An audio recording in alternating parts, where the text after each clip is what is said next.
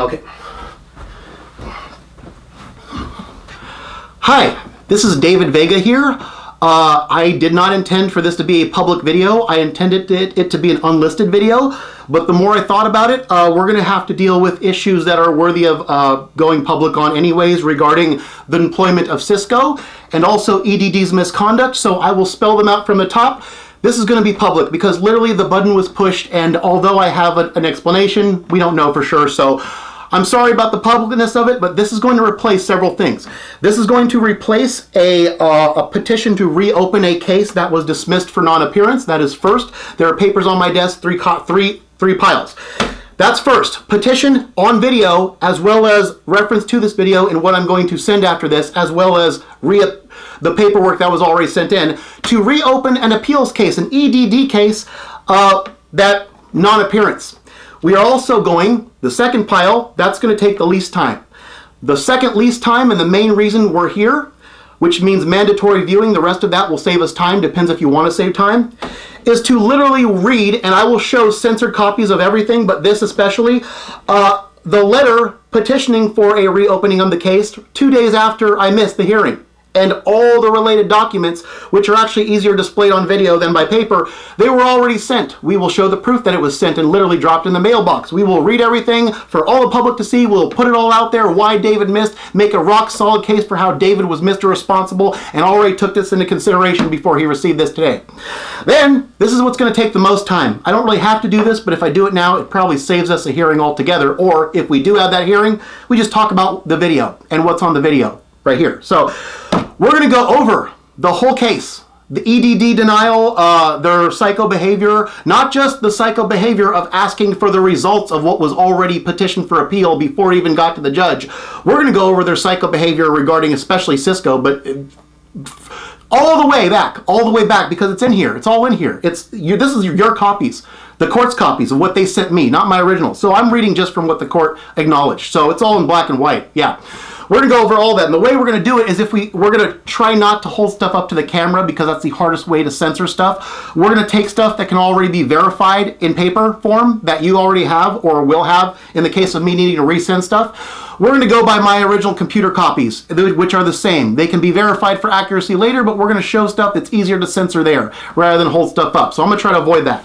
So that's what we're here for. This should be a big, long video. The running time should be big and long, and that's unfortunate, but we're going to deal with immediate, second immediate, and then replacement for literally anything that can be said over the phone at hearing. And because it's socially relevant, you will see this as we go.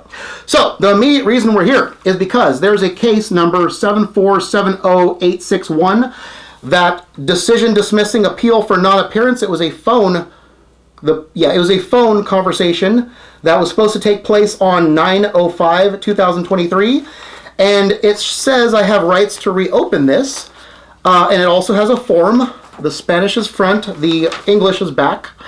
Yes, it says I can disagree with the administrative law judge's decision because, and then that's where I would usually explain and send stuff in. Now, although this does have one case number, this actually is tied to two cases. There's 7470860 and then 7470861, which I believe this is. Yes. So they're both tied to the same Cisco questioning of a single week where a questionable $450 of alleged overpayment is being asked for, and even one of them is me filing the appeals to alleged overpayment. And the other one is me appealing their demand for payment even before the appeal to the alleged overpayment was processed. So that's a little bit of misconduct that you can see why as of this point, it's gone too far. The train of misconduct, that's just one in the middle. We're going to go all the way back.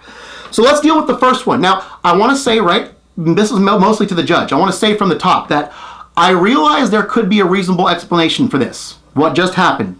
Me getting asked why I missed my hearing when I already wrote a letter to you, right? I'm going to cover why I think that is, but why, in light of all the misconduct prior, it does not matter. And that's mostly on the part of EDD, let alone Cisco, both of which we're going to get into. Let me see. Can I hold this up? Yeah. Okay, so the hearing was on 9/05/2023. This letter, which I will edit in, censored, so you can see what it is, Forward with urgency to Administrative Law Judge Elena Rivkin regarding missed telephone hearing 905 case. Both the cases request for rehearing. Explanation with documentation follows. Now this is dated 9/7 and it contains 4 pages. I will just put them on the screen. Don't worry about the details yet. We'll get into that. I'll read the whole thing. 4 pages explaining a monumentally important video project I was working on that is also job relevant and the technical problems that were caused by doing a bunch of we will read this, a bunch of pre-editing with the whole thing as I go, not realizing for the first time ever in all these years editing that it deteriorates the color as I go along. I woke up, I found out that, oh my God, my color's been deteriorating, and I didn't even know I had a hearing. I knew I had a hearing, but I forgot because it was such an alarming thing that I had to put 18 hours of nonstop work into fixing the color of my video, which is also job relevant. And so I gave him 8 pages explaining this. 4 written, which we will read, and we will go to the computer, and I will read, and we will show at the computer the annotated stuff from my timeline on the table. Back when it happened, I was fixing it. So that was sent 2 days, September 7th, 2023. 2 days after the missed hearing. Why? This I will hold up to camera. You can see it says, what if I missed, this is the pamphlet. I will hold this up to the camera and so you can see for yourself, because so I want to take a photocopy. All right. You may, in writing, request reopening of the case, a new hearing. Your letter requesting reopening of the case must explain why you did not appear for your hearing. Reopening will be allowed if a judge decides you had good reason for not approving your hearing. So this tells you literally to, it's hard to focus on this camera. This tells you literally to write a letter to the judge explaining why you missed if you miss. Here's the deal, and this is why I think. Hold on. This is why I think this was sent to me, even though I wrote that. Okay, I wrote this, sent it. We will show actually the letter being dropped in the mailbox. I think the same day. Yes, the same day, just before they closed, of it being sent. That same day it was explained.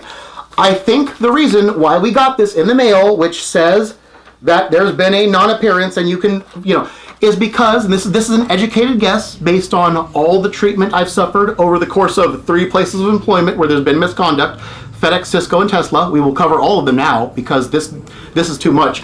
The door that got opened here. Putting together that, plus putting together the way EDD treat me, when literally every single place didn't work out because of person issues, not job performance stuff, imposed on me and resisted to the max as much as I was able to by others, it points to an overall problem that I think is also, unintentionally as it may be, we're not pointing fingers, the problem with EDD or appeals, whatever the case may be, is that literally, apparently we are swamped. All jobs are swamped out there with a sea of people who are not responsible on a general basis. So the systems that govern them, whether they're employers or EDD or appeals, they're not used to the responsible David type who literally when he misses a hearing, he may remember after he solves the problem that caused him to miss, right? Which 18 hours of not remembering, and then suddenly when he's done with his project, oh, that hearing. They're not used to a responsible David, who the instant he finds out that he missed a hearing will write the judge without being asked. They're probably used to the overwhelming sea of irresponsible people. David does not understand how this works, but apparently they're used to people who will miss a hearing and wait to be asked by the court that denies them of their case to explain what happened. That doesn't make any sense to responsible David because David says, hey, you explain as soon as you get free to do so. Don't wait to be asked on something you know is coming anyways. That doesn't make any sense. So I'm guessing that that's what happened. That's if I'm giving the benefit of the doubt to EDD, appeals, whoever may be responsible for this today. But it's got to stop. This is, whether it was a mistake or not, we have a bunch of other stuff that was definitely not a mistake. Mostly on the part of EDD and on the part of Cisco. And even if it was a mistake, as is the case with Tesla, which we will cover, it's gross incompetence, right? FedEx and Cisco, I'm telling you right now, this will be covered because this is too far. This is too far on the long line of psychotic stuff since dealing with EDD, with Cisco, with Samantha, trying to save her life, whether her situation's real or not. I will argue how it does not matter. Literally, she came back to me after FedEx and admitted everything and had feelings and such. In addition, so basically we have a problem where we have FedEx and Cisco, at one end of the malicious spectrum, one was caught right away, that's Cisco, one played out over time and did extensive emotional and financial damage, that's FedEx. And then we have at the end of it Tesla, which is the incompetent side, but they produce the same result as the malicious side.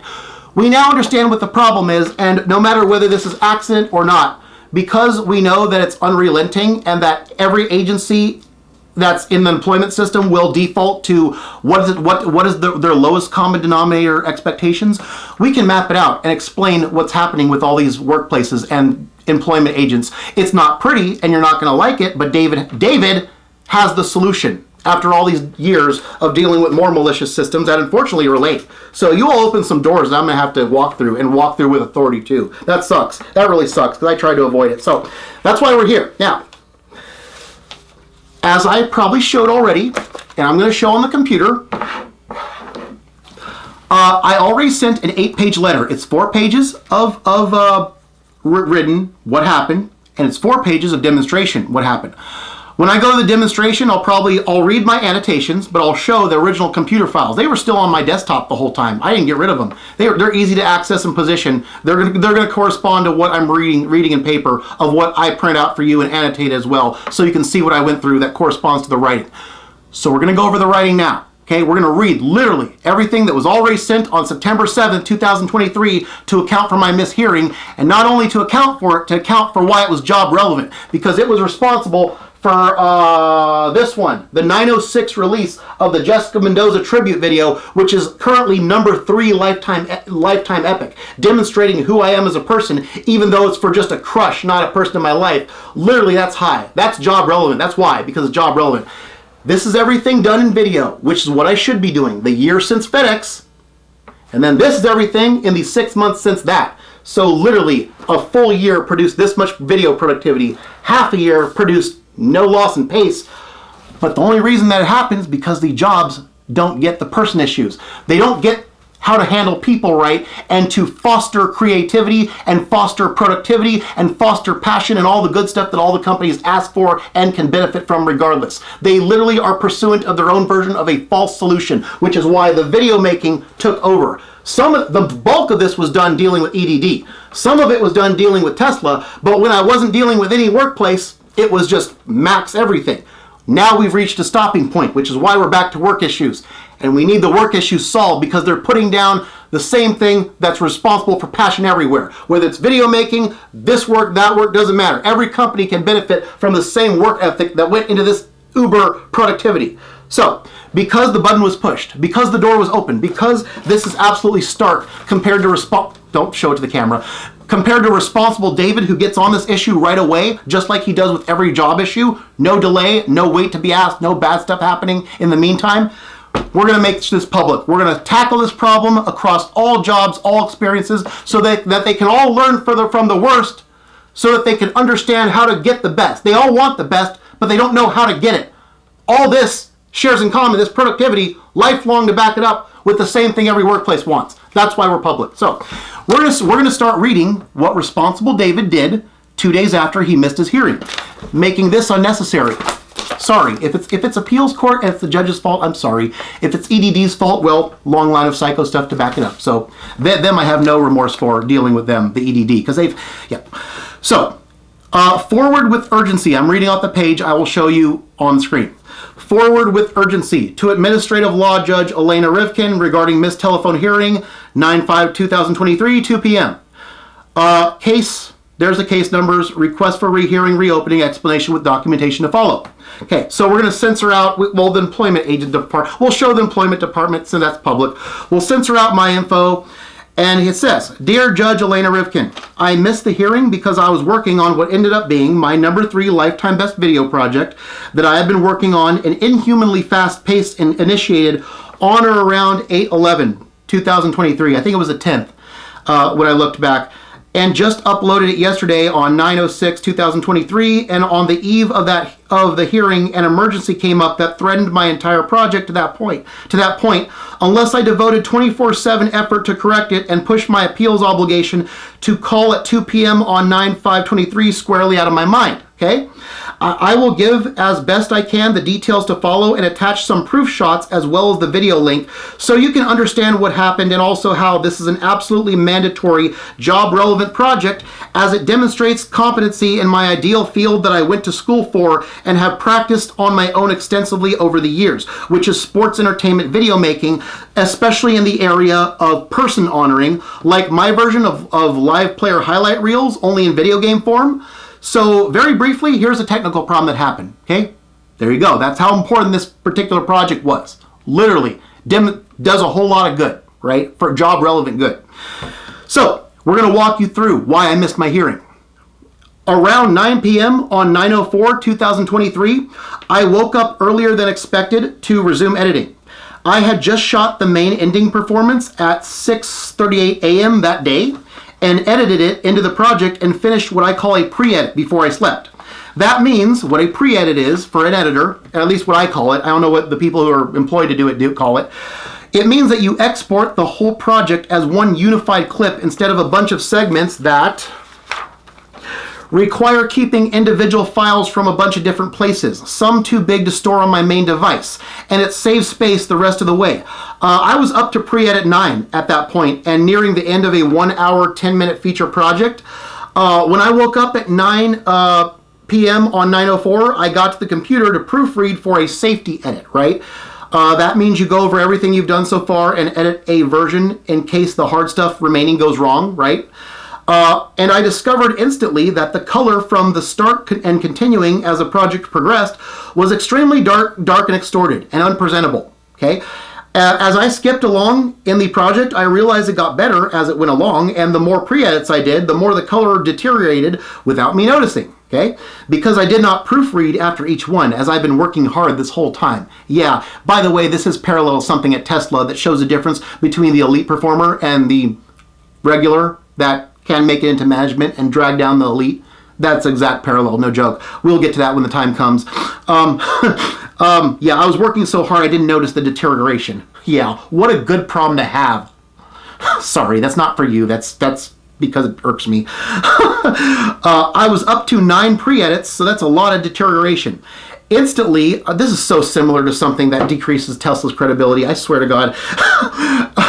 Instantly, I panicked and went to my backup drive where I stored original files en masse and had to spend the next 18 hours uninterrupted reconnecting original files and editing from a backup drive, which means it's not on the machine and your project depends on an external drive being present and active the whole time. Not the preferred way to edit at all. So I had to take a timeline.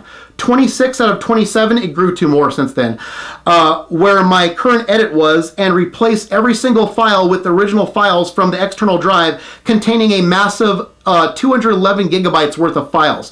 85 gigs of free space, only 55 usable remains on my machine. That's when I wrote this letter. And make the whole timeline contain the youngest version of every media that went into the project. Yeah, so all the originals from every other one of those 20-some timelines. I said this in the letter. This involved going back on all those 25 timelines and finding which inactive media was what I needed per part.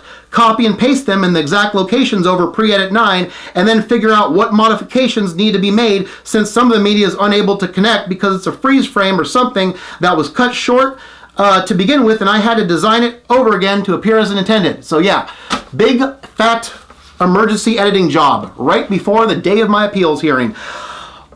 I'm literally jumping ahead, I'm sorry.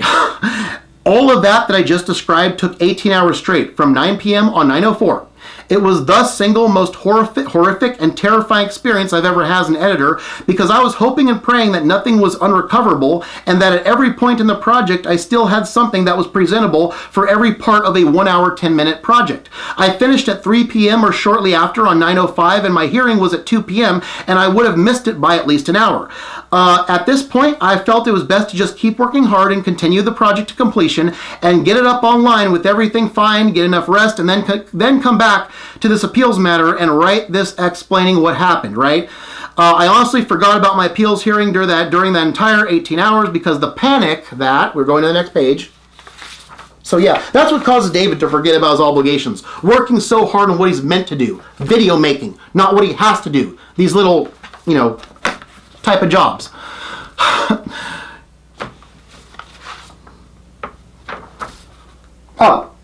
during that 18 hours, because the panic that happened at 9 p.m. at 9:04 was so strong that literally everything else in my life got pushed out of my mind until I finally got a safety edit of everything being acceptable. And all I needed was one 34-second live shot in the conclusion and 1 minute of superimposition effects to go over that concluding performance. So until I wrapped it up, absolutely everything, including both proofreading, both the final version on my machine and the final version once uploaded on YouTube, I was not going to divert focus with anything and just get back to it once my mind was recovered from the shock. So that's the David Vega method. He says we deal with the thing that needs the immediate patch, and yeah, we'll just do the absolute safe route. Don't try to just spread, yeah. Refer to any attachments I have added to this letter now. I didn't know when I was writing it. I added it later, if you need to. Okay, so you're being instructed to view the attachments, but we're going to go based on the order of when they were attached. So I'm just going to read and you're going to go over them later. We'll do that together. Here's the link to the final project in case you need to see any amount of it and verify that what I'm saying is job relevant. So there's the link. What I will do is, since we're on the computer now, it's up, it's been up. I will just post what it looks like online. So you can literally follow that link, and I'll put the link there in the description. So yeah, that's the end result. That's what I was trying. That's the best way of viewing it. You don't put up with deterioration on some that grand. It's called the Jessica Mendoza tribute video as dual FS4 professional and Dodgers Nation FS2 antagonist production. Now, as I dealt with in a later project, the Dallas Braden repurpose, we actually got that wrong. It's official Dodgers Nation. Apparently an imposter group to Dodgers Nation or something glomming on. I still don't have clarification on that. So we had to modify the title from what it says there. It's been changed to reflect the actual group. Dodgers Nation is separate. They sort of glommed on and made it hard to understand. So that title's not accurate anymore, but it's still the same video. The YouTube account name, number one run, with in parentheses, charity video making intended here, as always, but we need to make that clearer or people hold me to wrongful standards of what I'm there for.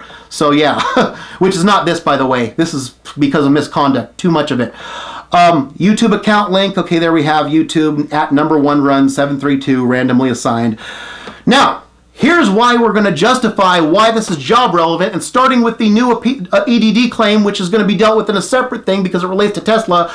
Every video that I make is going to be argued job relevant some way. This one, starting now, so we can understand why this had to take priority over the missed hearing.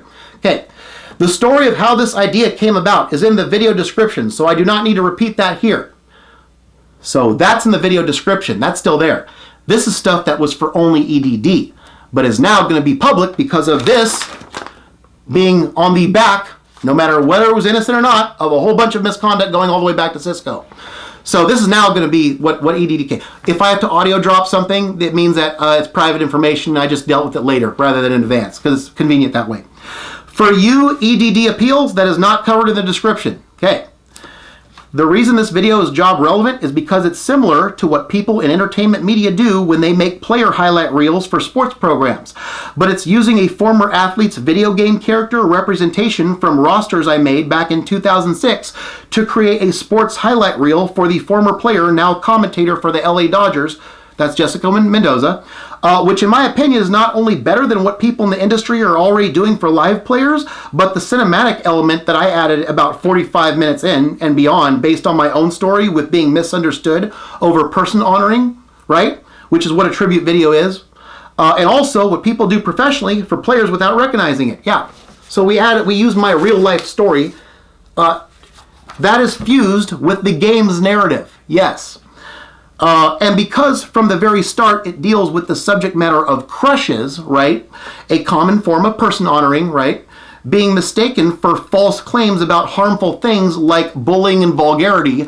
I may have to show a screenshot to show what Dodger Nation did, whether it was bot or human error, don't matter. It's threatening to David. It's threatening to all people, but even if it can be overlooked to David specifically, it's very threatening. To David specifically, given what he's been through with 2 other systems, which we're trying very hard not to talk about. But things like this do not make it easy to avoid talking about stuff. Sorry, I'm so sorry. Dodger Nation, push this button. Bullying and vulgarity, yes. They called a tribute video for a crush, which 2006 dude era. I was able to do something I've never done in all my 40 years of life in video form. I was able to use my video skills to also fight off battles of people who put false claims on me because whatever flaws they have, plus my increased effort and passion level. Yes, this is what Dodger Nation did. At the same time and in video form, yes, honor somebody and fight off a false claim of some type, even if it's just a damn Dodger forum. It's too similar to what we're trying not to talk about with David. At the same time and in video form, it's never been possible to happen. It's never happened. It's always been separate and thus given rise to difficulty. Also, I use this as an opportunity to test my new bill. I can't just censor that. Yeah. Okay. So I'm going to have to censor all this. I have a business plan that I need the EDD money because of Tesla to file for. And unfortunately, I cannot read this part. So you will see in the paperwork EDD, I'm censoring all of this. Yeah. Okay, let's pick up what I can read. Let's pick up what I can read. Okay. I use the credits to list my lifetime fire starters, which documents every single influential person of every single type that I have ever honored or discussed in video throughout my life. Yeah, and that's all my life. Every fire starter, motivational force in person form, or any form actually, depending on which one. That, if you look at the credits of the Mendoza video, we went through all my life of video making, and any person I honored or even discussed as potentially honoring was documented there. That was important. That's important for two systems too, by the way. Every single influential person I've ever honored throughout my life. This is especially needed for any kind of defense against what I do, particularly the tendency to be attacked over women. Because as you may see in the credits, the Temp FS1 male homages lifetime, I am probably showing this on screen, no joke, so we can get this, beat the Temp FS1 females who have ever been romanced or discussed as Temp FS1s by a count of 22 to 16. Yes, which means that I have historically honored and tributed more males than females lifetime. Yes. So this is also argumentative armor against any further attacks like I experienced in two systems. I'm going to just put out there, the legal and the medical system, over the one Hall of Fame class FS1. Yes. Not shown in the credits. 3 systems if we include the Samantha FedEx saga, which I got exonerated from when she came back and confessed the truth, and I helped saved her life 3 times. We will get into why it took any more than 1 later, okay? Specifically over women. So yeah, this is why, I'm sorry, this is for a judge, I have to remind myself. I'm talking to mostly Dodger Nation and EDD right now. This is why you don't open doors. Why, when David's responsibility gets underestimated the same way as all of this gets underestimated and going all the way in the past with further versions of irresponsibility that he gets mistaken for, all this stuff comes out. Because if we keep on, yeah, you don't open doors. You just stop doing misconduct, everybody, and doors won't be open, forcing me to say, hey, this is too much. So this was a monumental project as the first of its type for an FS4 professional that had to be done with urgency and the problem solved with absolute expediency, okay? Given all that, I request my telephone hearing that I was intended for the above cases on page 905-2023 to be rescheduled and a case reopened to that effect if it's been shut by the time you receive this. Thank you. And also my signature, I'm probably editing out the middle name. I'm still due to change that in a court process that I can't pay the full amount for yet. I need to change my middle name. Yeah, for a couple of reasons, but the primary one is due to that little Hall of Fame file, the one we're not talking about, the Hall of Fame FS1, because of a certain reason. That's the main reason, actually. We're just not talking about it. We're not talking about any of this. Because David doesn't... Yeah. Okay. Stop it. Stop hurting. Stop underestimating responsible-ass David. And this goes all the way to Cisco and Dodger Nation with the women issue and EDD. We will cover all of it. Now everyone's fair game because this is ridiculous. Stop opening doors.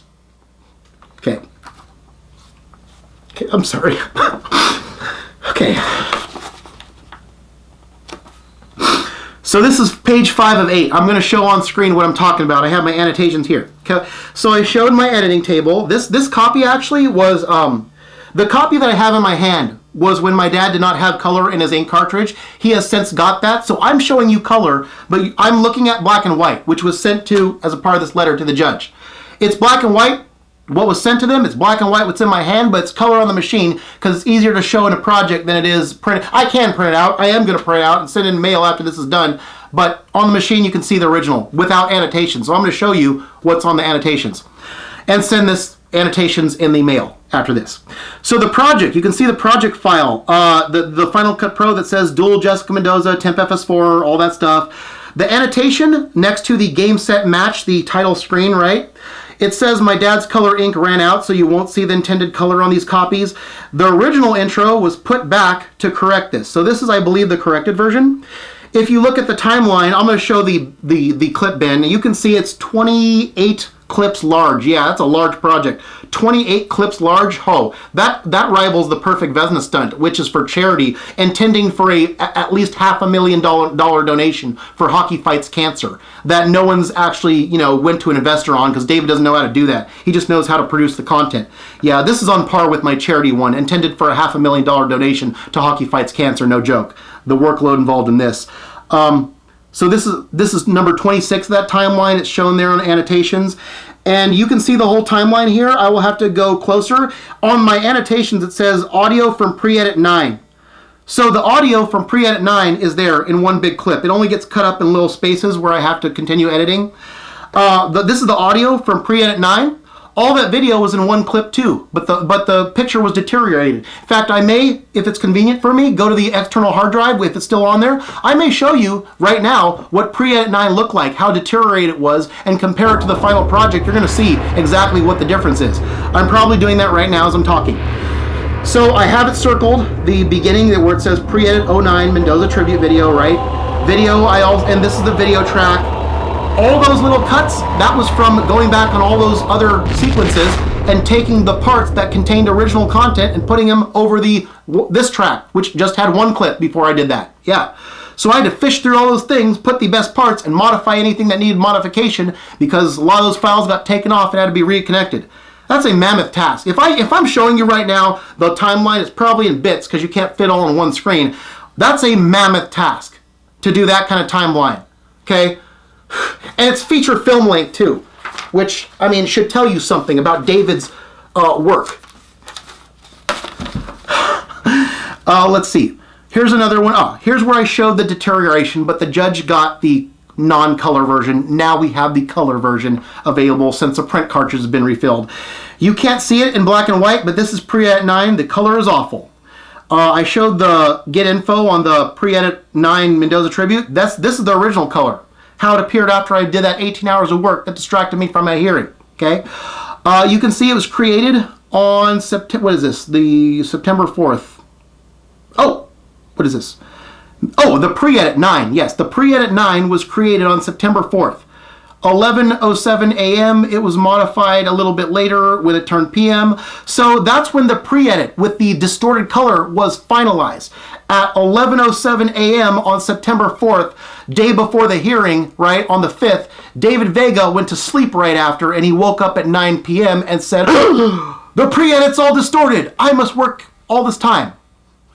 And that time ended up being 18 hours, an hour over the hearing. When I went to bed after pre-edit, so that tells you I covered my annotations. So yeah, and I'm showing right here, I showed how that distorted version is what the pre-edit was before I replaced everything. So the one you see on the timeline, the big, with all the stuff, the final, this is from added stuff. Previous timelines overdrive. Yes, all the added stuff. That makes sense. I'm pointing to all the timeline stuff, so yeah, you can see. I'm reading off of this. I will show you the ones without my private info on the editing machine. Okay. Now, what is this? Okay, this is the timeline again. This is showing what Dodger Nation did. That was individually threatening to David, but I would expect anybody to make an issue of this regardless until it stops. This has got to stop universal. No joke, not just with David. I will show you right off. See the timeline, the Freddie Freeman confession. See, Mendoza, same style as the original poster. Okay, that was the original setup days earlier. But then give it some time. I will find. This was in response to showing someone a Freddie Freeman rookie card. Someone showed a Freddie Freeman rookie card because females have a crush on Freddie Freeman. David has an old 2006 crush on Mendoza. Right? It's not even we don't even think. It's not even recent. Give me some time. I will find something Mendoza to match this. It may take some time, but I will find something from softball days. As this video and the other Braden one shows, when I said I will find something from softball days, David was talking about a video game character on his game, unedited and unchanged, along with everybody else on that game, which is the door that got opened, right? So he's talking about a video game representation of a damn crush. And yet it was called what? Not nice and courteous and swearing vulgar. Something, we don't know. There's no connection made. Corrupt systems who fault you for stuff never make the connection. And usually that's because it don't make sense. Tesla's no different. We have ExamFX, which we will now deal with because this door justifies it. And wherever it applies. You don't make connections, yet you take adverse action and do something that's whether uniquely or generally threatening and defamatory. We're going to have an itchy trigger finger. We're going to have an itchy trigger finger on the Go Public button. Yes, we are. Because this is going to stop. Too much. This will be used with Cisco. So look, it says reason why this is needed for protection example purposes, hits too close to home with real life past issues. Yes. Okay. You can't do this with David. I'm not going to say why. I'm going to make people, I'm going to try to discourage and yeah, I'm going to, yeah. Again, you can't see this without color, but this is the timeline with the external hard drive plugged in. Yeah, you have to keep the shit plugged in if that's where the clips come from. All this was lit up in color. It was white, no color, no connected media before. So yeah, I'm going based on a colorless version where I have to show a judge color. That's why. Okay. If I'm putting black bars down below, it means I'm turning papers. I don't want private info exposed. Just to let you know, I won't know till it hits the machine. This is the last page. The following is a dual FS4N. The project. I just showed the project. Oh, project creation date. This is when the project was created. August 12th, 2023. So the little forum thing that happened, that was at official Dodger. That was probably on August 11th, and it was done and uploaded 9/06/23. And then I go over to the timeline again. Again, you can see the Firestarter intro, how FS4 is professional. Literally everybody who edits player highlights reels for sports jobs, whether it's live players or in my case video games, right, imitating live players, literally they are doing FS4 professional all the time for pay every damn day. They just don't call it FS4 professional, which is why this is job relevant. Because if I can match or beat them and make my case for an entertainment job, this shows my talents. That's what we call FS4 professional. Okay, if you mistake that for something bad involving women, a door gets opened, and then y'all. I'm speaking to Dodger Nation still. I'm sorry, Judge. Y'all's fault. Official Dodger Nation, which is a rip-off board of Dodger Nation. That's why they're there as an antagonist, because, as I explain, antagonists don't disagree in ideology, but they still do misconduct. We don't disagree in that there should be no hate speech, bullying, or something like that of any type against anybody, let alone women. But they falsely accused. So they spawned something, giving me reason to display my talents, as well as deal with what they did that's wrong. Somebody did the same thing, only with the peels. We agree on our ideology, but people do misconduct anyways. That's what an antagonist is, not an enemy. Enemies have bad ideology and have to be opposed until they change. or some sort of resolution where stay away and crap and all that nonsense. That's, yeah, if you understand universals, you don't need, but whatever. So this is an absolutely mammoth amount of work for a 27-day project, especially considering the performances and pre-editing before all this can even begin or progress. So what doesn't deteriorate, so I made a point there showing, here's what doesn't deteriorate. It's the audio and also the end clips at the end, because those are the most recent, right? And, yeah. So that's what was done. for an absolutely job relevant and protection relevant, and in case anyone ever brings up an issue with David specifically over women, but any misrepresentation, and that's no matter who we are talking about, even new people like Samantha, stuff flirted with stuff being brought up, which caused me and we checked this date. I don't want to say why. November 29th, the red button was pushed on people could believe Samantha for any nefarious reason. Based on these little movements that are going on today, it could be as simple as she's a woman and they are always the victims in some people's eyes. It's going to be harder to disprove something false than it will be to prove something correct or false in the first place. We must take every justified opportunity to put stuff out there, censored as some of it may be.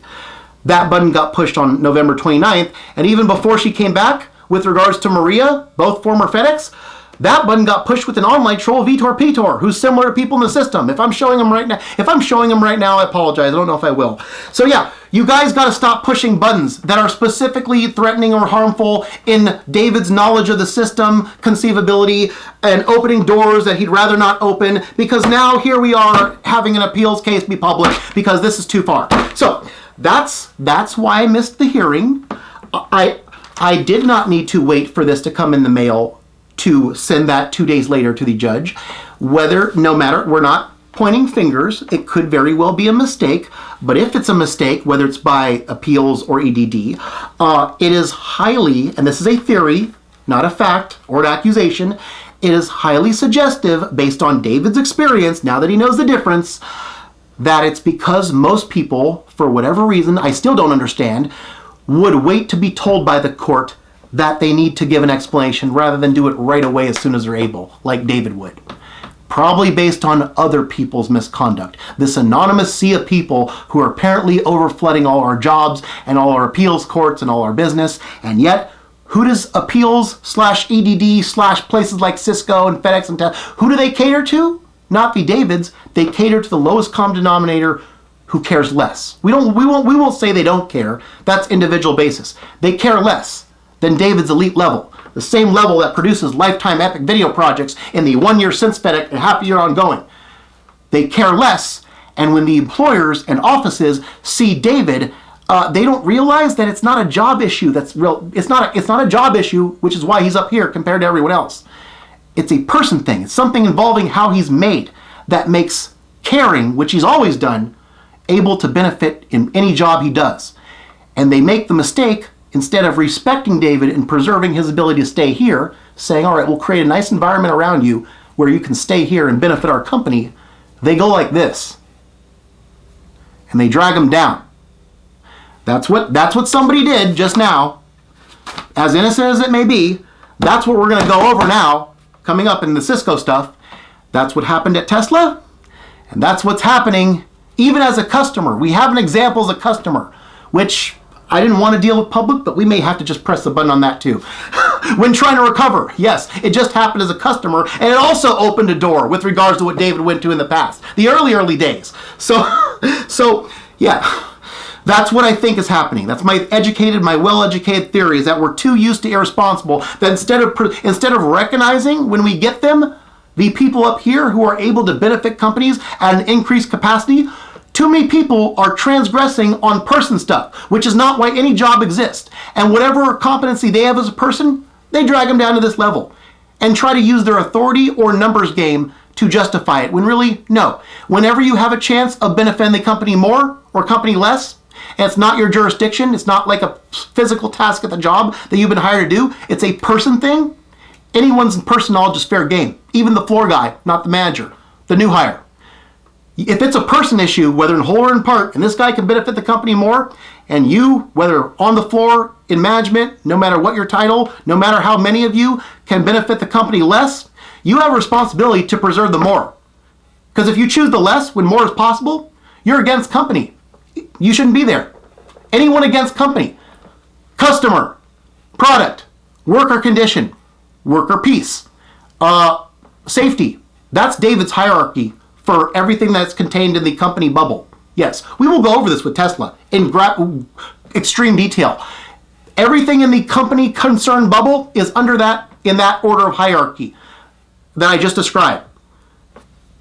When you have more benefit versus less benefit as an option, preserve them more. Even if you're not like that, even if other people aren't like that, no matter how many, no matter how high your position. I don't care if you're the owner of the company. If you're Elon Musk himself and you made that company, you did it to benefit a customer. If you have a worker who wants to benefit the customer at max capacity, why would you support destroying that? Makes no sense. Why'd you make the company then? If you don't want to benefit the customer, why'd you make the company? Even the CEO has to be held to this. More versus less company benefit, preserve this. Come up to that level if you want to, you don't have to, but don't go like this, ever. That's why we're here. This is the EDD or appeals version of that, and we're gonna go over the rest of it. What I might do right now, because we're going to go over the cases, and so here's the deal.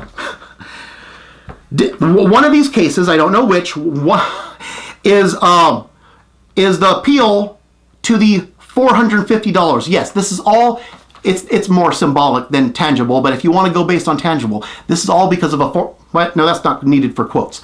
It's because of a $450 dispute. Yes. This whole little thing. One of these is the appeal to resist as an overpayment, say, no, I'm entitled to that $450 received a year ago, even though I was 4 days at Cisco in orientation. One of that says, did the claimant perform services during or receive wages for the week benefits were claimed? Okay. Orientation's not performing services. No customer was served by a single product. We will go over that here. So that's already been answered. It's already been answered in the paperwork. If we had a telephone hearing, David would just say, we already covered this, probably. Probably more than that, depending on what they say.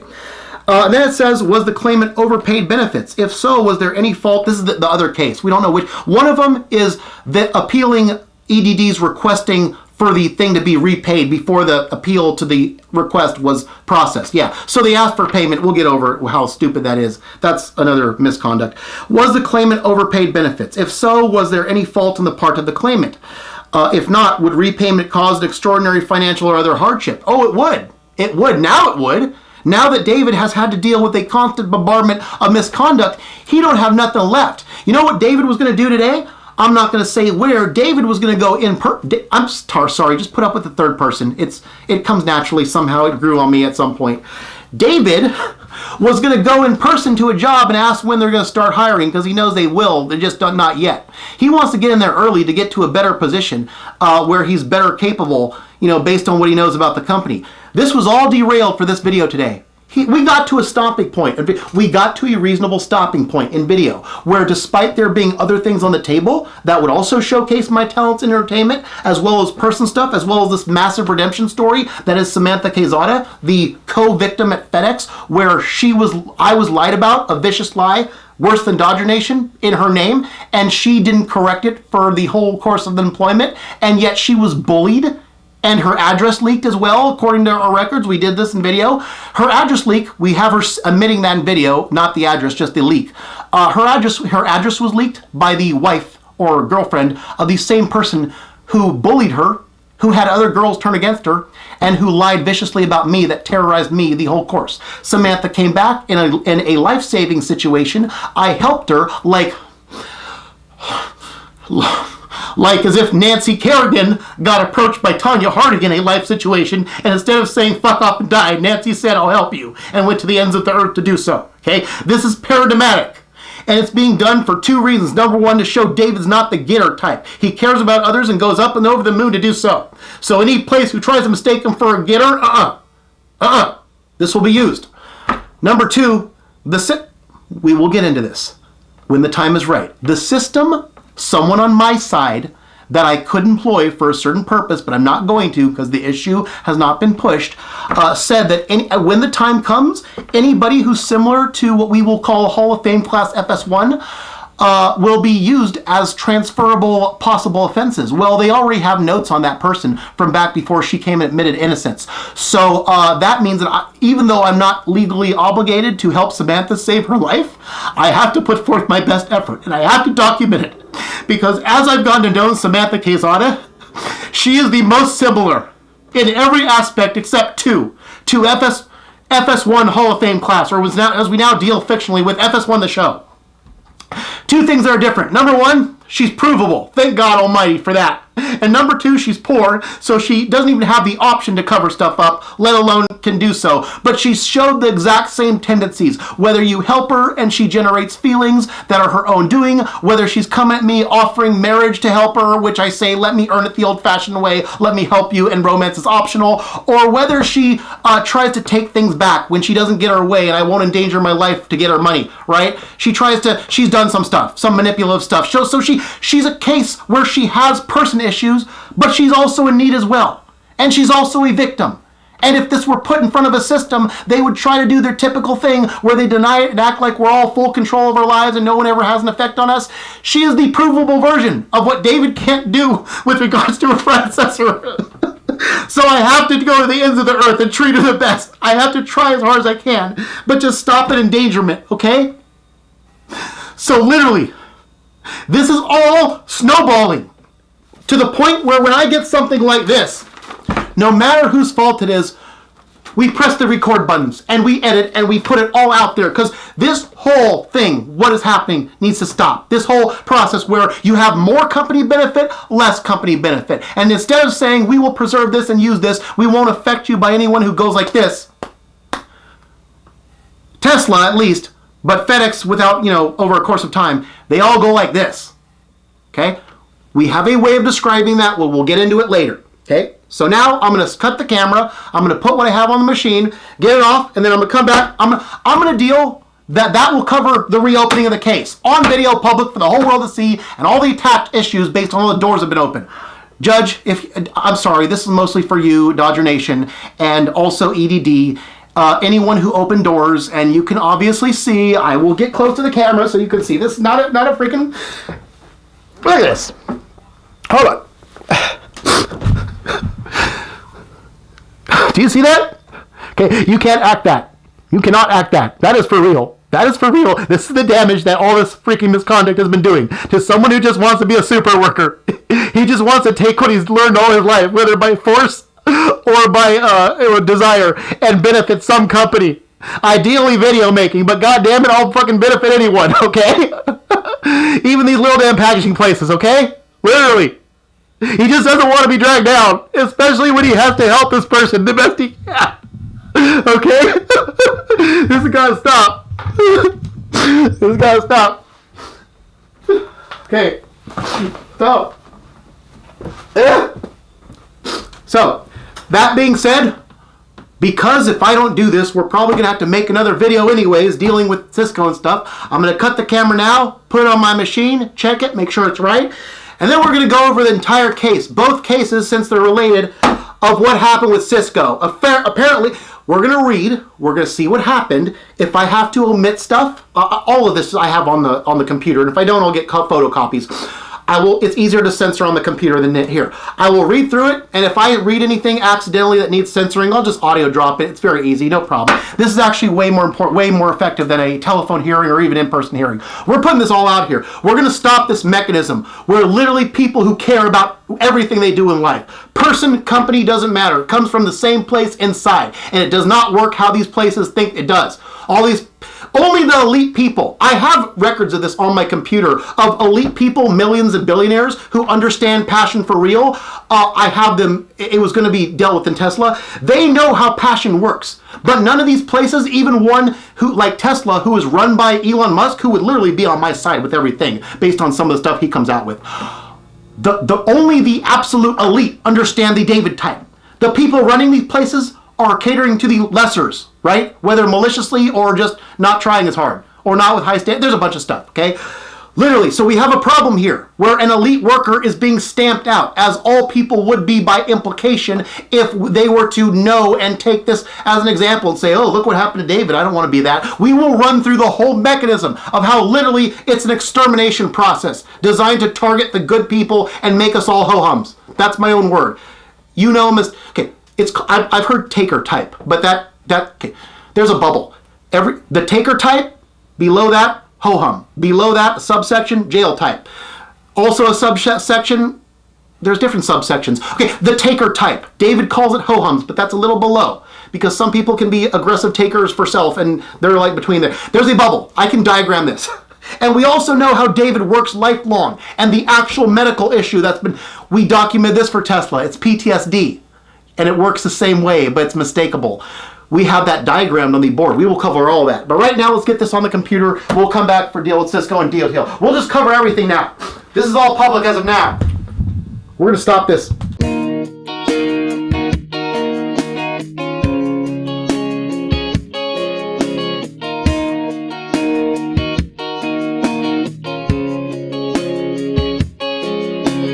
There should only be one man that would sacrifice the way he do. So if you would lend your hand and suffer consequences through and through, you wish they believed the words in red. Back away and let his good deeds flow. Paraded, harass, and mistreat instead. The consequence not many know.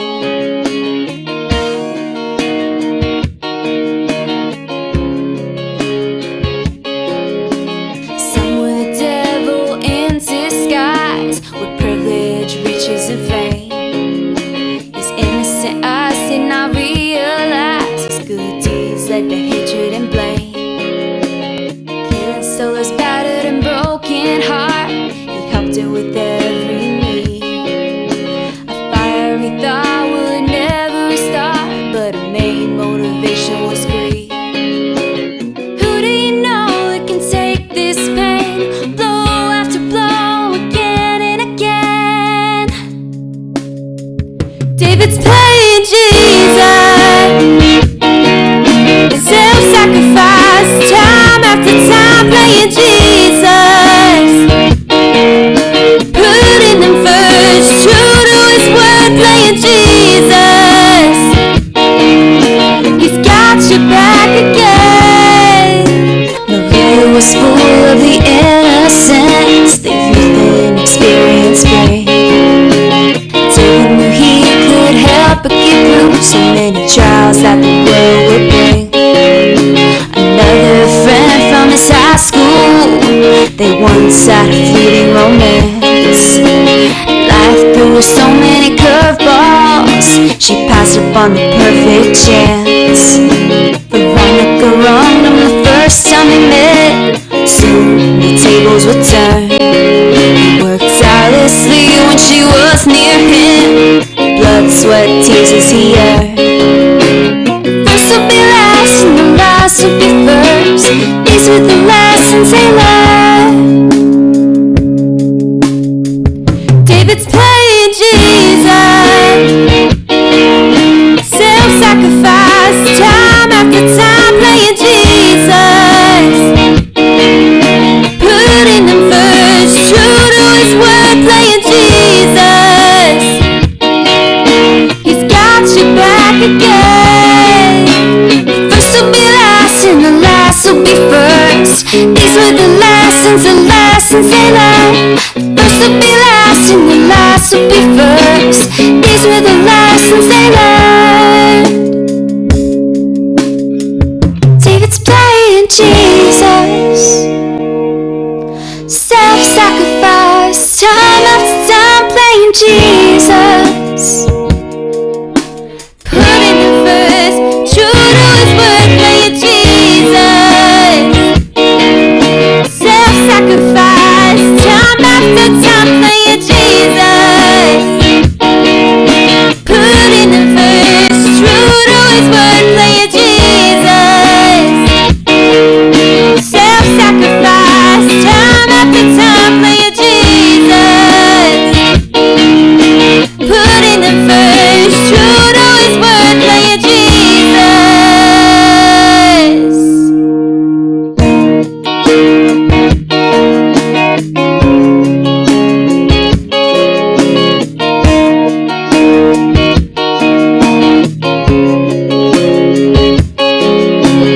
There should only be one man that would sacrifice the way he do.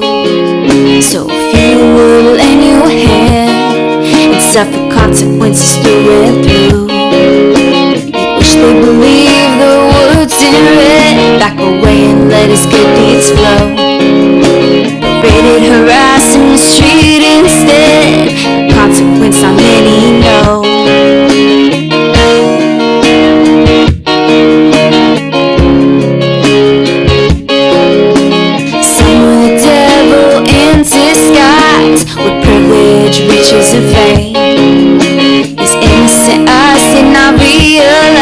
His good deeds led to hatred and blame. Healing Solo's battered and broken heart, he helped her with every need. A fire we thought would never start, but her main motivation was greed. Who do you know that can take this pain, blow after blow, again and again? David's playing Jesus, self-sacrifice, time after time, playing Jesus, putting him first, true to his word, playing Jesus. He's got your back again. Maria was full of the innocence the youth and experience bring. David knew he could help but get through so many trials that the world would bring. Another friend from his high school, they once had a fleeting romance.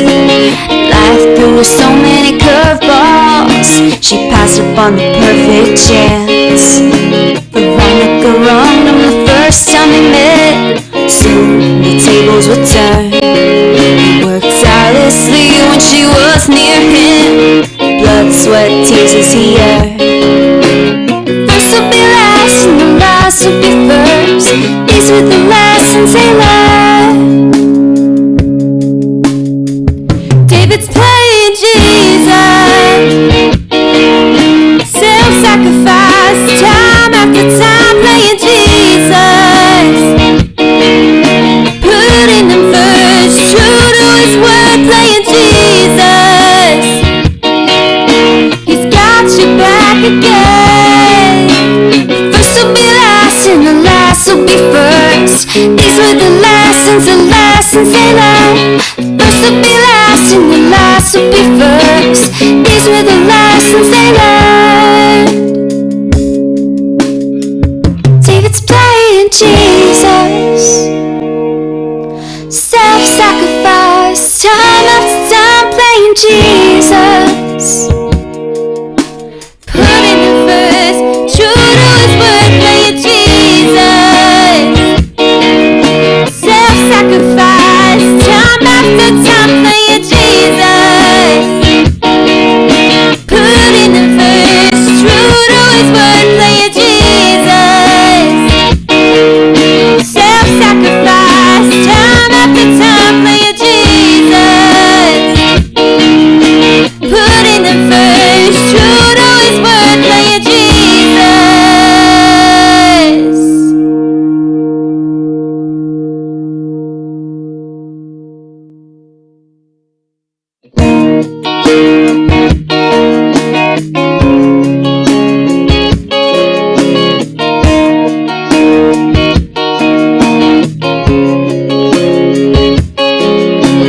There should only be one man that would sacrifice the way he do.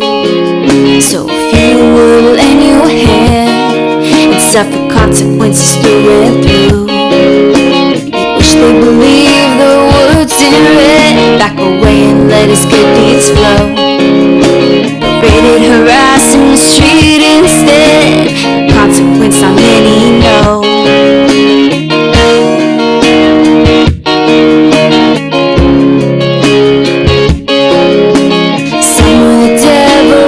Disguise with privilege, riches, and fame. His innocent eyes did not realize his good deeds led to hatred and blame. Healing Solo's battered and broken heart, he helped her with every need. A fire we thought would never start, but her main motivation was greed. Who do you know that can take this pain, blow after blow, again and again? David's playing Jesus, self-sacrifice, time after time, playing Jesus, putting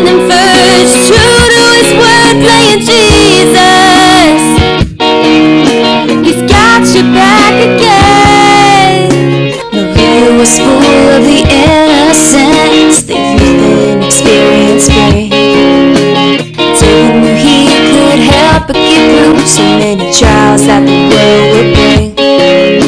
Another friend from his high school, they once had a fleeting romance. Life threw her so many curveballs, she passed up on the perfect chance. Veronica wronged him the first time they met. Soon the tables would turn. He worked tirelessly when she was near him. Blood, sweat, tears as he earned. First will be last and the last will be first. These were the lessons they learned. David's playing Jesus, self-sacrifice, time after time playing Jesus, putting him first, true to his word, playing Jesus. He's got your back again. First will be last and the last will be first. These were the lessons they learned. First will be last and the last will be first. These were the lessons they learned. David's playing Jesus, self-sacrifice, time after time playing Jesus, putting him first, true to his word, playing Jesus, self-sacrifice, time after time playing Jesus, putting him first, true to his word, playing Jesus, self-sacrifice, time after time playing Jesus, putting him first, true to his word, playing Jesus.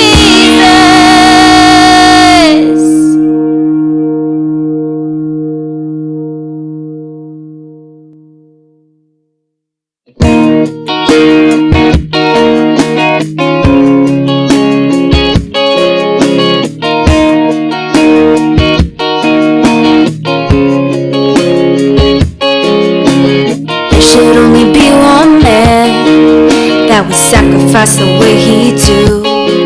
So if you would lend your hand and suffer consequences through and through, wish they believed the words in red, back away and let his good deeds flow.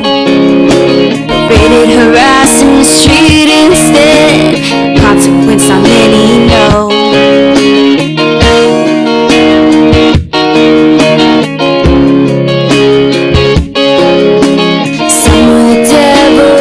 Disguise with privilege, riches, and fame. His innocent eyes did not realize his good deeds led to hatred and blame. Killing souls, battered and broken heart, he helped it with every need. A fire we thought would never start, but a main motivation was greed. Who do you know that can take this pain, blow after blow, again and again? David's playing Jesus, self-sacrifice, time after time playing Jesus, putting him first, true to his word, playing Jesus. He's got your back again. The view was full of the innocence the youth and experience bring. David knew he could help but get through so many trials that the world would bring. Another friend from his high school, they once had a fleeting romance. Life threw her so many curveballs, she passed up on the perfect chance. Veronica wronged him the first time they met. Soon the tables would turn. He worked tirelessly when she was near him. Blood, sweat, tears as he earned. First will be last and the last will be first. These were the lessons they learned. David's playing Jesus, self-sacrifice,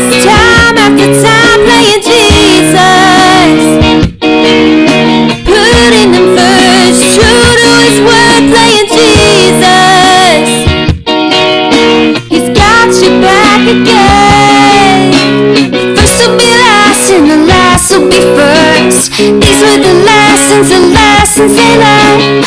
First will be last and the last will be first. These were the lessons they learned. David's playing Jesus, self-sacrifice, time after time playing Jesus.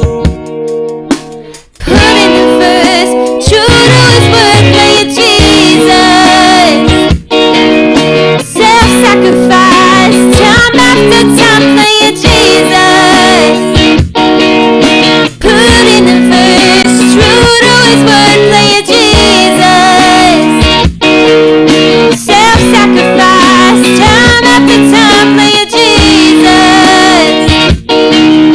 Putting him first, true to his word, playing Jesus.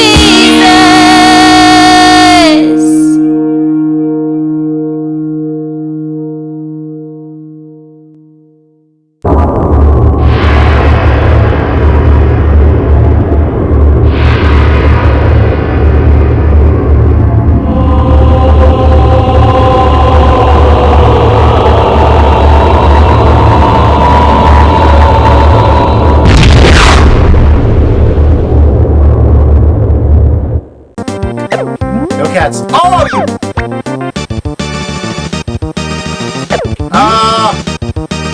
Oh no, this is gonna take forever. Whoa, dude! Hey, it worked! And that's what they're for. That's perfectly demonstrated. Oh! Got it! Woo!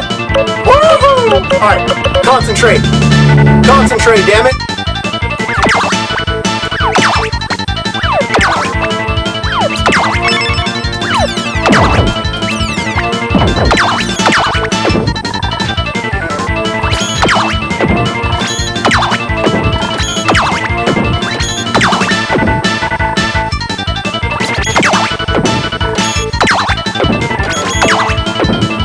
Oh, we need an ankle cam for that one. Here we go. Here we go. Ah!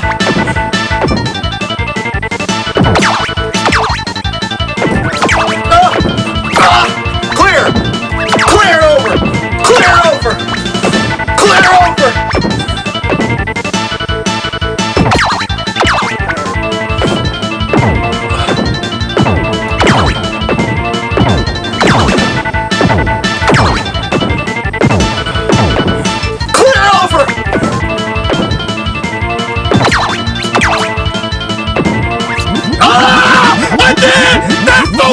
David's playing Jesus, self-sacrifice, time after time playing Jesus. Putting him first, true to his word, playing Jesus. He's got your back again. Maria was full of the innocence the youth and experience bring. David knew he could help but get through so many trials that the world would bring. Another friend from his high school, they once had a fleeting romance. Life threw her so many curveballs, she passed up on the perfect chance. Veronica wronged him the first time they met. Soon the tables would turn. He worked tirelessly when she was near him. Blood, sweat, tears as he earned. First will be last and the last will be first. These were the lessons they learned. David's playing Jesus, self-sacrifice, time after time playing Jesus. Putting him first, true to his word, playing Jesus. He's got your back again. First will be last and the last will be first. These were the lessons they learned. First will be last and the last will be first. These were the lessons they learned. All for her, all for her. She's an amazing woman, she's an absolutely amazing woman. David's playing Jesus,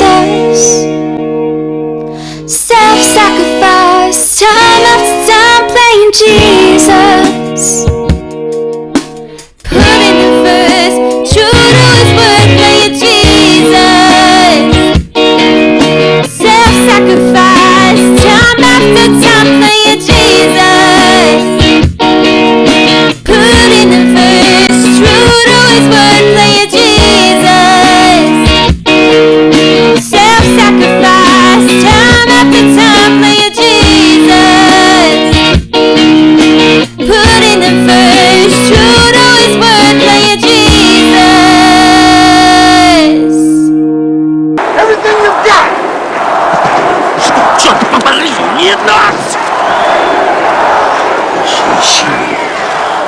This new EDD idiot!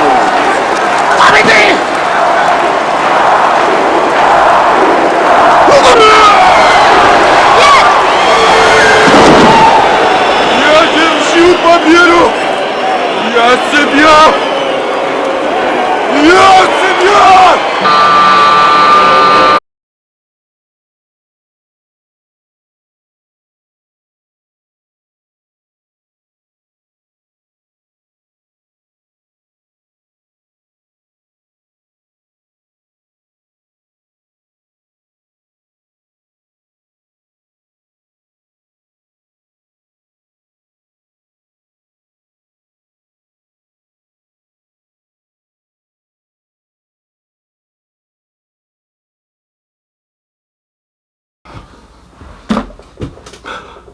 Okay, so we are back. The hour has been recorded and put on the machine, so it's just waiting editing. I still have not, I've seen myself speak. Have not seen the final version that you're seeing probably because that's after editing. Okay, so now that we covered both the notice as well as the letter that was already written that did not need the notice, we are ready to go over the case in details. Now, although my intent was just to get the hearing, the case to be reopened and such for reasons explained, I'm going to go and just see if I can save some time in advance and go over the entire details of the case to potentially replace either an in-person or telephone hearing. That way, if we do have that hearing anyways, we can discuss the exact details of what happened. They're probably going to ask, based on their concerns here in the notice today, the exact same things that have already been covered. So let's cover them all. And remember, this is because Cisco, as well as EDD, did a bunch of psycho behavior over time that literally led to all these doors being opened and interfered with the Samantha Quezada life-saving process. Whether or not she's in that situation or not, me going to the ends of the earth, despite no legal obligation, means something. A lot. It's paradigmatic. So again, because there's no ability to tell for sure without money to pay an investigator or money to, even help and see, my processes, see how hard she's willing to work for it and make sure that it wouldn't benefit her to lie, right? Or at least would wear off at some point in time where she'd stop making me try to work so hard. That's the low-tech way of doing it. Literally, we can't do anything if these jobs keep doing this extermination process of good super workers who give them the passion they ask for, all on intake, all the time. So, and it serves a social purpose to show how manipulation works. So we've got to stop this, and that is a little too high. Hold up. Sorry, perfection as an editor coming in. Let's lower this one. Lower to make it even. Yes, make that even. Okay. So that poster, I can see the poster is not even. And this needs to be over this way. This needs to be over this way a little bit. Okay, that's perfect. That's perfect. Okay, so we're going to go over the whole case so that when this gets recalled, there will be nothing to go over. Okay, so the first appeal form dated, I will show only the stuff that doesn't involve private information. It's easier afterwards. So, December 19th, received it as stamped. This looks like, this is the appeal. This looks, I don't know which case number it responds to. It's either 7470860 or 7470861. It's the one that appeals their claim that I owe them money after the appeal to the overpayment had already been received, just not processed yet. This is them asking for money that hasn't even been appealed yet, even though it's in process. So it says the appellant statement, I disagree with the determination dated on 11/14/22. I'm going to read the disagreement and then we'll go back to the original request. Their claim of overpayment is redundant, okay? I just got the appeals notice that my 12/9/22, okay, that my 12/9/22 dated appeal for this exact same week, the Cisco week ending 9/17/22 for $450 was received in the mail at the same time EDD's notice of overpayment trying to collect the money. Okay, they arrived at the same time apparently. They didn't wait on the appeals to see if I made an appeal first like they should have before trying to collect. That's like going to your neighbor. I made an analogy to the appeals court. I will repeat it for public. That's like going up to your neighbor saying, I'm going to sue you for whatever, but before the judge even acknowledges it or we have our first court date, I will file a separate action to collect the money I want from you from that suit. Wow, what a powerful thing when people could just go around making claims and before their case even gets called for hearing, let alone heard or decided on by a judge, they just say, oh, give me the money for my claim. Yeah, I'm just going to vent a claim. Now give me what I claimed. Nonsense. That's EDD's fault for just jumping the gun. Again, this comes from somewhere. It is all theory, but again, education says that they must be used to irresponsible people. They have to be. Nonsense. See attached form and letter. Okay, so this is dated 12/15. See attached form and letter. Okay, I'm going to read the letter that's attached to this. Acknowledgement of letter. Acknowledgement of letter. This is the acknowledgement of something being received. Okay. This is saying your correspondence has received. Okay. Okay, this is literally the same week ending on 9/17/22 for $450 that I'm appealing, and EDT tried to collect $450 for this week. Their notice received by mail literally the same day as this appeals. You cannot collect money before we have acknowledgement of a court date for the appeal or that same week. They want the money. This is the 7th serious misconduct they committed since being on EDD, me. As I outlined in my appeal, I want the 3 non-Cisco days of that week and the $1,500 bike. We will cover how that was led to. The destruction of my speed bike, which I covered in Mail Only Fans, I think, by comparison to the old bike. So yeah, I'm also asking for the bike money. I don't know if this is the process. It's explained here. I don't know if this is the process or if I have to go to small claims court. Given what EDD did, yeah, I want that paid for by somebody. The destruction of that bike. We will get over that. Okay. So this is the notice of overpayment. Is this the one that's still on the same one? 2/9. Yeah. Okay. So this is the 2/9/22 mailed appeal. 12/14 was 12/14/22 was the deadline. 12/9/22 was the mailed appeal. You know what I think the delay was? I think I was working on videos. In fact, if we go to the video board, this is why we have a video board. What did I finish by 12/9/22? 12/9/22. We're showing what David should be doing instead of what he has to do for warehouse work pay. Where is it at? 12/10/22. FS3 and Maria's program intro, preemptive strike. Okay, that's the PSA number 1, I think, on the VTOR PTOR type. 12/8 was, before this, mailed appeal. Part 1, David Samantha text. FedEx could have prevented him from playing Jesus after working there. Yes. The 12/8/22 was a, I think, 3-hour, maybe 4, I don't know, censored conversation between me and Samantha from when she first came back to me post, when I say censored, I mean censored for like phone numbers and info and stuff like that. Anything too private and stuff like that, right?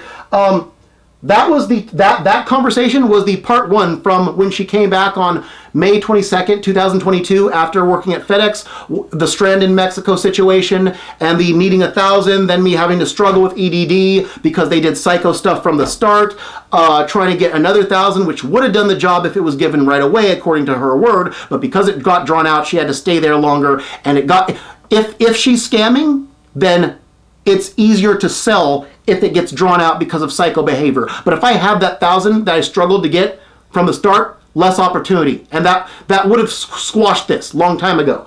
So because of having to contact police about her potential scamming and a conversation that happened on 11/29/2022, I had already just went over part 2, the mental incapacitation, because the part 1 was already recorded. I just needed to censor a bunch of stuff and commentate on as well. Literally, I had to work on the censor job of that conversation and make sure it's on record how this whole thing between Samantha and me post FedEx started. That was done. Where are we at? That was uploaded 12/8/2022. So as soon as I got done with that for legal protection purposes, among teaching, showing how I use stuff for teaching, this appeal was dealt with to the the asking for money before the one to the overpayment was dealt with. This was mailed the next day. So I went straight from a video project onto EDD stuff after just doing something for my own legal protection potentially, right? And then right after that day, I had to show, because Maria came back and wanted to, she was pissed off that Samantha turned down a video opportunity for money. She wanted to do more projects, and then she flips and stuff at the time. So I made an intro and I made a PSA on the Vitor problem, which is similar to the system, showing the evidence, how we know each other, right? Indisputable evidence, right? So, yeah. And then Busqueta de Inspiration. Okay, so literally I had just gotten out of the frying pan into the fire, and this was part of the fire that I got into out of having to make sure I'm set up for any kind of defense, since Samantha, does that little scammer shit when she doesn't get her way. Even though I know what she's really like as a person, she's a sweet person. She's just like FS1. It's ridiculous. So yeah, this was done. So I was probably backed up dealing with Samantha and what was before that? David Vega's, the male OnlyFans business plan. Not the same thing I covered earlier.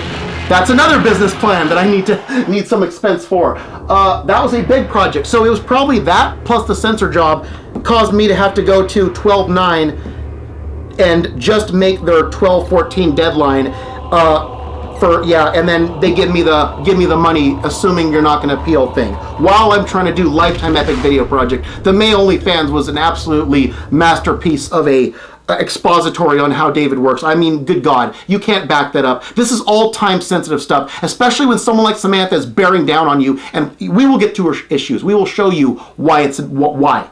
Okay. So yeah, all written appeals, deadline met, appeals confirmed. I circled the date. Notice of determination was 11/14/22. 12/14 was a deadline. Right in the middle of video work, 12/9 mailed appeal. That makes a deadline, even though I'm stressed by dealing with stuff I shouldn't have to do. So that is the extent of the appeal for the request for payment before the previous appeal is processed. Okay? Now we get to the previous appeal. This is appealing the 450 from the 1 week at Cisco, where it was just 4 days of orientation. Okay. Received December 6th. Received December 6th. Okay. Appellant statement. Dated 11/14/22. See attached printed document. So apparently, and then, so the determination was 11/14. Apparently I took till 12/1. I took till 12/1. What was I doing then? 12/1? Oh, yeah. Oh, okay. So these were two segments that were part of the mail only. No. Okay. These were two segments. The 11/19 was after the cops were called on Samantha, and then she texted me. I did a live recording of text of speaking to her back in voice. And then, what a projectamundo, yeah. So she interfered with the mail only fans. I was dealing with that until 12/1. 12/1 was the release of mail only fans, and on that same day, apparently I did the appeal, or somewhere around that area. I got it out in the mail by 12/1. Yeah, so this was all in the middle of that stuff. So literally, yeah. See attached printed document pages for reasons and issues, plus additional copies of pages regarding the provision of documents to EDD. 24 pages total, including this one in the letter. We're going to go over and show every single one as much as we can without private info discussed. Let's take this off. That's the appeal to their asking for money before it's processed. Can you tell what the misconduct is costing me? This is for everybody. I'm going to trust a judge knows the difference when I'm talking to her specifically and other people who are responsible. I'm sorry. Just put up with it. I'm sorry. Okay, so this is done. Okay, it says you are not eligible to receive benefits. You earned $778 from Cisco. And then it says, write your department number, social security number, all that crap, section, blah, blah, blah, blah, blah, blah. Okay, so this is after they questioned, because Cisco gave me a check for like $682. That's the gross amount. I did not know this because David doesn't know money stuff. He knows how to do the work and that's it, right? Apparently there's a difference between gross and net amount. That shows you how little of a taker David is. David found this out this way, the difference. They wanted the net amount, which Cisco didn't tell me. They just gave me the check for the gross amount. Yeah, I still don't know. They gave me, so they inquired into the Cisco employment because they want a different amount than what I was able to show them, and yet at the same time, they disputed the reason I was fired. We will get into it. They were given the reason, and they already had everything they needed, okay? So it was over amount dispute. And they want to say that you don't get your $450 because you were paid. But it was for orientation, not work. Okay, so here we go. We're going to read this. Appeal by, and we're going to have to censor out the middle initial again, regarding week of 9/11 to 9/17, that is the Cisco week. The first 4, okay, 11 was, I think it was 12, 12, 13, 14, 15, 12 to 14, paid orientation. Okay. I disagree tentatively with the decision denying the 3 days of this week that I did not work for Cisco, which are 9/11, 9/16, and 9/17. That should be Sunday and then Friday and Saturday of that week. So those are the days that there wasn't a paid orientation. So basically, let's just read on. I'll probably repeat myself. Because the 4 days I did get paid were orientation, of course. I'm taking words out of my own mouth. Not the actual job. It would have continued the 2 full weeks before the official work day. Also, it's not my fault Cisco pays better than EDD would have for that week. If Cisco didn't continue my employment, then I should still get paid from EDD for the 3 days a week that I didn't work because it was my intent to work the whole week for Cisco. And it's only because we're going to get into issues now. How about that for opening a door? Whoever's responsible, I'm sorry if it's a judge, I'm sorry. Yeah, so it's reasonable, given what I'm writing here, to divide the week into 7 and pay 3 days worth of work from that $450 they want back, and just say, ridiculous. That's such a big deal, and it highlights the misconduct more than anything. It's not about the money. It's a small amount of money in the scheme of things, but the misconduct's been so large, I don't even have it right now if I want to. So yeah, here's what happened. We're going to get into this. Their HR person, Miguel Estuvio, we will show his card if I can dig it up. I know I have it. Is unqualified for his job, that he mistook my panicking out the bathroom to meet with an Uber specialist to arrange a backup ride for my daily attendance, which is needed to make the attendance in case of emergency and not be terminated legitimately, which may have affected my EDD status if something did happen to my bike, and there you go, you didn't make attendance. No tolerance for 1 day. And my rush outside to do that better serves customers, yes. Since you have to have enough passion to care about the job in the first place in order to panic at the thought of losing it due to a transportation issue. Yeah. So I met an Uber specialist that for the first time in my life was going to hook up Caveman David, who doesn't know the difference between net and gross amount, no less than he, until this happens, no less than he didn't know how to sign up for Uber. He thought a credit card might be needed, a bunch of information. He needed an Uber specialist that he just happened to meet at the orientation, who used to be an Uber driver, to say, hey, how do I sign up for the Uber app? Stay after, I'll tell you. And now he's got to go to the bathroom because he's prepared for a bike ride back. He takes a while, and he's like, oh God, I'd never met this guy in my life. He might leave and say, screw David, he's not here in time to meet with me and discuss how it happens. I don't know how long he's going to wait. I was in a rush. Miguel was about right there. He asked what the rush, and I said very nicely, without any offensive language, as panicky as I was, hey, I gotta get to an Uber specialist out there who's going to hook me up. Literally, my bike breaks down. It's new stuff breaks. You may not know how to fix it. It's a realistic issue. When you just buy something, things can go wrong. I need to make sure I have a backup ride. I explained it just like that, or something close to it. Went out, talked to the guy, and that's what I was faulted for literally panicking as explaining my issue, which, by the way, he knew everything about. We might get there, and if not, I'll add it at the end. So back to EDD. I am not presently aware of EDD's policies on partial weeks. If it does not cover partial weeks, and you can show me in writing where A exists, and B applies correctly this week, I will accept a decision against being paid by EDD for those 3 days. But without at present knowing how Cisco attacked passion for that job, in particular serving their customers, which I fully intend to make a very aggressive public issue about, here we are, because someone else messed up in a way that now makes it relevant. I'm requesting a fair wage paid, but from EDD for those 3 missing days, no matter what Cisco paid me otherwise for the 4. Yeah. Also, another issue I want to bring up is the fact that a myriad of problems were drawn together in the exactly wrong way on 11/8/22. I may have to audio drop this because I can still work at this place, I might mention, to cause me to have to rush to make an interview on, and I'm not going to say that street because I don't want anyone to look it up. Traveling from Hayward, California, I'm not even going to say the mileage, a good distance on my bike, bought specifically for Cisco on any job that I travel, in 1 hour, 10 minutes during midday, which high traffic, because the only interview for the job, I'm going to have to censor because they didn't do anything wrong, in a city I'm not going to say because they didn't do anything wrong, that would have gotten me the soonest start date was that day at 2:30 p.m. I was about to run out of money. Oh yes, like David still is because of this misconduct and Samantha still bearing down on him even though he has nothing. I was about to, okay, so the home situation, we're going to censor this part for a different reason. The home situation here at the time was not good. It has since improved, but it was not good, to say the very least back then. We're going to leave it at that.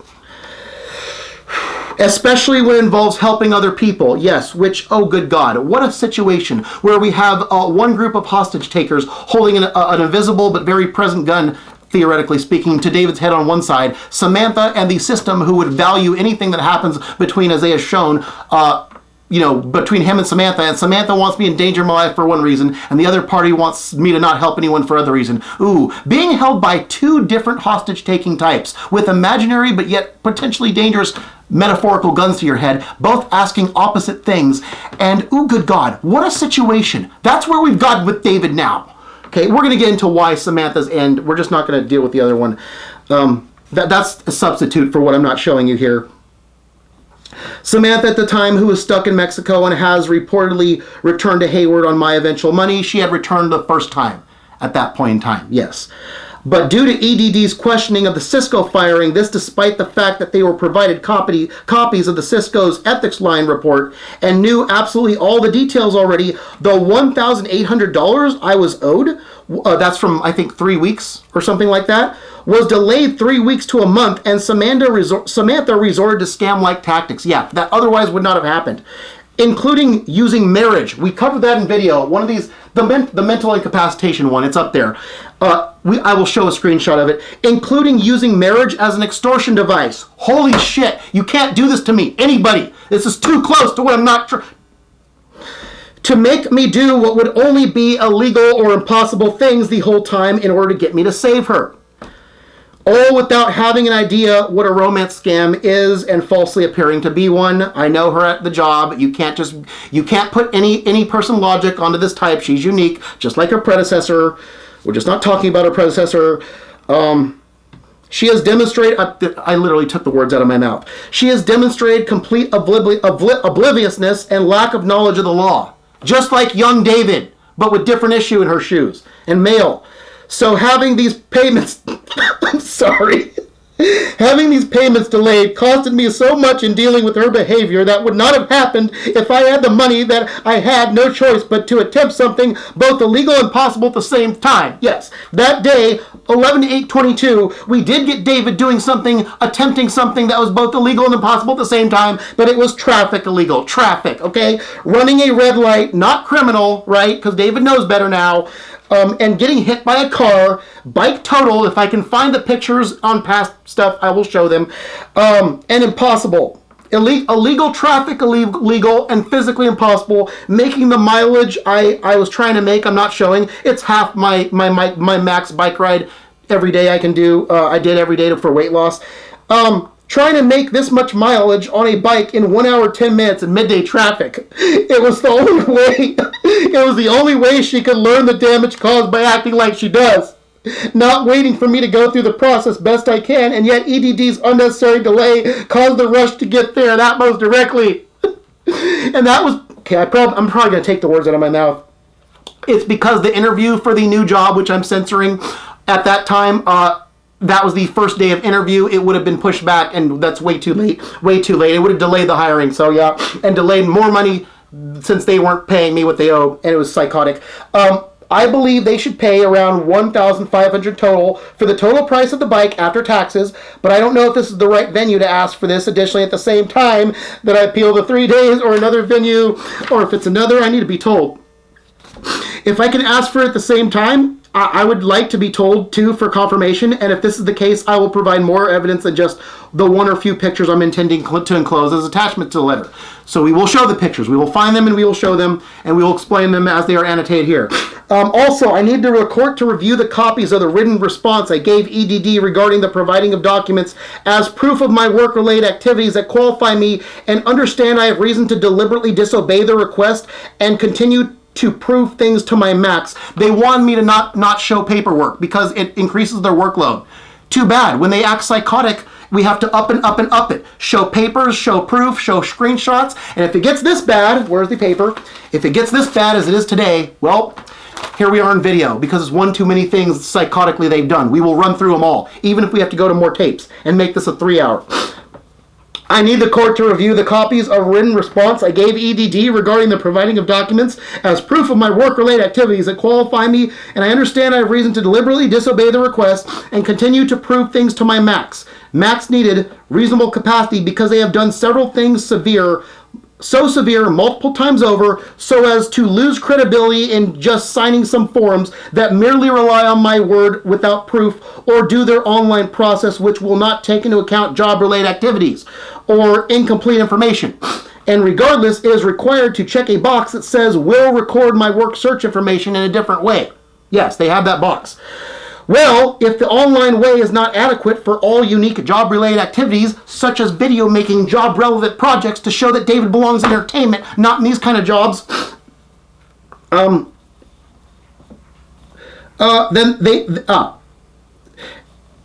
if it's not adequate for all job-related activities, and they already denied the Psycho Week, yes, where I first applied to Cisco with no additional documentation, and I filled out their forms, right, exactly as specified, and then supplying more papers proving things in another way, as is their bubble you check.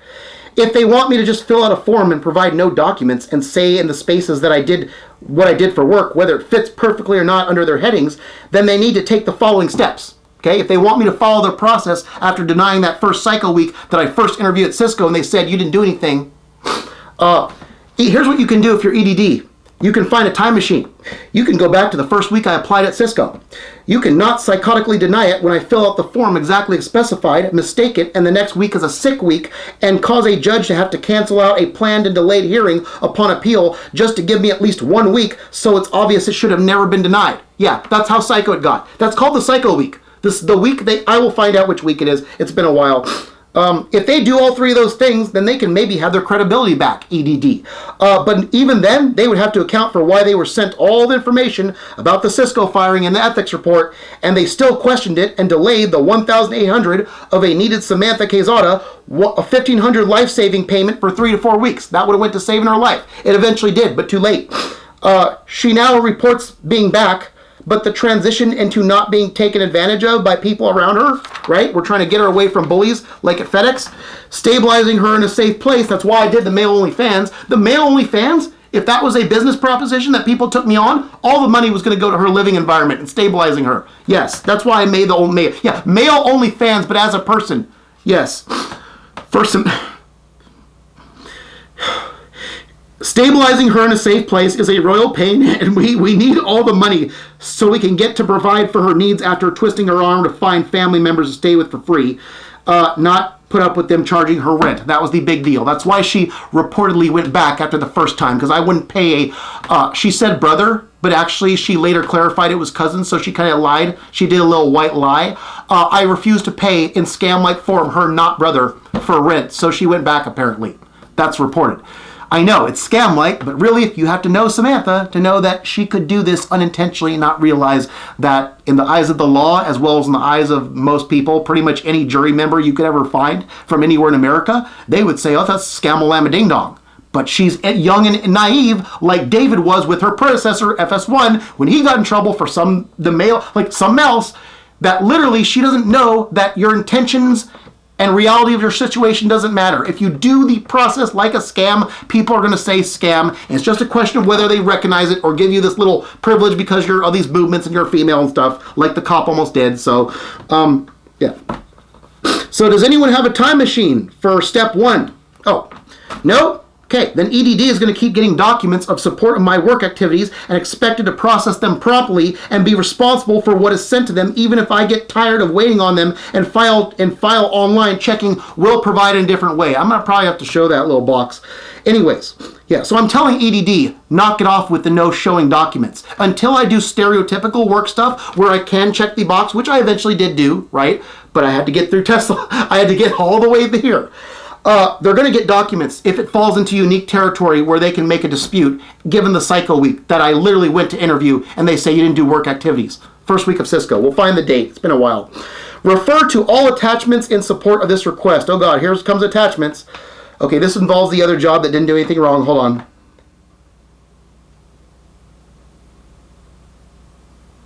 Oh yeah. Okay. So the next job I resigned from in a week. I can still work there, which is why we're not showing it. Okay. The legal, okay.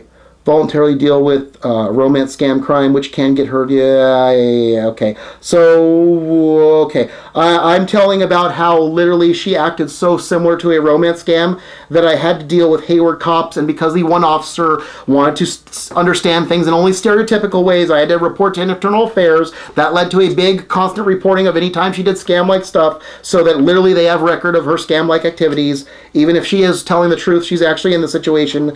Yeah. Oh, I showed how in 2016 David's innocent mind made him fall for a stereotypical scam that someone like Maria today would fall for that kind of stuff. That's why she's in Hall of Fame FS3. She has the same innocent mind that would cause her to fall for someone like young David did, where actual scammers in person did the same thing. So that's how I know it's a crime what she's doing. It's PC 532. Even if it's for real, it's the same thing. That's how I know. So the resignation was to leave for legal reports. Yes, at the time I resigned from this job. That's a good damn job, and I wasn't, I was going to file legal reports, but then that option was available. Yeah, you have to be there for a while before you have an option for a legal situation leave. Yeah, kind of hard to start a new job with someone who doesn't know they're acting like a criminal, which qualifies them for mental institutionalization and evaluation when you're committing crimes, financial fraud, and you don't know it, and your situation may be real, but the way you're going about it is endangering someone anyways. She doesn't know. If I start a job, I don't have legal leave right away. Literally, I'm just trying to get a job to help her out, and yet I need to either get a mass amount of money all of a sudden or legal leave to deal with it legally. Again, two imaginary guns holding you hostage. One wants life-saving effort. One wants life-saving effort. One wants you to not help anybody. What do? That's been David ever since she came back. Okay. Expect more job-related videos. Now that the legal system has been made aware of, did I miss that?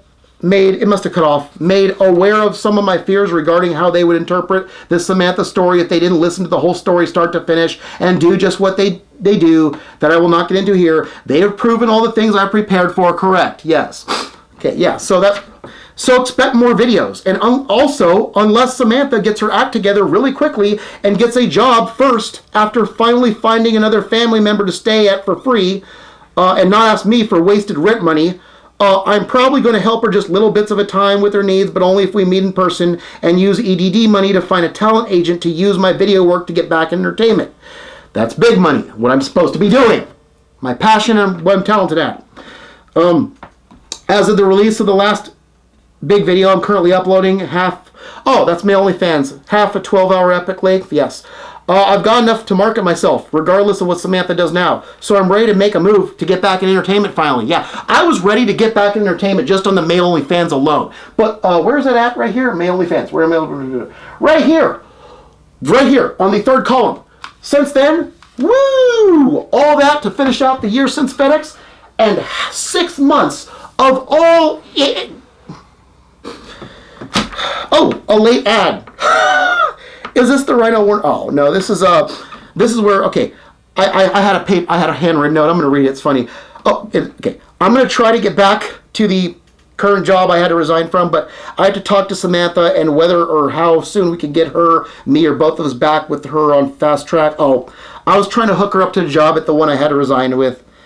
If she wants money, she'll have to meet in person, no rent, and no going back to FedEx where she was bullied, and I save up money for a talent agent. This qualifies me. So I think, I could be wrong, that that's the male OnlyFans. I'm pretty sure. We will see. And I have a note that says NBC Universal just released a copyright claim for the Inside the Actor Studio footage, meaning they approved it, right? They looked at it, they approved the use of Inside the Actor Studio. I still have... That's before Rhino Warner came back and did their suspicious shit, where I had to do a freeze frame version anyways, because I'm not going to ask for permission twice. So this, though, the male OnlyFans, this is why detailed paper documentation of work-related activities is needed. Online filing does not cover this. This is a legit business plan. So this first page is all opposing EDDs telling me not to give excessive paperwork. Because why? More than likely, they all want to funnel people into these same type of job activities. Either they watch job-related videos, which David does not need because he knows his work ethic, watch seminars on how to look at resumes. I'm going based on memory. I have a thing somewhere on what they want you to do, if not looking for actual work. Do your resume. David has a kick-ass resume. He does not need that. Any job, they don't have making videos on there that demonstrate marketability in another industry besides these damn warehouse jobs, and also work ethic that can be transferable regardless of what work he does. That's not video making. So this is all needed, but they're not used to that because most people don't do video making or work at this capacity and have these issues, or a paradigmatic life save. That sends a statement that we are going to use at some point. Yeah, this is the additional instructions I'm showing where it says, please follow the instructions below. Don't send any attachments with your weekly certification because it may delay payment. Too bad. Now it's now the ultimate button's been pushed. Okay. Let's see. Dear EDD, do I have enough time with this? I may take a break. I'm not sure, but I will have to take a break at some point. Let me see how much I have here. Oh, we're going to go on all their psychobehavior next. Oh yeah, this is all the psychobehavior. This is all the EDD telling him about their psychobehavior, and then we have work search records that are not. Okay, so we're going to do this. We're going to go through all the psychobehavior. I think that's what's coming up. EDD, let me remind you of some of the things you have done since I filed for unemployment. Number 1, psychotically denied me the first week and following that I applied to Cisco despite following your forms and process exact. Rock solid proof, I will have to dig it up and show it, and a judge had to correct you with a summary judgment. Now, I did look at it. It's not a summary judgment. It's actually, apparently, EDD, I think, did not, they withdrew, but possibly after being talked to by a judge, because they wouldn't do it on their own.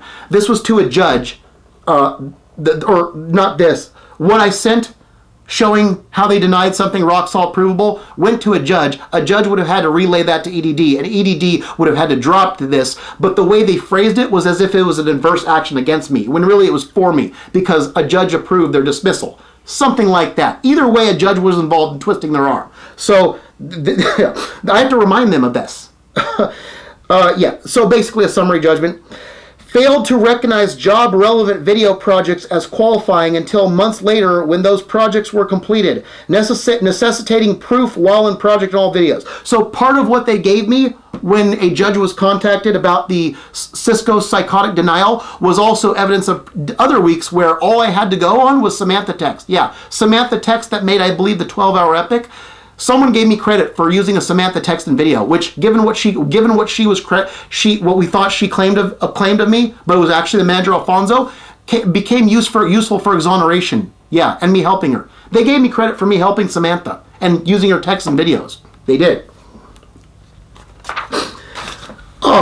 EDD also questioned and delayed a total of $2,700 worth of payments due to the Cisco firing. Okay, so apparently $2,700. I must have gotten some tentative payments, whatever they call it, which you had enough paper evidence in advance to prove was not my fault, as clear as gravity's existence. Yes. As soon as I got fired from that for the Miguel thing, what he made up and shit like that, I sent them papers, copies of the report, the ethics report. They already had this. They didn't need to question that aspect. If they had to question something, it needed to be the amount I was paid, the net versus gross, but leave the firing out of it, because they already had everything they need, right? Yeah, they didn't do that. The only unclear, I literally took the words out of my mouth. The only unclear thing was the check. You can see my memory though from this. The only unclear thing was the check amount, and that's something calling for conditional payments. That's what they should have did of the $2,700, not the $1,900 in delay. So they conditionally paid me $900. That's not everything. Especially when it delayed saving the life of Samantha, whose FedEx misconduct also hurt and put her life in my hands. You might as well have defunded the police, because even they would not help me in her life or death, as they didn't on 11/29. We pinpointed it. It's in the it's reflected in the description of the video on 11/29. Yeah, even they were okay with me letting her die if that happens. Literally, we have a complaint. I can produce that if I need to as well. Also, you framed both yourself for retaliation to the judge's decision and FedEx for being the reason for the $2,700 delay when you sent questions regarding my FedEx firing, not Cisco, to me in the interview prep docs. So here's the deal. Here's how it played out. I will have to find documents if I want to show this later on. The way it played out is the questioning of the Cisco firing, it happened suspiciously after the judge, I believe, contacted EDD, and EDD gave me credit for the Cisco, for the psycho week at Cisco, where I applied, filled out their forms exact, they denied it anyways as if I never even showed up. When a judge allegedly twisted the arm of EDD, withdrawing the complaint and paying me for that, plus I think one of the sick weeks, the text week, right after that's when they started questioning Cisco. They didn't question it before. They questioned it after their arm was twisted to give me credit for the original week that shouldn't have been questioned, right? So it was suspicious because it looked like retaliation. We don't know that, but it looked like it. And what they did, and I believe this made video. I got this wrong. It made video. They sent me questions regarding on the form. I will show this if I can find it on video. The form showed the FedEx firing question. They asked me what happened at FedEx. It's all FedEx this, FedEx that, FedEx that. So I thought it was having already dealt with FedEx and won my case based on incorrect firing over a non-judge. Literally, we're not going to get into that yet. They literally looked like, based on their questions they were intending to ask me on the phone interview, like they were going to ask about FedEx again, which made it look like retaliation. Not a damn thing to do with Cisco. So I was panicking my ass off because I thought I was going to have to redefend FedEx and that shit. Yeah. No, Cisco is way easier. Way easier. But they sent questions about FedEx. That's ridiculous. That also caused you to be wrongly blamed in a permanent video project. I will have to find which one. That is currently my #1 lifetime epic. Oh, it was #1. Was it Busqueta? In 22. Oh, it was Busqueta. It was the early release of Busqueta. We must have went on and dealt with it. Yes, okay. I did that little early release because I was in the process and I added material on it. It's in the added material of Busqueta. That's right. Yes, it's now my lifetime epic. The Busqueta de Inspiración, minus the part dealing with EDD, was finished, and now that's #1 lifetime epic, because that's romantic for your former enemy coming back and want to be romanced, which means your mistake is in my demo reel. Yeah, their mistake. What, my demo reel? But it must not be the same demo reel that's on my page post Tesla. Okay, so apparently I was using the whole project as my demo reel. Yeah, their mistake made my demo reel. So does Tesla now. So does that story, because people ask how my demo reel came along. Well, here's what happened at Tesla. Jesus Christ.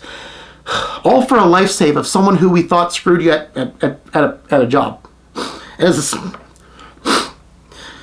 you and Cisco together, but mostly you, EDD, are responsible for the bike accident I had on 11/8/22.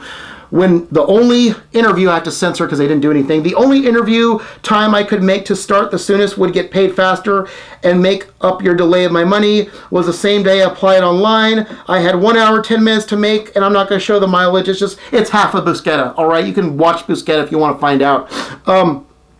During high traffic at 2:30 p.m.,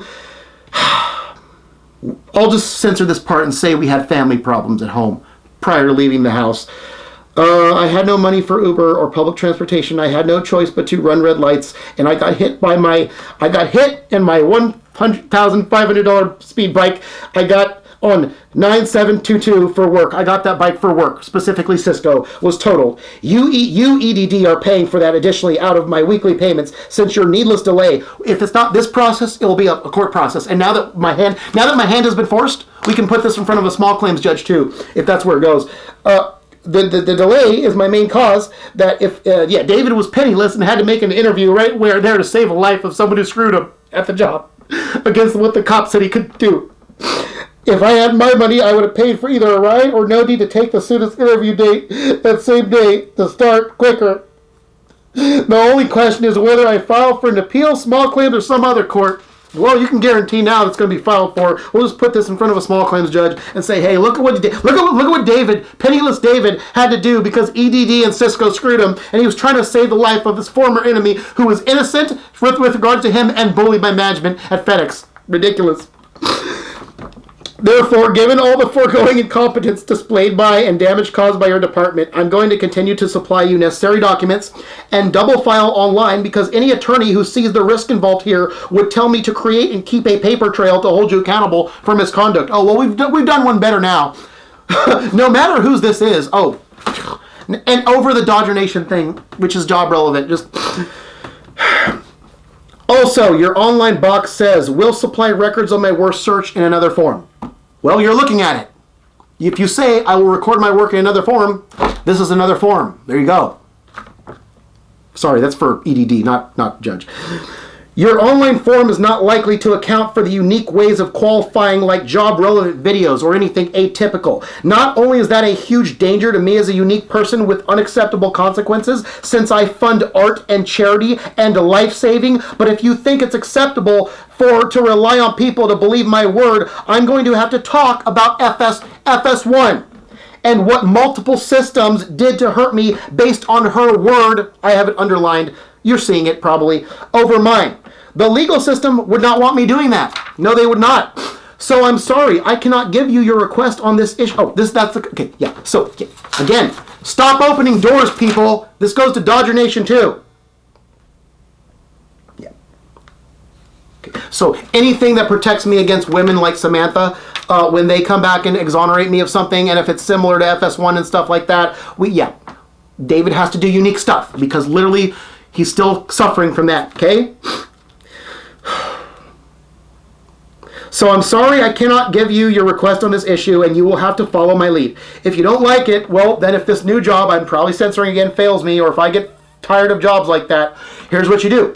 Hire me for your office to expect for accuracy people's unconventional evidence of search work records, and also to individually contact people with questionable claims and require reasonable proof without penalty so we can stop letting the liars pass through, the people who take advantage of the system.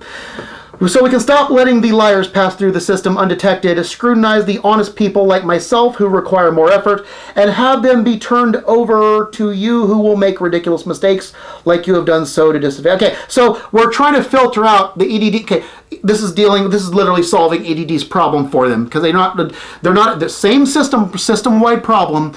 All the employments that are used to catering to the lowest common denominators, the legal medical, they're all used to the lowest common denominators. We need somebody to filter out the unique cases and not be as scared of work and stuff.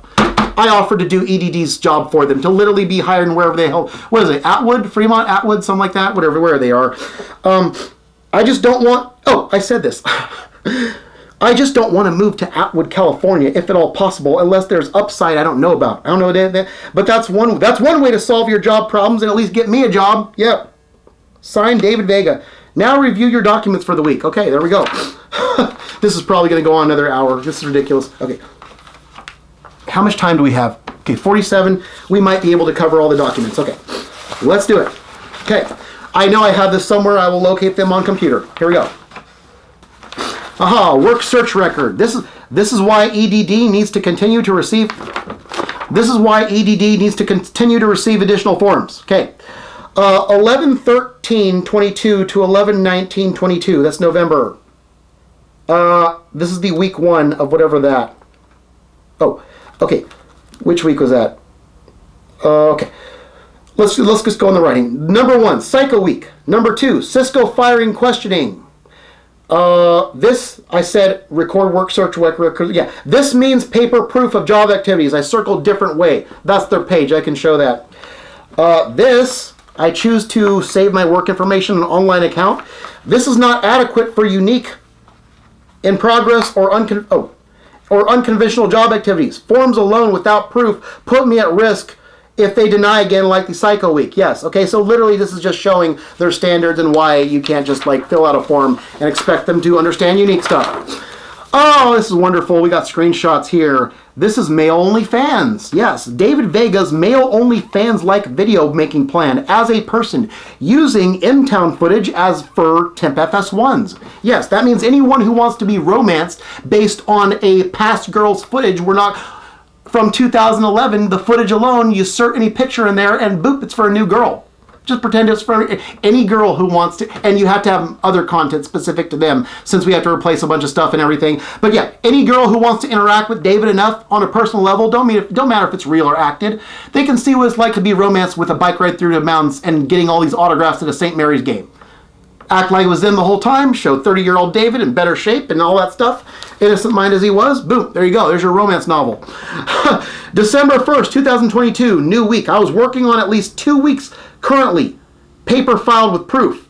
Oh, this is a legitimate business opportunity and plan. Question to EDD. If I fill out your online form checking yes to work search info online, do you have space for something like this? Do you? Do you have space on your form for a male OnlyFans business plan that can help a bullied Samantha adjust to life back in the U.S. after I save her from Mexico? Do you? No? Okay, then accept my forms. EDD. Oh, this is wonderful. Okay. This is Samantha text where she wants me to get money from EDD when they were denying me. Will you help? Okay, I'm going to read her text. Will you help me or not? Like waving my hands and getting EDD to get me my money? Say yes or no. That's called a binary brain. Same thing with the cops use. People don't work like that. Special charity people. Charitable people and super workers. It doesn't work like that. I am not fucking God. And then she says something that rocked my world. I thought you were. And she's not playing around either because she's oblivious, not manipulative. Scammers are manipulative. She's oblivious. I said, I wish I were like you think I am because a lot of problems would be solved, but I am not. And then she goes on saying, at least to me. So she's actually like this, okay? Medical system would call this delusional, but that's only if they get through the women filter based on issues today, thinking that women can't do any wrong in the media and such, which I'm vaguely familiar with. This now my notes. This is why we prove stuff, okay? This is why she does this. She thinks I'm God and can go like this and say, there's EDD. Yeah, I played Puppet Master in heaven and forced EDD to say, oh, David's a good person. Let's give him the money we owe. No, she doesn't realize that they keep tearing me down and doing stuff like this. She is never sarcastic or manipulative, okay? And we know this from working in person at FedEx. Yeah, EDD's non-cooperation caused this person to keep her life in jeopardy relying on me, okay?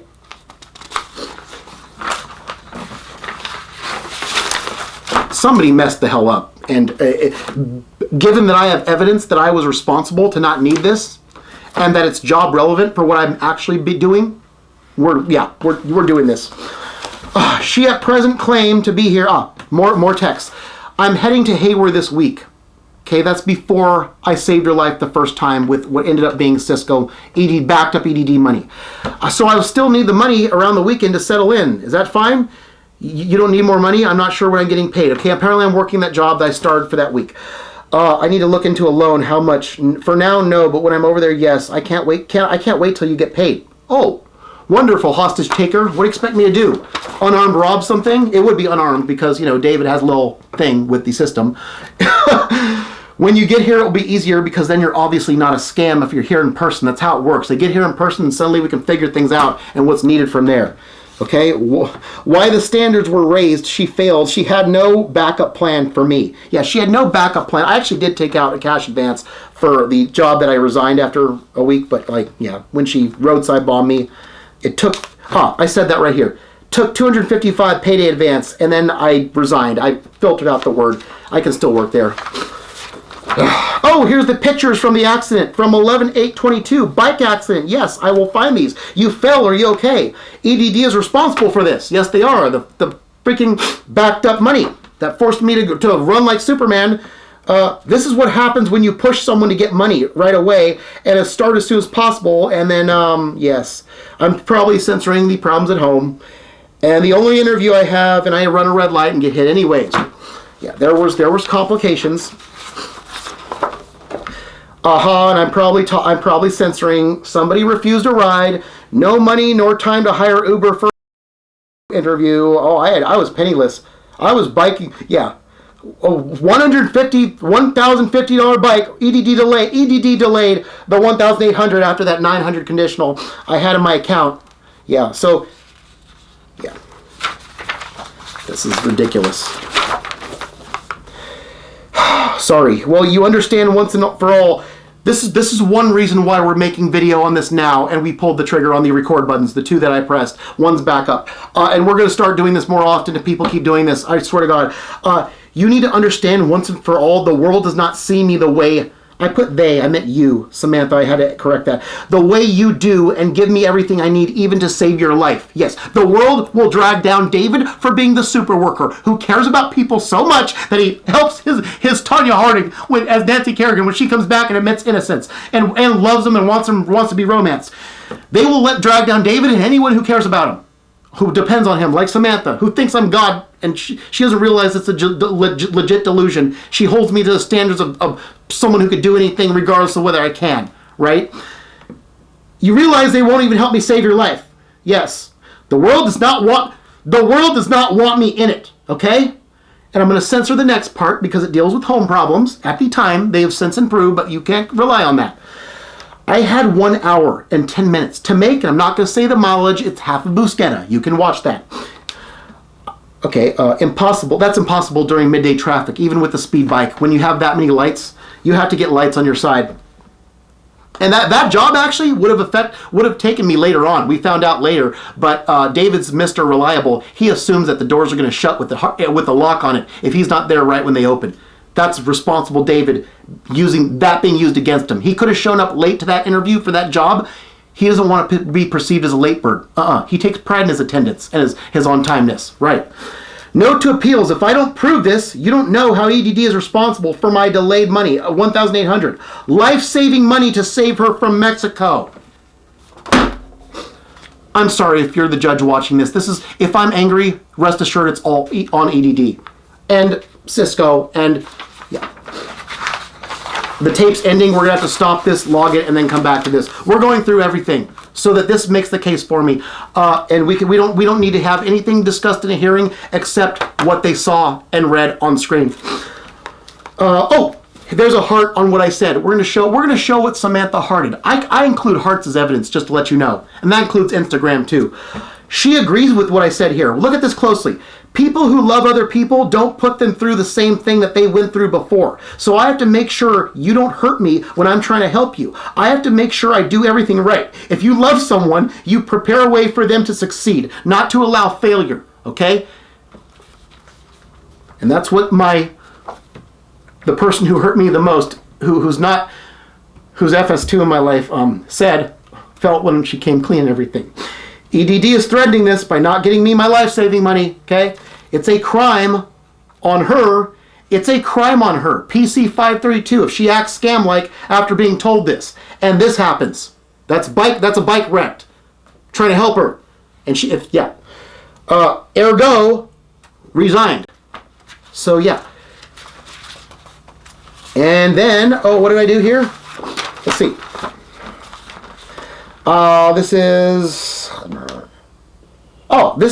is the report to Cisco. This is a copy of the ethics report that they already had showing I'm not responsible for the firing. Right? Yeah, due to panic outside the bathroom. There was other stuff that I complained about, but so I'm showing them. I had to send EDD appeals judge 10 pages like this of stuff EDD already had. So the point of this is to show that EDD already had this at the time they questioned the Cisco firing. They already had it, but they only brought it up when a judge twists their arm to give me the first week that they psychotically denied, and one of the weeks that I, in video, used a Samantha text. So it appeared like retaliation. I had to remind them, no, you already have the documents you need. Let's read what I actually said. Yeah, I had to show a judge, I had to send EDD, appeals judge, 10 pages like that, and stuff to EDD already had, but did not look at the delay. Yeah, they didn't look at all this. So they didn't look at all this. Samantha could have and could still die over EDD's errors. Yes, if it's true. We don't know. We don't know. So of course I need to prove stuff. So the blame is on EDD if anything happens, right? Yeah, to EDD, I have the phone number. I'm probably censoring it out, all my information. Page 1 of the Cisco report containing all the info you later interviewed me about. They interviewed me. I said the same thing. They already had this. So there's no need to question eligibility. If it's over the cash amount, whether net or gross, that's it. Don't question me about anything else if you have everything.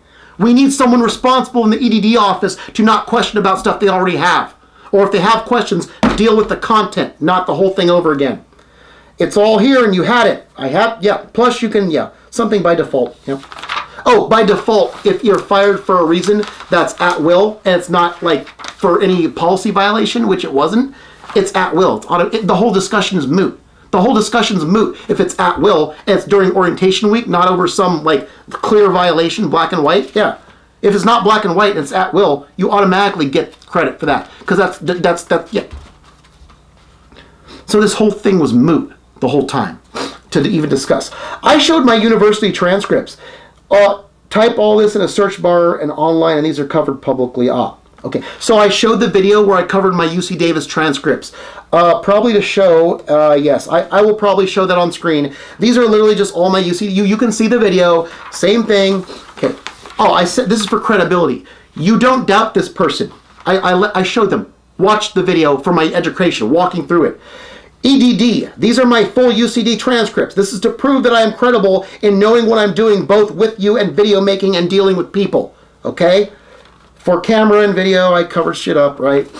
Yeah. So, dear appeals judge, let's get this before the tape ends. If you made it to the end and evaluated all that and understand the very real life or death threat that EDD's repeated misconduct opposes to Samantha and my lives and safety, please tell EDD to, 1, at least consider paying me the 3 additional days. Just the 3 days would have solved this. Just the 3 days. Bare minimum. Not the 4. Always accept additional pages of work-related activities.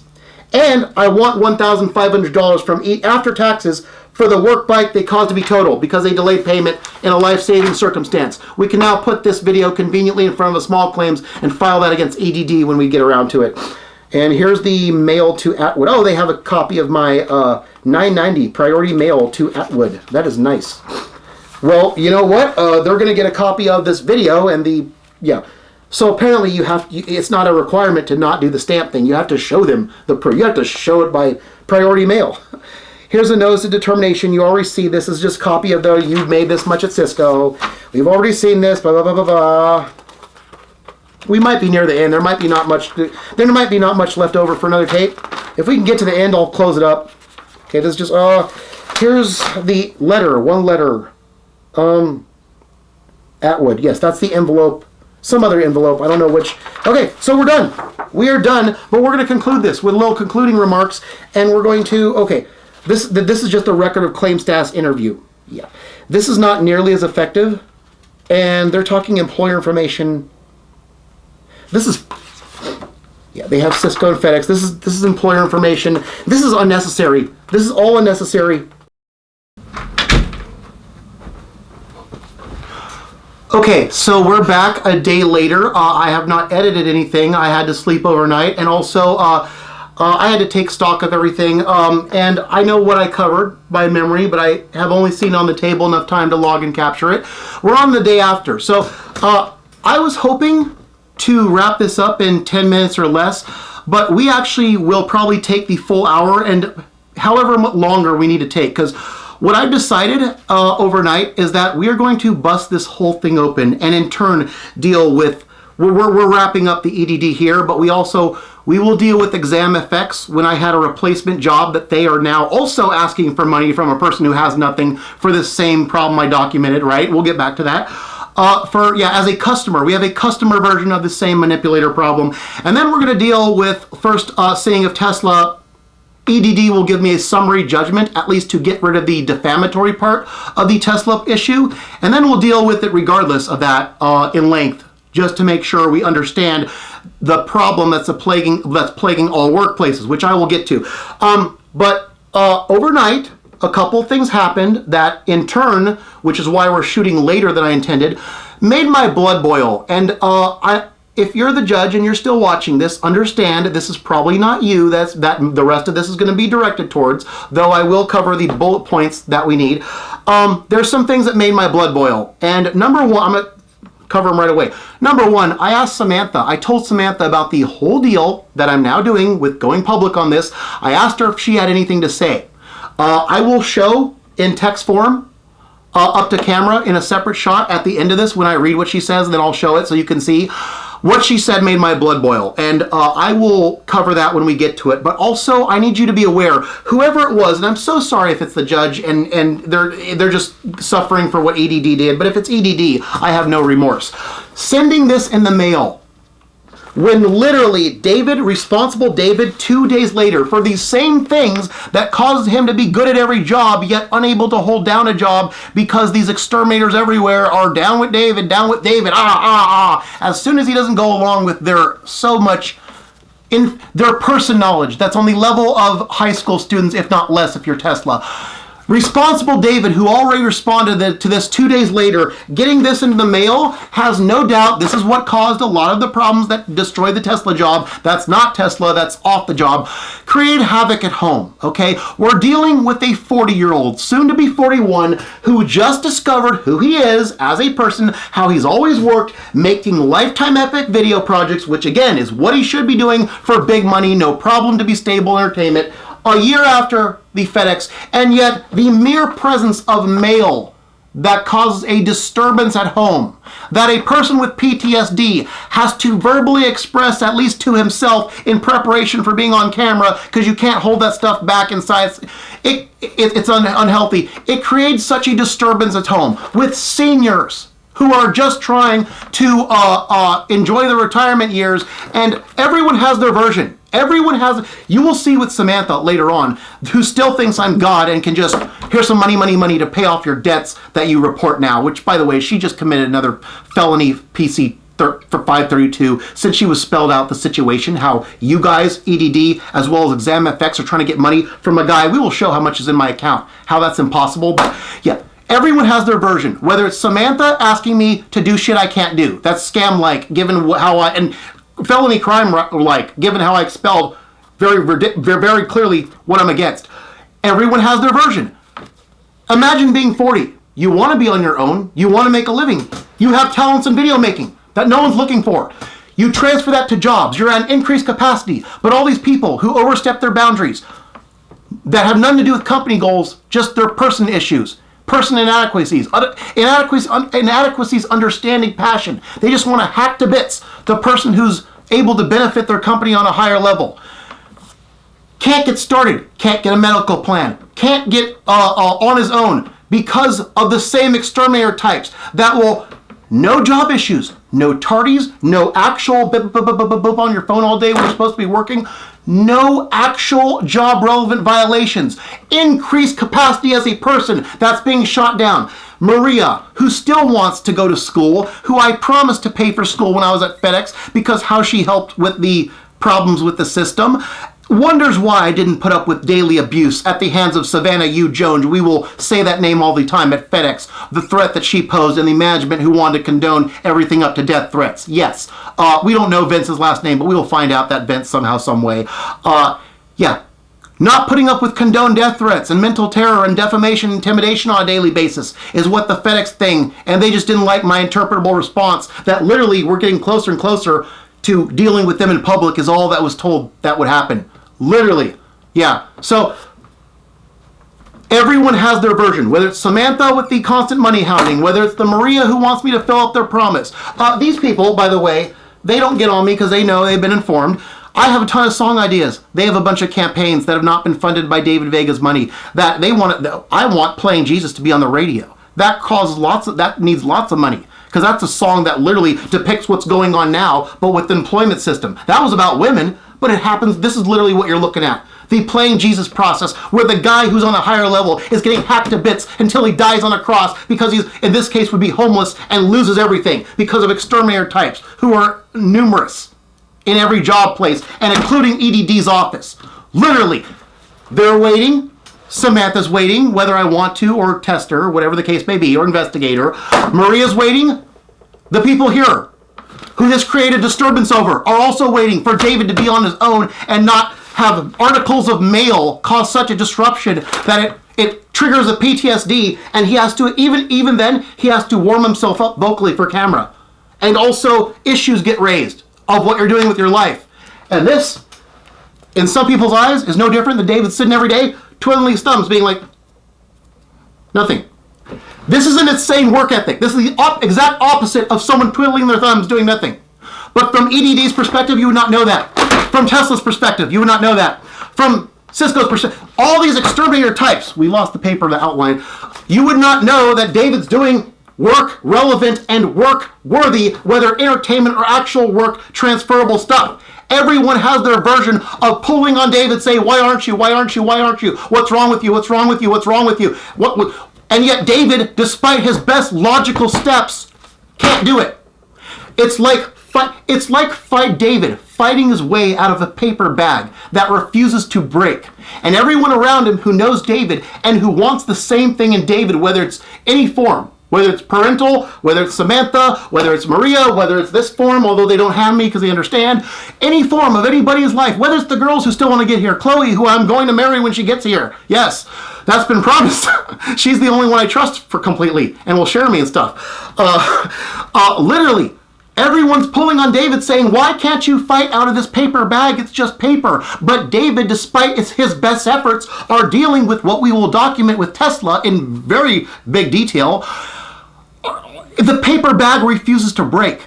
And yet everyone says, hey, it's just paper. You're a super worker. You're wonderful. You could break this bag easily. And yet it refuses to break because of everyone around him who's literally hacking to death.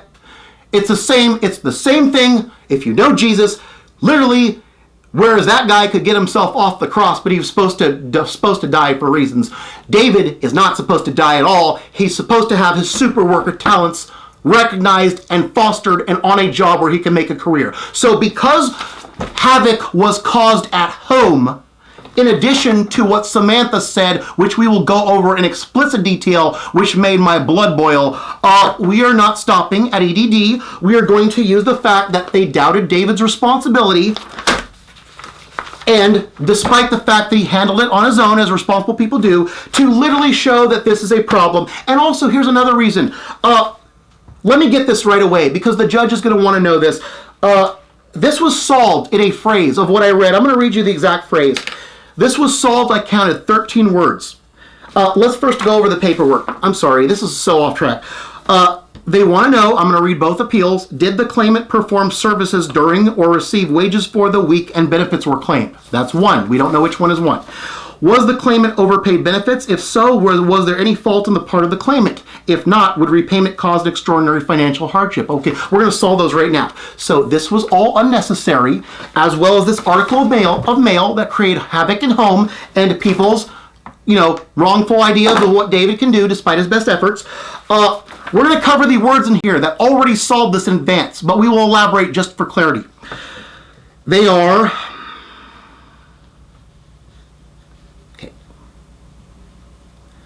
Because 4 days I get paid were orientation.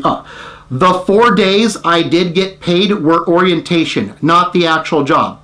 1, 2, 3, 4, 5, 6, 7, 8, 9, 10, 11, 12. Yeah, 13 words is all you need to know to answer these concerns on the other side of these forms.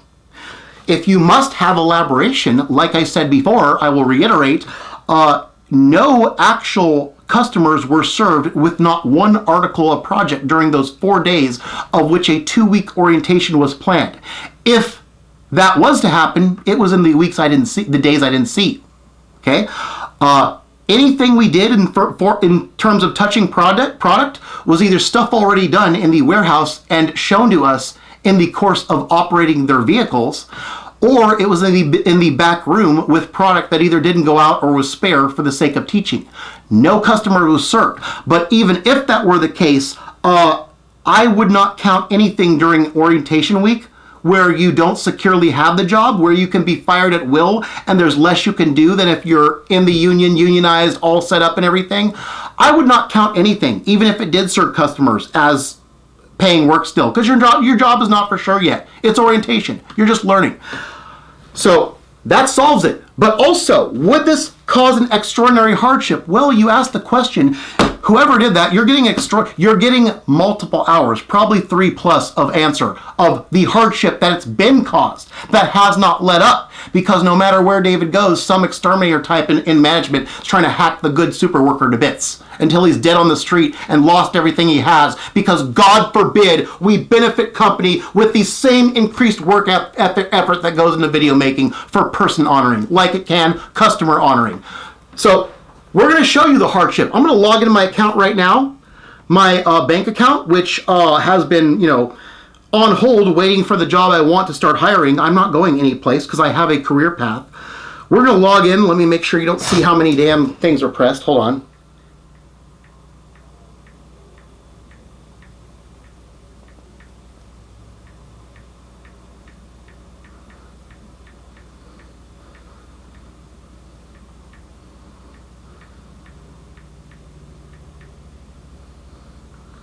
Okay, I'm gonna have to make sure that I keep.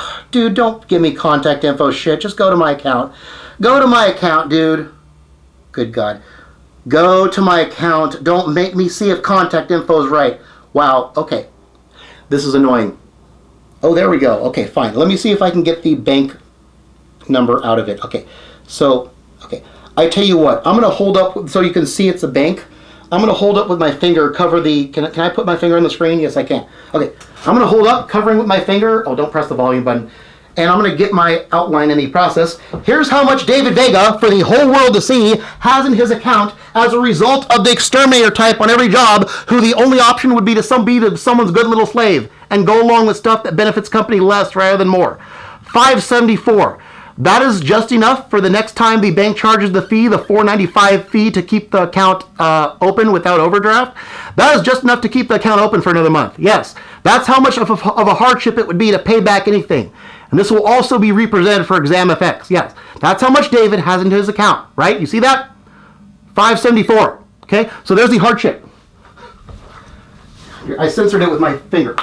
So that's a result of literally people in management either abusing their authority to put their person inadequacies without knowing it onto David, or catering to the lowest common denominator, even when in the case of Tesla, when David is at a higher level saying, let's just treat you like every other worthless person who, if we don't take any mention of the phone, you will see this, to swoop in with our anti-phone stuff to make sure you're not on going blah, blah, blah, blah, blah, blah, blah, even if it's for provable, job relevant purposes. If you're not, we don't swoop in. If you're in a conflict situation and you must point out a lie that if you don't do so, the product will be damaged and you'll take the blame for it. The person was told the last day, the day before, how that actually happened, destroyed a $140,000 Model X because I followed somebody's advice when I shouldn't have. A big speech got discussed, and somebody who was told the whole story and said, don't be set up like that, literally turned code the next day and said, do exactly that. And when he was caught on camera, we said, hey, you're lying, we have you on camera, check the cameras. David was faulted for yelling, even though you have to point stuff out to make sure they check the cameras and don't sweep it under the rug, because when they check the cameras, they'll see that the guy, who is also the jail type, put the $140,000 Model X at risk by trying to get the exact same thing. The damage went already to be done, unrecoverable. Yeah, so that's against the bare basic, if you see something, say something policy that is needed in all places of employment. If you don't have a policy, a procedure to do it safely without a conflict situation where you're talking to the person, I have my own solution. It's very simple. You just talk to the people next to them and say the same thing but reverse the pronouns, right? And literally, if you said the same thing the same way David did to the people next to him, they wouldn't have said a thing, because it makes no sense. It's literally not, it's not what David said or how David said it. It's literally who it was said to that makes the difference. If it's said to the people who are not suspected of anything, they don't care because they're not the ones. But you say it to the person who's suspected to the bare minimum to get the people next to you, all 3 levels of management, to check the cameras. A good manager would do that. A good manager, this is, given what David's experience with the system, the legal and medical with manipulation, as well as a manipulation in his first workplace at Tesla that he politely walked away from, changed work areas, David has a thing against manipulation. Not the manipulator. Nothing you do harmful, whether words or actions to the manipulator, will cause a positive change. It's the system that's the target. The same reason we're not dealing with FS1 anymore, and we're dealing with the repurposing, the wrongful profiling against David, which, as you'll see with that exam effects, we're going to just have to put this out there. We're going to be asking for a governor's pardon and gearing up to do that from the profiling aspect alone, just to make sure we understand how against the manipulation David is. And especially in the provable case of employment employment system, where it's unlike the other two, which are not provable. And again, the difference is employment system, all jobs, they have no excuse nor explanation that's not evil for why they shouldn't welcome the super worker. The legal system and the medical system, they don't have an excuse either, but they do have an unfortunate explanation, each of them. That is bad, but sucks, but that's how it is, unfortunately. That's what David learned from all that shit. Took way too long. So with the employment system, there's no excuse nor explanation because we all want to serve customers and do our best. So literally, if you don't have procedures to account for your management's low level of understanding people and transposing that onto people without even realizing that they're doing it, because people who are that juvenile in their way of understanding people, who will just swoop in and act like if they don't impart their phone stuff, whether it applies or not, if they don't impart their little juvenile, their junior high lessons that David learned at least by age 19, if not earlier, of not going too far and to the extent of making up these things that didn't happen, right? That will just go around bumping our heads against walls, being bumbling, fumbling idiots. Like, oh, we need your lessons. Oh, we need your lessons. Oh, we need your lessons. If we don't get your lessons, we're going to be hopeless. That's what it comes across with Tesla. We will go over every last detail of David's employment with Tesla to spell that out as an example for, hey, this needs to stop everywhere. It has harmful implications for all companies, all people, all jobs. And it's going to cause the David type, if this is not corrected, to be exterminated. And anyone who looks up to David will be let down the same way that when Jesus died on the cross, he got let down, if not for the damn resurrection. And literally, it causes people to have nothing to aspire to themselves, because if they know that a David gets stamped out, why would they try? Why would they aspire to anything that benefits the company? And then you have a system where people like Samantha have nothing but false or nobody real to look up to. Yeah, you will see in the stuff she texted, those are the implications. She doesn't have anything real to look up to. None of these young people will ever have anything real to look up to that isn't in some part based on fraud if we don't stop this in our employment system. So we're going to we're going to apply the same rationale that we did with Dodger Nation. Whether it's a bot error, we know a human being pressed the ban button when it was brought to the attention. We know that EDD was given 10 pages of the Cisco complaint, not necessitating them to look into it, just asking about the week of money, right? They looked into it and needed to be shown, faxed the 10 pages in here anyways. For anybody to do the same thing, where David, responsible David, already took care of the missed hearing 2 days later and still act like he's expected to re-present the same paper through the mail that he already did, that's insanity. That's the clinical definition of insanity, where we already know that EDD necessitated the same papers being represented. They want me, whoever did this, to represent the same pages that were given to the judge 2 days after the miss. I'm not going to be insane. I'm not going to participate in their insanity by accommodating their request. We are going to not only provide a repeat of those pages, but we are going to make this public, and we are also going to, in the same way that the Dodger Nation fiasco, I'm sorry, I mean official, I'll get it wrong, that's what they did. The official Dodger Nation fiasco led to a bunch of spin-offs, right? We're going to do the same thing with regards to everything that has led to where we are now, where a super worker is being hacked down. And people who look up to him are wondering why. Why can't David fight out of this paper bag? It's only paper. When they don't realize that this non-stop targeting of a super worker who just wants to benefit a company is literally being forced to fight out of a paper bag that he can break, but refuses to break for whatever reason. The paper refuses to break, even though he's perfectly capable of breaking it. Something's wrong there. It's not David, it's the other guy. Okay, we're going to spell out how we've always started this with video projects, how this has always worked, right? So that's why we skipped around the outline. I have an outline here. Let me see. Yeah, we're not going to make 1 hour. We're going to go beyond this tape. It's simply going to. So Samantha made my blood boil. Problems at home made my blood boil. Clinical insanity asked for by EDD. Stop this forcing David to fight out of a paper bag. We dealt with that. Oh, minorly significant, well, not minorly, we're going to show Samantha this video, and whether she has time to watch or not, this is going to be part of, this is also why we're going to go over Tesla in depth, because she relied on me there too when I tried to cut her off, but she pulled her little back in Mexico deal and acting like everything was a death trap, like you'll die in jail if you admit to a crime, or consulate won't help you, all that stuff, which I don't know, I can't check that because I'm not a Mexico expert. Literally, the bulk of my paycheck went to help her. What should have been the last time to get her as far as San Diego, and then I had to resign.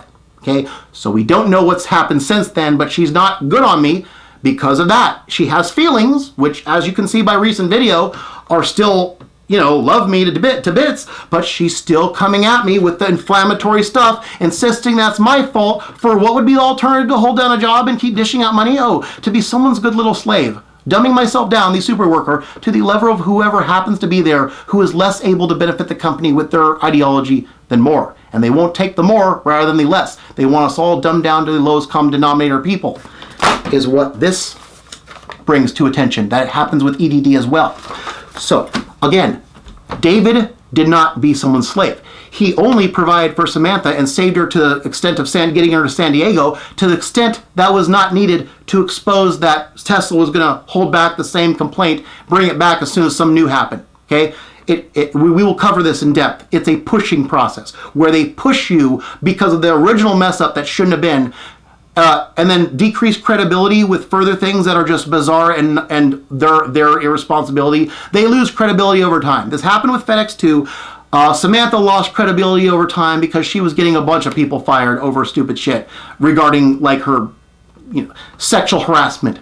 Actual people fired, whereas David was the one original innocent person. Whereas everyone else, just flew off the handle, her little person stuff. She did some person stuff. I have it on good authority based on stories I've heard. She did some bad person stuff where David can handle her because of FS1, it's just like her, but other people can't, the young people, and they got fired for legitimate things in part due to her person problems. David was the one innocent person. So this is a big fat redemption story that I had to fight through. I had to ignore the Tesla stuff, but when it came out, it was, okay, you guys were always wrong. You were just looking for a way excuse to pick me off and bring it all back, is what happened. So we'll deal with that in explicit detail, naming names, showing proof, the whole shabazz, and we're going to make sure people are held accountable for doing what could have put, whether real or not, doesn't matter, you can't judge on assumptions, a life at risk. And whether it's a life save or whether it's people in your life, a wife, kids, even yourself to provide for, you don't let this type dumb down super workers and cause devastation to happen over temporary circumstances. Because all jobs, we don't know who's going to be there at any given time. We don't know who's going to be in charge at any given time. Okay? So you shouldn't have to decide your dream and your whole subsistence, where you live, how you orient your life, based on whoever happens to be in charge and their person inadequacies that they may impose on you and not even realize they're doing so, that are against company. Okay? Get real. Come on. So we're opening a big door. We're going to deal with everybody in turn. We're going to break Samantha's delusions. We're going to show her how the world does not, in fact, work for David for the same reason she looks up to him and everyone else. The extermination problem, we dealt with that. We have an end quote we're going to end this on with regards to Tesla. I do have an ending that is very important to stick around for that summarizes the problem of thinking that things are too small. If you think this is too small, it is exactly parallel to what did it for Tesla, which, it created the original seed. The original seed of inciting paranoia and reaffirming it over time to a breaking point. We're going to deal with the end quote. Okay, I'm going to leave that because we have to deal with that. we have 3 stories and also some suppositions, because I want to make it absolutely clear now that we're going public with this, that David is a super worker. He has stories that are uncharacteristic of the type that, you know, he's being asked to dumb down to on these jobs, these type of jobs, right? That are not entertainment and stuff. But even then, come on now. We're going to distinguish David. One of them is FedEx, involving what happens when David actually does a no-call, no-show. The one no-call, no-show, similar to the missed appeals hearing, was responded to similar to the appeals hearing that was missed. We're going to go over that in detail so that you know this doesn't come from nowhere, okay? This is all connected to David being a super worker and a super problem dealing with that will be responsible to tell a judge the second day when their pamphlet says to do so. It lines up with something that happened with FedEx, the one no-call, no-show. Also, the place I censored, we're going to deal with the first day of that and how David had the best first day ever. We're going to tiptoe around how we talk about them because I can still work there. We're going to talk about how as little as something happened there, that could have been ruined, but David had a convenient way out. It may come up in future jobs. We may need to put it out there as an example just to show, hey, change your thinking, people. And I mean all people, people on the floor, people in management. Here's a practical example that can happen anywhere, okay? We're going to go back to FedEx involving a old management story with Erica Martin where she turned good on me after David worked his way from behind the 8 ball. That was the Alfonso sexual harassment lie that Samantha didn't do. She was a doormat, signed a paper that she didn't know what she was signing. She was a new hire, didn't question it, right? Erica, who was originally against me, turned good on me, and one of the things that will show the difference between David and any other worker, some she said under a certain circumstance, we're going to go over just to show the difference between David and the most people, and then we're going to answer how this. Okay, so we answered how this was solved already. The requirements have been met to answer all the hearing. Already, and this is because this is all under over $450, only 3 of which, like literally if we wanted to split hairs, would be, I guess, owed back. If we want to split the week into 7, consider the Cisco pay the 4, and then 3 that okay, it would be EDD pays for the 3 days and the 4 days. So 4 days worth of EDD, what's 450 split into 7 plus 4, that's how much, if they want to split hairs, would get back if we split up the week. This is such a small issue that it's more worth making a statement that clearly demonstrates, as this demonstrates, and create havoc in the home, havoc with people who look up to David, and literally in the face of David doing job relevant entertainment stuff that is also transferable. It's the most blatant example of how David's being underestimated, and you can theorize all you want, but it's probably something deal with the lowest common denominator. Thinking we're all that. Which I'm guessing EDD is mostly probably filled with people who lose jobs, and it's questionable how at fault they are. They're not used to enough people hacking down the super worker that they can tell the difference easy. So literally, this is too far. This is way too far. It caused too much damage, and yeah. Oh, you asked if it's, let me show this. Hold on. Just to reaffirm this, why we're going this far. Let me show as much as I need to show. Can you see this? Let me read that. I can't. Okay. If not, would repayment cause an extraordinary financial or other hardship? Would repayment cause an extraordinary or other financial hardship? Okay? This video and all that David experienced has shown it's not just financial, it's not just dollars and cents, it's also emotional. The mere presence of, where are we at again? We will show this as many times as we need to. The mere presence of this appearing in the mail when responsible David already took precaution is more than a financial hardship. It's an emotional one that incites chaos around here. That puts literally all this at risk. So,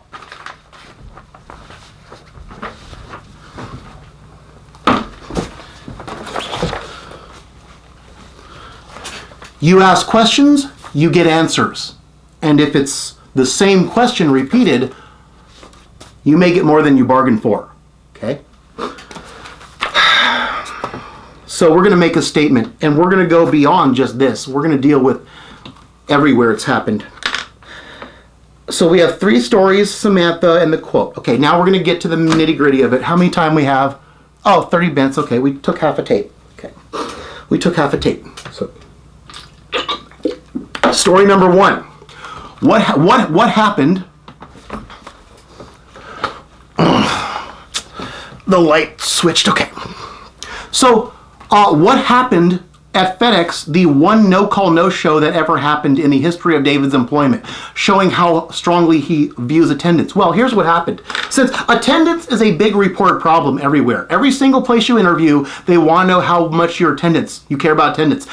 The jobs orientation, they all say attendance is our number one reason for firing people. Well, we're going to show the difference between David, the responsible super worker, and what people like EDD estimate is his capabilities, the problem, okay? I don't know why that... Did that camera... Hold on. That camera looks like it got darker. Let me make sure there's nothing wrong. Ooh, why is there a darkness problem? Hold on. ND filter off, auto. Am I going to have to adjust this? LCD color maybe. Hold on. No, don't do your little thing. LCD color, where are we at? LCD... No! LCD color. Okay, it's probably just... Oh, LCD bright. That's the problem. Okay. I'm looking at myself. I don't like the color. Okay, so what happened? The color might be dark. Just put up with it, because that's the one-chip camera, the backup. So what happened? David's only no-call, no-show. Well, it was the week that I made the Vega Girl video when the online girls en masse, although they may be scammers, we were fighting against a system that was profiling David with women, and we had to show that David was looking elsewhere, not on the job, because the job just put him on 2 strikes with 2 false reports. I will probably show a freeze frame from the recent video. Damara and Samantha were both innocent. An attorney said that they can't do what they did with Damara. That's unfathomable. He thought I was lying. I said, nope, they did it. A bunch of people reported for someone even though the person was fine with me. He can't do that. That's suable. Yeah, that's probably why Janae, HR, tried to cover the record. And we have proof of that, by the way. And then Samantha's, of course. Everyone knew that. So 2 strikes with women. And the system bearing down on him over FS1, he went berserk trying to date online, a lot of which are scammers. We made a Vega Girl video, which is now private, but we dealt with the whole amazing idea that was amazing at the time that a second girl changed her last name to Vega, although she was a scammer. It was just amazing to David. It hit me so much emotionally, I had to take 2 days off. Here's what happened. My 2 days were Wednesday and Thursday. I never take the days off. The drivers I was loading for at the time are used to me being there 7 days a week, even though I can take the days off and I don't have to tell anybody. Monday is when I knew that I was going to use my 2 days. For the first time ever, I was going to take days off. Yippee, David finally takes his off days. Not real off days, just to do video work, a different type of work that he doesn't get paid for, okay?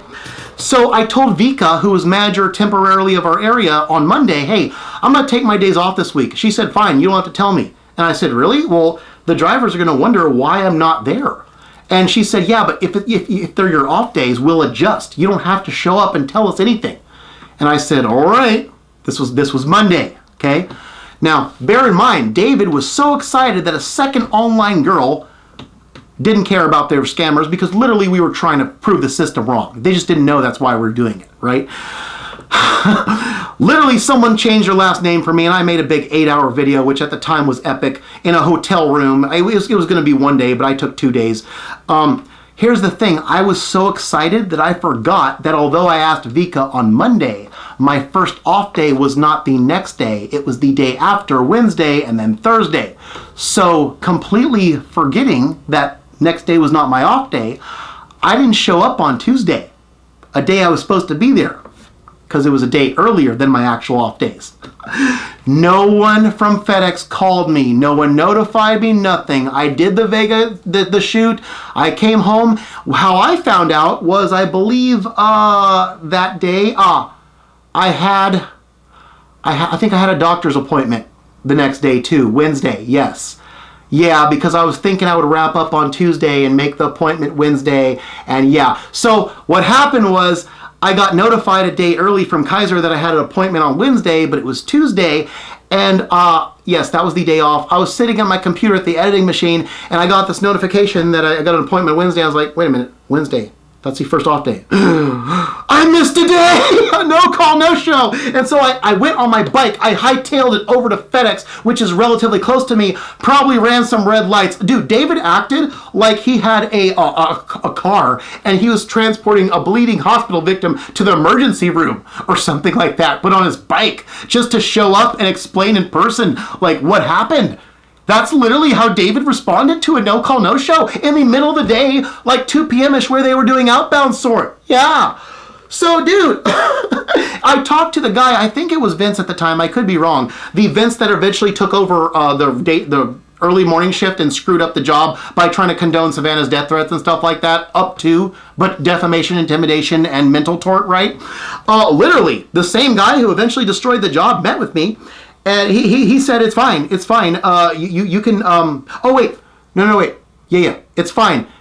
You can write, you could show up the next day and it's just a minor offense. And I said, you know what? I don't want this on my record. I was still worried that the 2 strikes thing didn't apply to just women and that they were going to use any offense to terminate me, even a no-call, no-show that's unrelated. So I went home and wrote a 3-page paper. I talked to him. He explained the system, how as long as you don't get another one in like a 30 period time, it will erase after a while and it will reset, right? Bear in mind, this is a place where people no-call, no-show all the time. They get a little construction triangle on the record and they hope they're not fired. I saw that a couple times.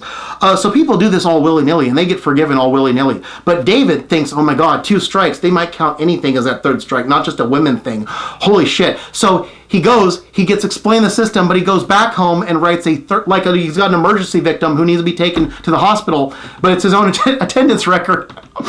And he writes a 3-page single-space paper about this whole thing. I may find it, I may not. I don't want to show all the text if I can avoid it. He writes a 3-page single-space paper on why he missed in the circumstance. He gives it to HR, makes 3 copies, gives it to HR, puts on record, says, don't count this.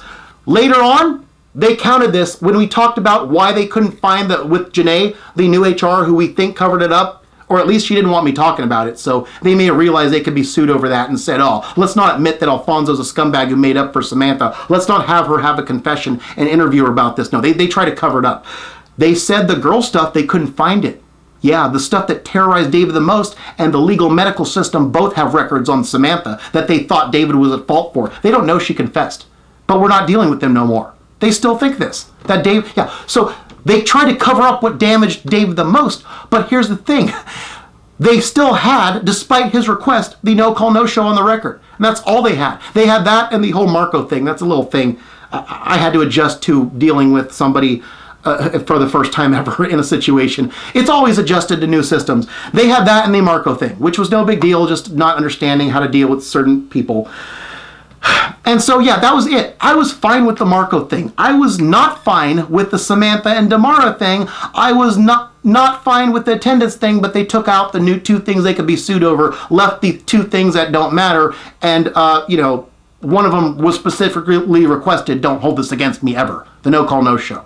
So yeah, that's how David handles a no-call, no-show. It's exactly the same as this not being necessary. You are the version of, well, I don't want to put you on the level of that monster. You're the version of the person who needs to be told. When David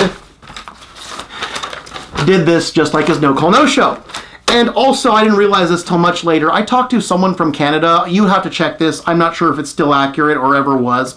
I think it's Daniel Tyson-Nader, who told me online that regarding firearms back in the day, like 2016-ish or 17-ish, something along those lines. I was thinking about moving to Canada and stuff at that point in time. He told me that regarding the gun laws over there, the Canadian Mounties, they're not allowed to draw their firearms unless it's absolutely necessary. But if they do, if they even draw their firearms, they have to write a 3-page paper on why they felt that drawing a firearm was necessary. I just remembered that recently.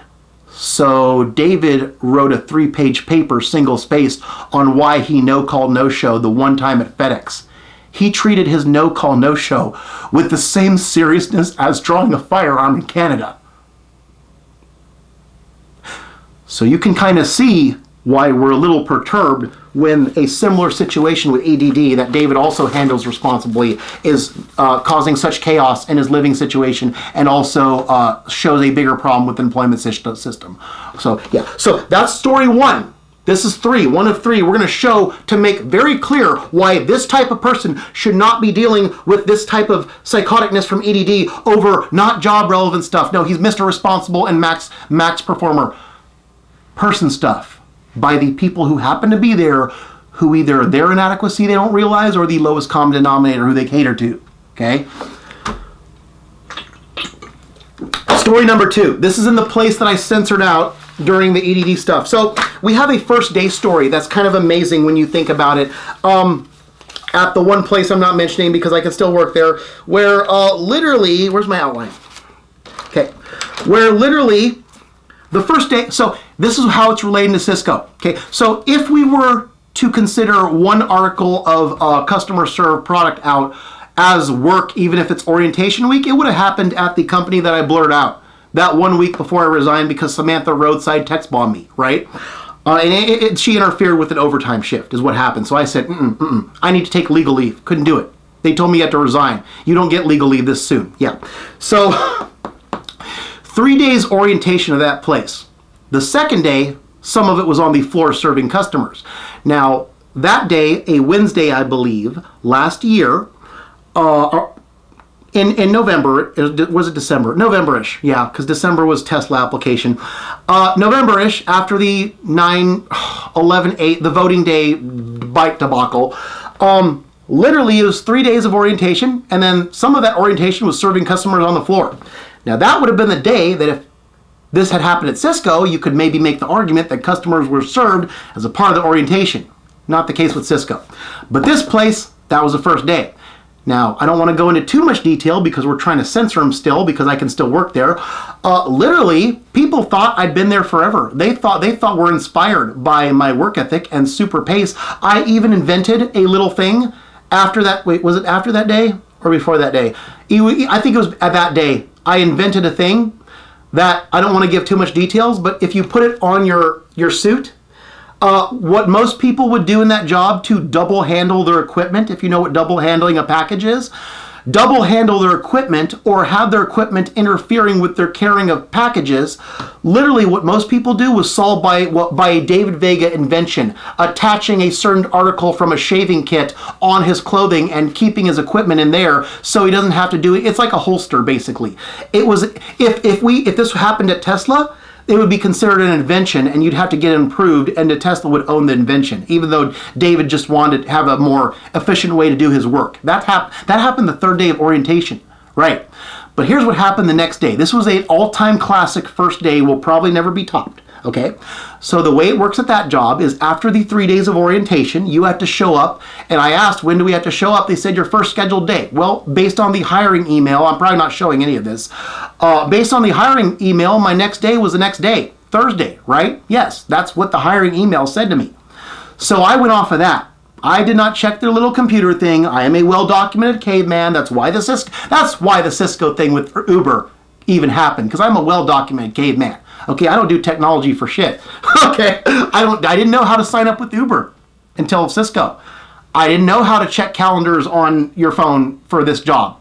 So what happened was the day before, because I didn't have my steel toes that were shipped from the company or the company's vendor or whatever, I had to use their little flip-flops, and I accidentally walked out the door on the third day of orientation, a Wednesday, with the flip-flops on. And I was like, I have these on my feet. They're going to think I stole them. I went back all the way back. I brought them back. I just went straight up to HR and said, hey, I walked out with these. I forgot they were even on my feet. I just got used to them. And I said, here you go. And they actually applauded me for bringing them back like they didn't expect me to. And I was like, dude, I just don't want to mess up during orientation.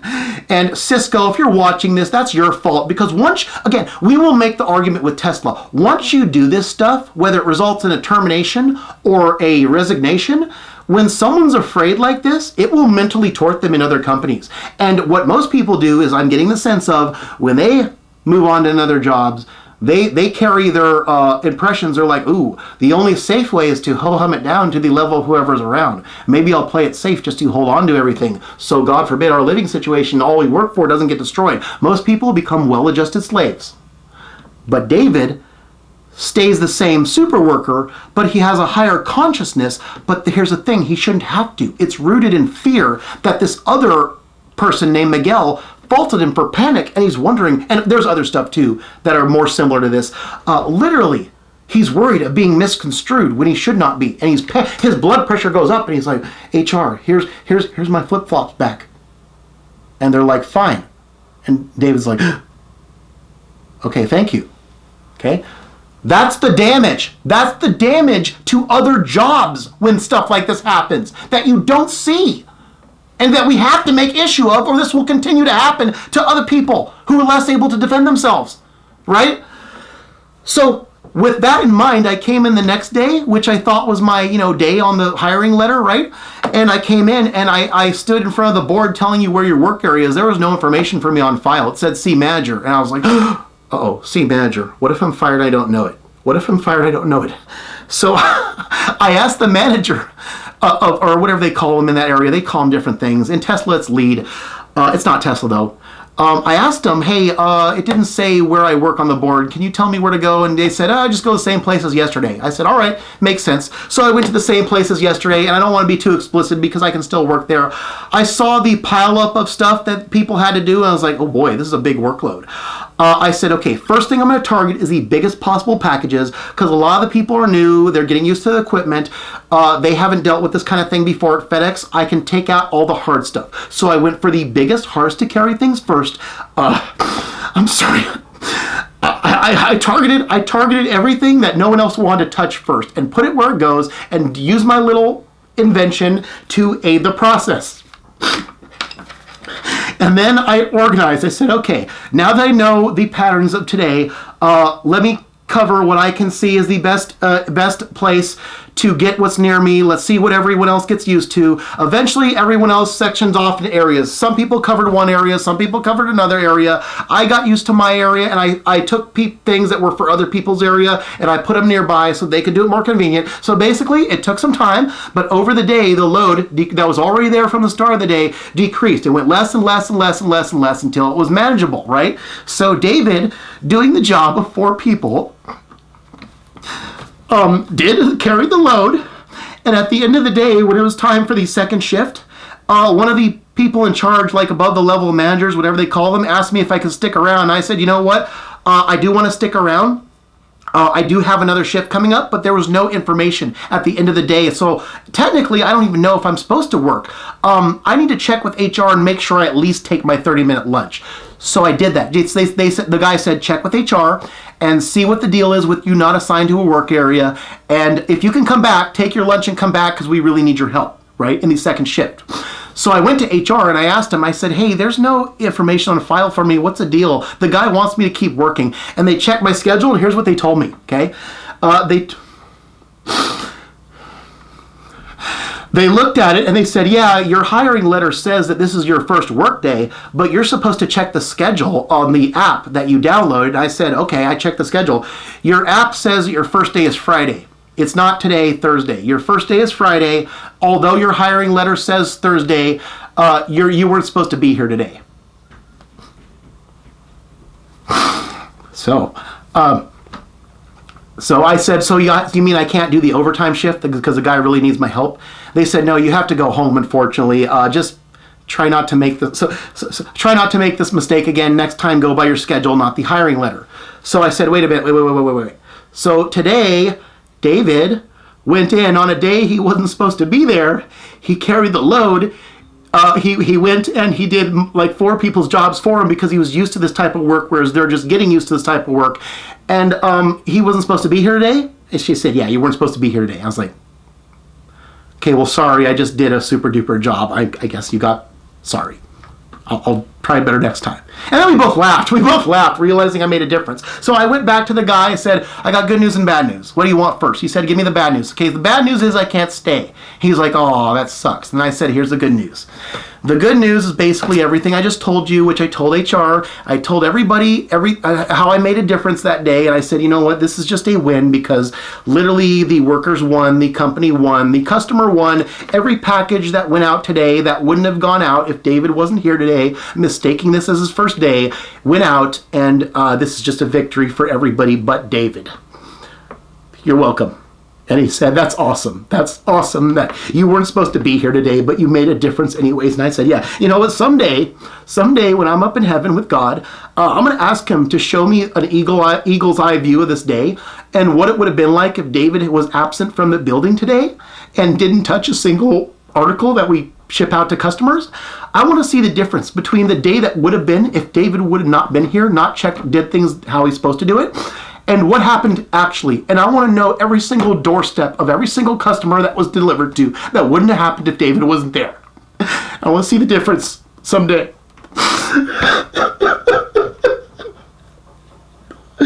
So that was my first day at the company we censored, and that shows the difference. Now here's what I want to suppose to let people know how big of a problem this is with the job market. That we have this job could have been ruined too, and I'm going to tell you exactly how it could have been ruined, the same way as Cisco was ruined. We have a problem, a little pet peeve of mine that almost happened, but David had a way out the day before. At the end of the orientation day, where we were serving customers and then had to clock out, 5 minutes before we had to clock out, I was working to the absolute maximum, and there was a person at the job that when I do my normal course of activity, I was probably asking for a package to be passed to me or something like that. I asked for the package, and she said, can't you just say, where's the excuse me? She wanted an excuse me for merely getting her attention when I just need a package passed to her. So I didn't want to start trouble. So what I did was I turned to other people's packages because there was a multitude of packages. I looked at the time. I said, you know what? It's 5 minutes till we clock out anyways. Let's just go to the clock since people are over there anyways. So I went, I clocked out. But it begs the question, what would have happened if David voiced his opinion on what his policy on that? What would have happened would presented an opportunity for a job that if we have the same types of people who have been at these little exterminator places working, maybe they don't understand David. So let me put it out there. What would have happened if I were forced to give an explanation? And this is a little glimpse of David as manager. So I have a policy, whether on manager or on floor, and again, this is an issue where the way David works serves customer the most. So whenever lower standards versus upper standards come into conflict, either take procedures to prevent them from coming to conflict or acquiesce to the guy with higher standards, at least with regards to himself. What I would have said to the lady or HR or management is the following. We are here paid to serve customers. This is not a social hangout, and we don't ask for excuse me's any more than is needed to simply get someone's attention and accomplish the task. Okay, as long as we are alerted that something needs to be passed from one hand to the other for whatever reason, that's enough. We don't need to go through the formalities because literally the time we spend on these little formalities is time that the customer is waiting on their stuff. When we could just go. And what I would analogize it to is this. Most people in America are not familiar with the sport of hockey, right? There's a lot of other popular sports, but I'm sure there's an equivalent, right, to other sports. I'm familiar with hockey. You know what happens in a hockey game, whether it's the pros or intramural or anywhere, when someone there's a smart way to play hockey and a not so smart way. When you get to intramural hockey, like in rinks and neighborhood rinks and college and stuff, most people don't do the smart way unless they know each other and they play together all the time. You get those two people who click once in a while, you know, they're in sync with each other because they associate outside the rink and they know it's not that type. Most people, when they're put in a hockey rink and they play hockey, they follow the puck. The puck goes here, they go there. Puck goes here, they go there. The puck goes there, they go there. The puck goes here, they go there. And usually they're waiting on people fighting against the boards for scrums. And either they're fighting in and there are too many men in, or they're like, oh, okay, we'll wait on them to continue fighting. Smart hockey players and the pros do this all the time. The smart way is to generally follow the puck, but be thinking several steps ahead of what kind of play is developing. Will you be needed on defense or offense? Is it best for you to get in the fight, or is it best for you to wait for somebody to dart the puck out, whether it's your opponent or your teammate, to get the puck and do something with it? And if you're on offense, if the puck's not near you and it's going to require skating, can you get in a better position for your teammate to pass to you when they get to it? You anticipate the play and think several moves ahead while at the same time. But the most common thing of all is when someone gets into a position where someone else has the puck and they want a good pass because they're all wide open, they got the net in reach, they tap their stick on the ice like this. And they hope their teammate sees them wide open. Now, whether they pass it to them or not is irrelevant. They tap their stick saying, hey, you get it to me now, I can do something with it. If I'm in front of the net, the goalie's looking at you, you pass to me now, I take a one-timer shot, and I can get that thing in, more likely. Tape's ending, we're going to have to go over. So that's a smart way to play hockey. When you're at a job and you're asking for a package to be passed, you go like this, in some form, pass the package. If they stop, can you imagine a hockey player stop and saying, hey, I can pass you the puck, but can you give me an excuse me first? A hockey player on the ice would be like, dude, I just want to score. That's why we're here. I want to score the goal on a goalie that's looking at you. Pass me the puck, I'll get it in. What do you say? Can you say give me an excuse me? Pass, score? That's what it would be like. That's David, as whether on the floor or as management. That's what David says, and it makes sense in a job context too. And that's not even video related. That's being a hockey fan and knowing how the game of hockey works. That can be useful for a job. So that's an example of how even the job we censored out could have been ruined if David was not competent as a person. We're putting this out there so we know there's no question of David. He has as much credibility as possible. If we still want to go over the way things happened, which with Tesla we absolutely will go over with a fine-tooth comb, we can. And you will see David, the same David who just came out with all this, will win the day with proof to back him up. But the question is, we've got to create our job environments where the management fosters this. We got to. Otherwise, this stuff that's pulling on David to be somebody's little, nicely controllable person, it will not stop. David will literally die. He will die because I have a meme on this. It's a Frederick Douglass meme. I will have to show it from Facebook. Once you have knowledge and acknowledge, you're unfit to wear the shackles of slavery.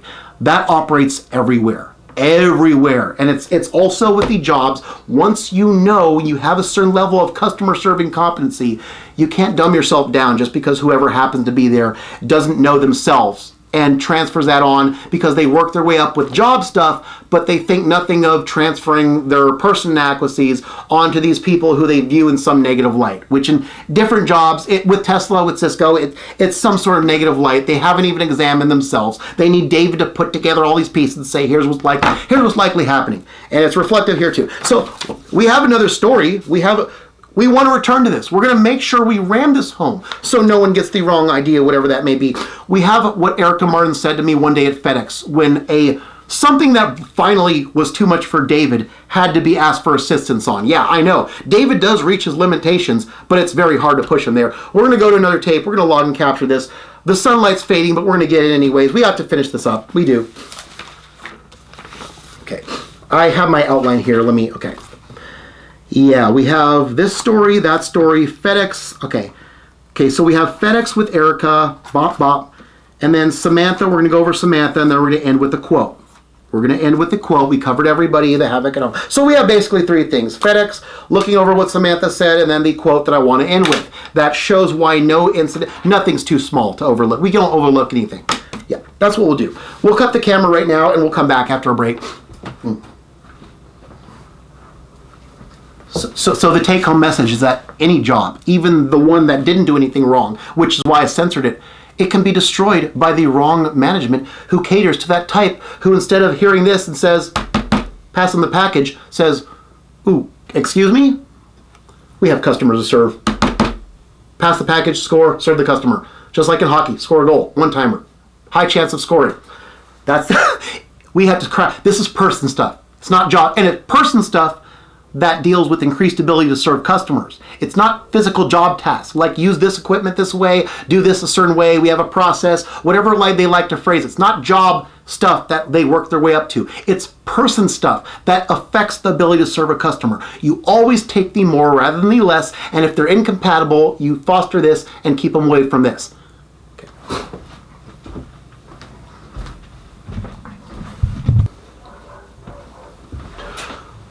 Are we good? We're good. Okay, so this should be the final. It should not take an hour. I would be surprised if we extend this out. So we're going to conclude this. Again, we're going to make perfectly certain that we understand that David is the super worker. What has been happening to David with employment should not be happening. And I thought about this shortly before camera. You have to understand, literally, when people ask me, recruiters, right, the few that I've gone to because I've been trying to hold on to the jobs I have, they wonder what the gaps are in my paid employment. I have to show them the Lifetime Epic video list and say, hey, all of this video work, as much as it's video work, it's transferable to jobs. And also, even if the job is not the type that can use the stuff, although that has happened more at Tesla than anywhere ever, literally, it's not about literal transference. This work ethic that it took to do all these Lifetime Epics in the year since FedEx and the half a year since after that, right? oh, well, trying to make this big paradigmatic Samantha life save example, right? For multiple reasons, and also trying to make work and this happen at the same time. The pace that I do when I'm not working at this, what I should be doing, what I went to school for, that is literally harder than regular work, because I just found out at Tesla that there's a labor law, which, by the way, was violated at least twice at FedEx, once at UPS, and before that. I think it actually made a mention on my resume under the FedEx stuff. I didn't know that. No one told me about that at FedEx. Apparently, you can't work more than 18 hours in a 24-hour period. At Tesla, they were strict about that, because I asked if you could extend it. They said no, another manager would take over, and I can't be responsible for them, so they had to cap it at 12. But 18 hours, David's done that, like at FedEx, at least twice, 2 occasions. And when we start in this period, around the Wrong Song Maria Cruz new birthday stream, we measured this a couple of times. One of them was a sextuple shift, equivalent in terms of hours spent on a video project. That's 6 shifts in a row. That never happened, ever. But that's nonstop with like maybe 2 hours shut-eye, not even sleep between. One time was a quadruple shift, and there's probably a bunch of other triple shift equivalents that we didn't even measure. So literally, this video work has been even better training for actual work, just not physical labor, stuff like this on camera, stuff like I'm gonna do later. Anytime you see something that's not a live cam, something's been edited, that draws it out. All the stuff involved in a video production. Because there's no labor laws applicable to it, because it's just stuff in your own residence, you can work to your heart's content, and if you do a sextuple shift, well, good on you. You do a quadruple shift, good on you. If you violate what would be labor laws in your own video work, good on you. So this is even harder than a normal job. Harder in terms of labor hours and up hours and non-sleep hours. And we will cover this with Tesla. There were 3 times at Tesla towards the end and more times before that where I had been up since 8 a.m. the previous day, going on to a shift that started at 5:30 a.m. I try to get sleep 2 hours of shut-eye max. I went in up 24 hours on a 12-hour shift. You wouldn't know this difference. I didn't let down at all. David doesn't sleepwalk. He energizes when you have to believe in what you're doing. The company goals would be the job part and the product. And so that happened 3 times. You wouldn't know the difference. David was not lackadaisical throughout the day would not be motivating for David. He would notice it before anyone else does. He would take an energy drink or get into something more, or he would hype himself up. So literally, that's what happened when we tried to do this at the same time. 3 days, at least up 24 hours before a 12-hour shift. Only slept after that. A couple times in the beginning, probably not as long, but still, going into a 12-hour shift of physical labor after the same stuff at 24 hours, you are your own limitation. There is none. Sextuple shifts are possible. That happened once. So so this I have to explain this every time someone interviews me for a job. Says, how can you account for those the gaps in your resume? Well, there you go. Training to be a super worker, manager, everything. You have to be a jack of all trades with video work. So we're going to conclude this. That's not the story I intended. Let's get back to my outline. One story of FedEx to show how this is effective on the job. We want to make zero doubt that here's what we're going to prevent, and we're going to deal with stuff. We're going to press those 2 record buttons a lot more often, just to let you know, with the misconduct that's responsible for everybody doing this to David, but David not being able to, no matter what is his intent.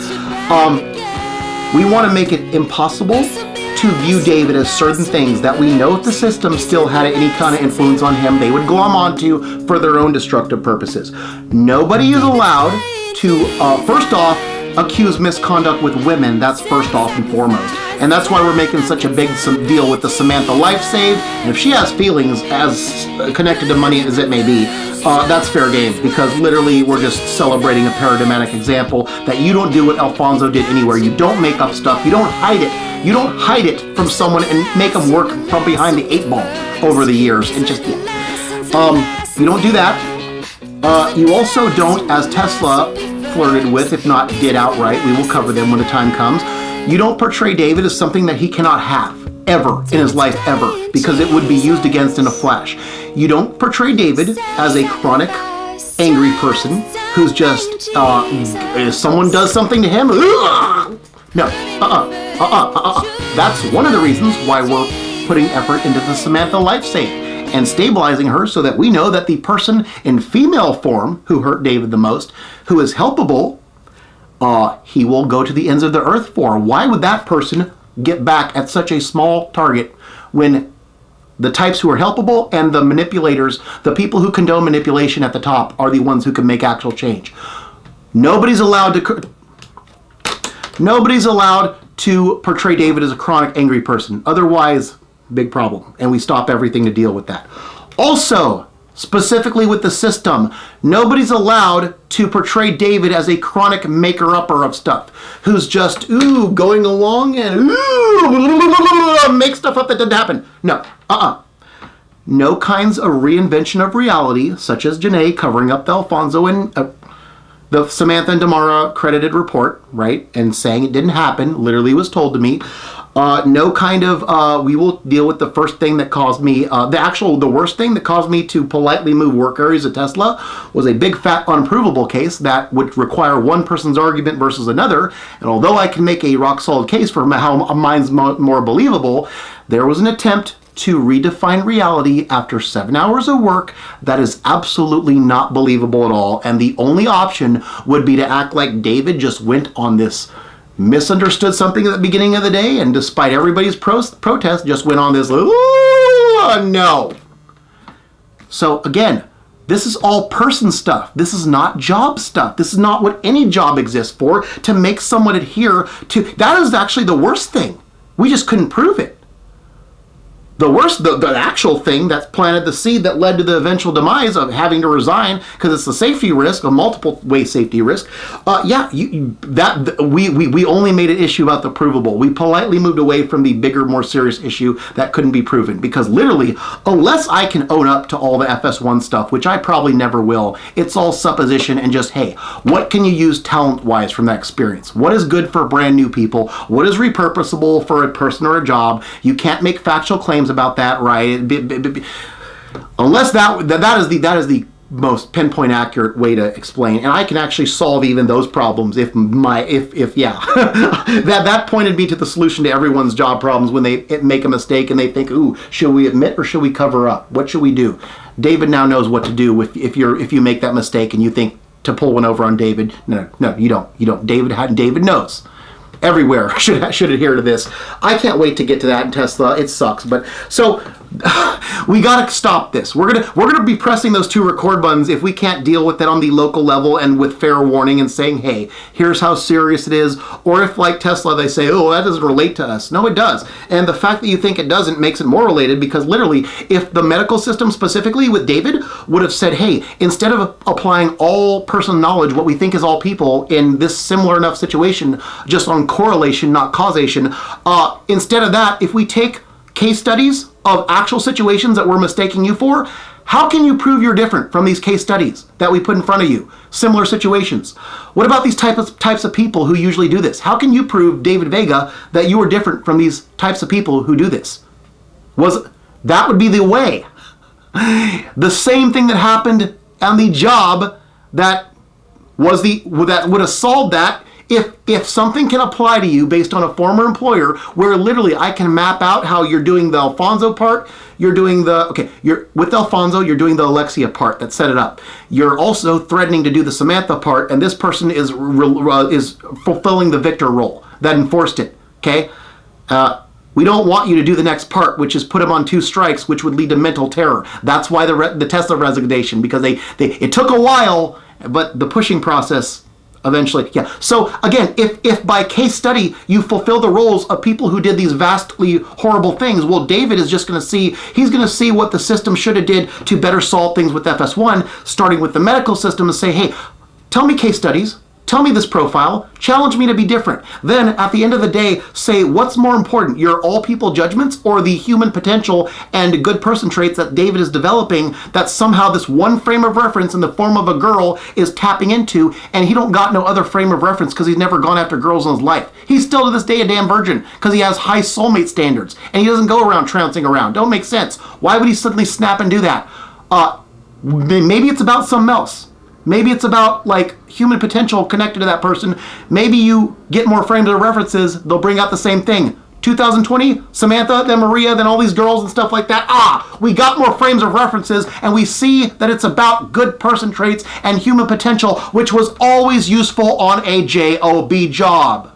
So it took way too long. That's why we are now 40 and now trying to use what is now transferable talents, which only Tesla in 2023 told me about, and start a life, but is inhibited by any kind of exterminator types that say, oh, lowest common denominators like this, let's mistake you this way. Oh, you have a transferable lesson? Too bad we only take transferable talents. No, you take the transferable talents with car manufacturing. Transferable lessons are my territory. That's person stuff. No job exists for that. Here's what I learned from being hurt by these people. Don't do the same. Or what does that say? Ooh, we have to put up with anybody who hurts us in the same way as people who hurt us in the past. Ooh, you got bad relationships out there? Tell me, what'd they do? What'd the guys who gave you a bad impression of all guy do? They do some horrible? Oh, so you don't want that done again. Interesting. Well, if we follow Tesla's example, who cares, right? Would you accept a relationship like that? No, you wouldn't. That's a horrible boyfriend or girlfriend who repeats what your ex did to you, no matter how horrible. And some girls can have horrible, I know some girls, I don't want to name names, but have had horrible things done to them. Imagine a work relationship is the same thing. An employment relationship is the same thing. You know something horrible happened at this company. If your people start to go through the exact footsteps and exact role, you need to not go down that path. Same thing as a relationship. You don't want your boyfriend or girlfriend doing the same thing as your exes. You don't want that in an employment situation either. Same deal. So we're gonna break this down. We're gonna cut this up. What happened at Tesla? Cut it up, dissect it, put it under the microscope, study it, maybe add some little solutions to it, see what color it turns. We're gonna go over the whole thing just to put this away. So it's all. And again, I know this is to EDD. I know this is to a judge, but hey, this was so stark to receive compared to what's responsible David did and the job relevant project he was working on. That is it. It's the long line of a bunch of psychotic things. So here we are. So before, I don't want to push the tape. Let's go over what I tended to go over. Okay, the story with FedEx. Here's how you know David's a super worker and he needs to be treated as such. And it shouldn't require coming back from behind an 8-ball like Erica Martin did. She was originally on Alfonso and Victor's, and I guess Noemi just overlooked it. We don't know who knows what, right? But regardless, Erica realized after a while I was not just a good worker, but I was a good guy. And I don't know what date it was, but there was some day where we were delivering to St. Rose Hospital, and we received for the first time ever these mammoth hospital beds that were just so much in number that it filled most of the trailer and pushed stuff out. For the first time ever, David couldn't lift something. He could, but like it was too hard to move and maneuver. It was slowing up the pace. I need help lifting. Yeah. David's one of these people where when David can't lift something, oh, we're all in trouble. I told Erica that and she agreed. Yeah. It's like that shirt. There's some shirt that says if such and such can't fix it, we're screwed. Same thing with David and lifting. So I was partnered with Maria's friend Zio at the time. It may have been when Maria was suspended. I can't remember. I was partnered with Zio, who she's not the lifter type. Yes, she can lift. We all can. But she's not physically built for it. I'll just put it at that. And I felt bad for her because if I was in her shoes, I wouldn't want to do so either, especially paired up with David, the super worker, who he would do everything himself if he could. It takes an extraordinary thing to break him like this. So I went to Erica, who was in another work area down the line, way down the line with Vika, her manager and everything. And I asked Erica, hey, I need someone to help me lift these St. Rose beds. And she had already saw him at that point, I believe. I said, who do you got? She said, we don't got anybody. I said, well, what about Vika? I've seen her lift. I know she's good.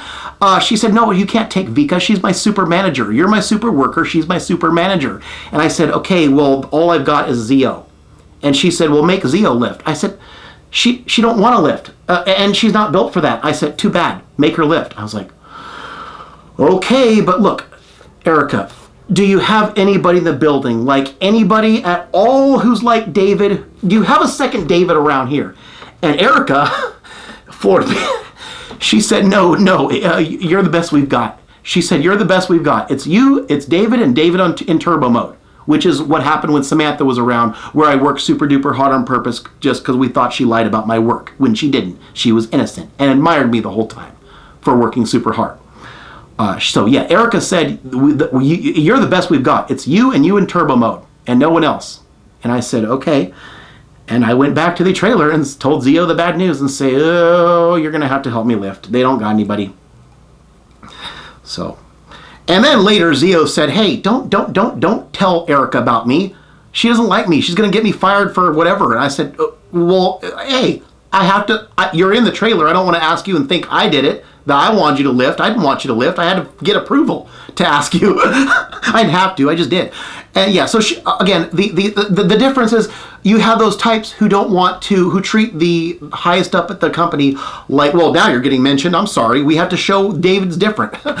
Most of the types that David's on the floor with, they treat the employer like they're the principal. And if you bring up their name, they're going to get in trouble for something. She did get fired for attendance later on, but it doesn't matter. She probably doesn't want to go back there anyways. And Erica's not there anymore. It's the guy who ruined my job over the condoned death threat. They all act like the employers are the principal and they're going to get caught if you mention your name. David's the only one who has a good rapport with them and says, how can you use me best? So maybe the answer is not to have any management, especially who don't know David, come in and dumb them down to that level, assuming we're all worthless. That's the solution here. If that's the case, we won't be on EDD in the first place and have to deal with such asinine ideas of whether a 450 from a penniless man because of this stuff should be brought back, or whether we split up the week and get 4 days worth of 450 divided by 7. Ridiculous. That's the story, FedEx. And then we have Samantha and the quote. So, like I said, there was 2 things that made my blood boil overnight. Number 1, actually the second thing, was the disturbance caused at home by this unnecessary paperwork that was already answered by Mr. Responsible here, who does not need so, which is why we're here making an issue of it. Big fat public issue, and we will push this till there's a change in the employment system for all. We will deal with this with Tesla. It doesn't matter whether you are or are not a super worker. Even if you've never been a day in your life concerned about others or the customer, or even if you've been the most maniacal scumbag in your life, whether it's with girls or whether it's with caring about others versus yourself, even if you cared nothing but yourself all your life, like an employment version of an Ebenezer Scrooge. If one day you wake up and say, I'm going to care about the company today, you need to have the freedom to do that. And if you point something out that raises a person issue in your effort to care about the company, that needs to not be stamped out. No, because what hope does it give people? So we're going to say that the way you treat David sends a statement as to what hope other people's have. Because David has a resume, didn't even know. Good person's traits, positive potential. It was hampered by the whole decade where FS1 was an influence and these 2 systems profiling him. You know, and the decade before that, all dudes. That's why we made Dude Inspiration Hunt, right? Always building good person traits and human potential. Always having to worry about being dragged down to the worst case scenario of what all people are like, no matter what system, before we can work and say, no, I'm better. So David is at the point in his life where he does not want to be put in a real life version, hopefully you know this movie, if not Google it, of the Shawshank Redemption, which by the way I hate. I don't like that movie at all. I hate that in film school. David does not want to have the employment version of the Shawshank Redemption brought on him everywhere he goes and take years and years and years appealing to the lower standard masses before he can be the standout worker that he already is and always been his whole life. But he must dumb himself down to whoever holds the power temporarily at the company and just be, I could be. No, he doesn't want that. No Shawshank Redemptions in real life. No, it wastes life. It wastes a guy who unpaid all his life was person caring and company caring in the FS4 capacity is what we now call it, with no Hall of Famer, but still it's a capacity. So that's why we're here. And we are going to show what Samantha said overnight that made my blood boil. We're going to show everything. What I'm going to do is, where's my damn phone?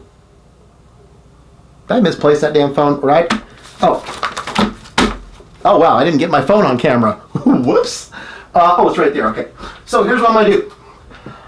I'm going to hold my phone up to the camera later and coordinate it with what I say because it's easier to show and read separately.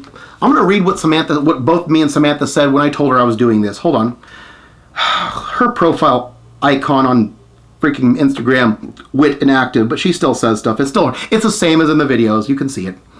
Okay, where are you at, Samantha? Okay, I'm going to read everything, and later on, I'm going to hold this up to the camera and scroll with the reading.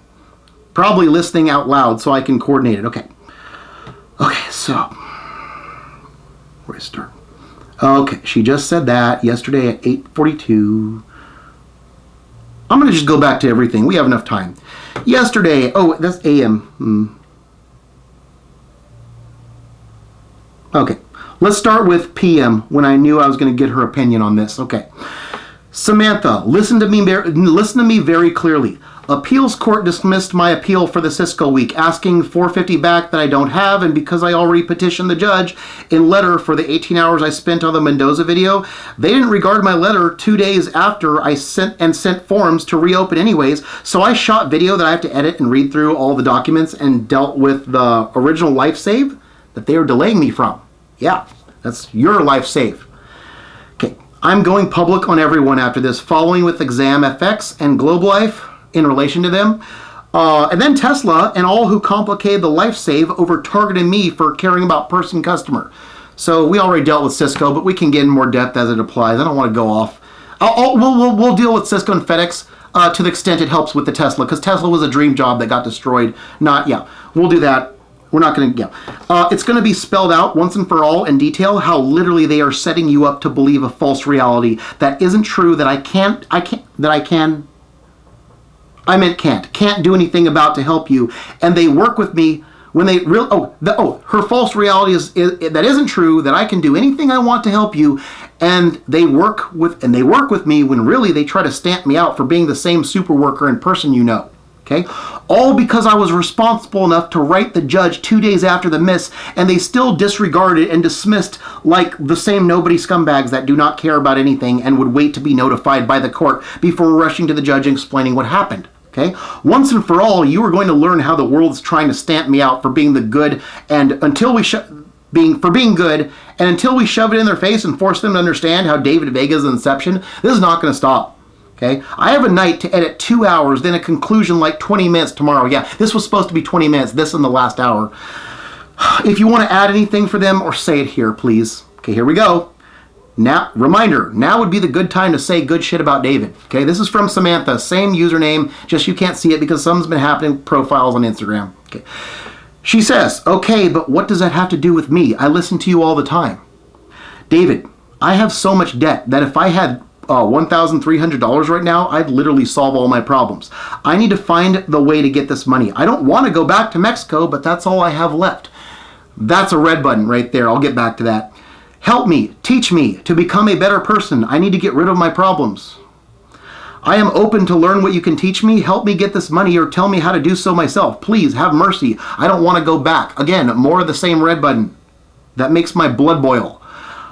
If I were to wear a dress slightly showing my down private, I know any guy would pay for it and give me the money. But I am not a slut. I wish I had a man who would help me get this money for nothing other than being loyal to him. Oh, so David with 574 you saw in his account supposed to prove his loyalty with money he can't possibly get because people are doing this shit, because people keep doing this to him. I can't believe how much you ignore the fact that I, Samantha, literally beg you. What if I do a photo session for you? Would you help me if I do exclusive content just for you? Remember, this is the same person who was lied about in the name of, who we thought accused me of sexual harassment, but it was actually Alfonso, some guy who probably has some horrible view of all women. Would you, if I dress up as the Virgin Mary and show you my pussy and let you devour me, praying on your knees to taste me? Yeah. That's the person who terrorized David's FedEx life and had him working from behind the 8 ball with 2 false sexual harassment reports just from talking about work. Once to her and once to Damara. That was actually moonlighting, but I didn't know the policy. It wasn't moonlight. They didn't fault me for moonlighting. They just made up shit for some girl who we have proof now was fine with me. But now I responded. But what does that have to do with me? I listen to you all the time. Samantha, this is never going to end. This is my response. Samantha, this is never going to end unless all systems, especially employment, stop acting like exterminators trying to stamp out good people who care. Okay? It should not be hard to find a job, and literally, if they can go 2 weeks, me having detail responding to the missed hearing and still dismissed like I'm just another nobody, then we need to go public on them all right now. We do. Okay? Now I'm responding to the debt. Samantha, stop fucking saying those words. Oh, about Mexico, I think. If you say that, you are a scam. Or, okay, it's one of the two. We'll see. I will literally find all the emails where you portrayed it as a death trap. Oh, Mexico. Okay, that's what we're talking about. And swore you'd never go back. A fucking death trap is not a tool to extort me for money that I cannot get no matter what I do. Okay? If you literally think that saying that, let alone doing that, means David suddenly magically gets money to get you out, then you are delusional and need to be locked anywhere. You need to be locked anywhere that will prevent you from doing so for your own good, or you will die this time, because I am not fucking God, and EDD, nor Tesla, nor any employer will give me money just because you know I am a good person who should never be fucked with like this in the first place.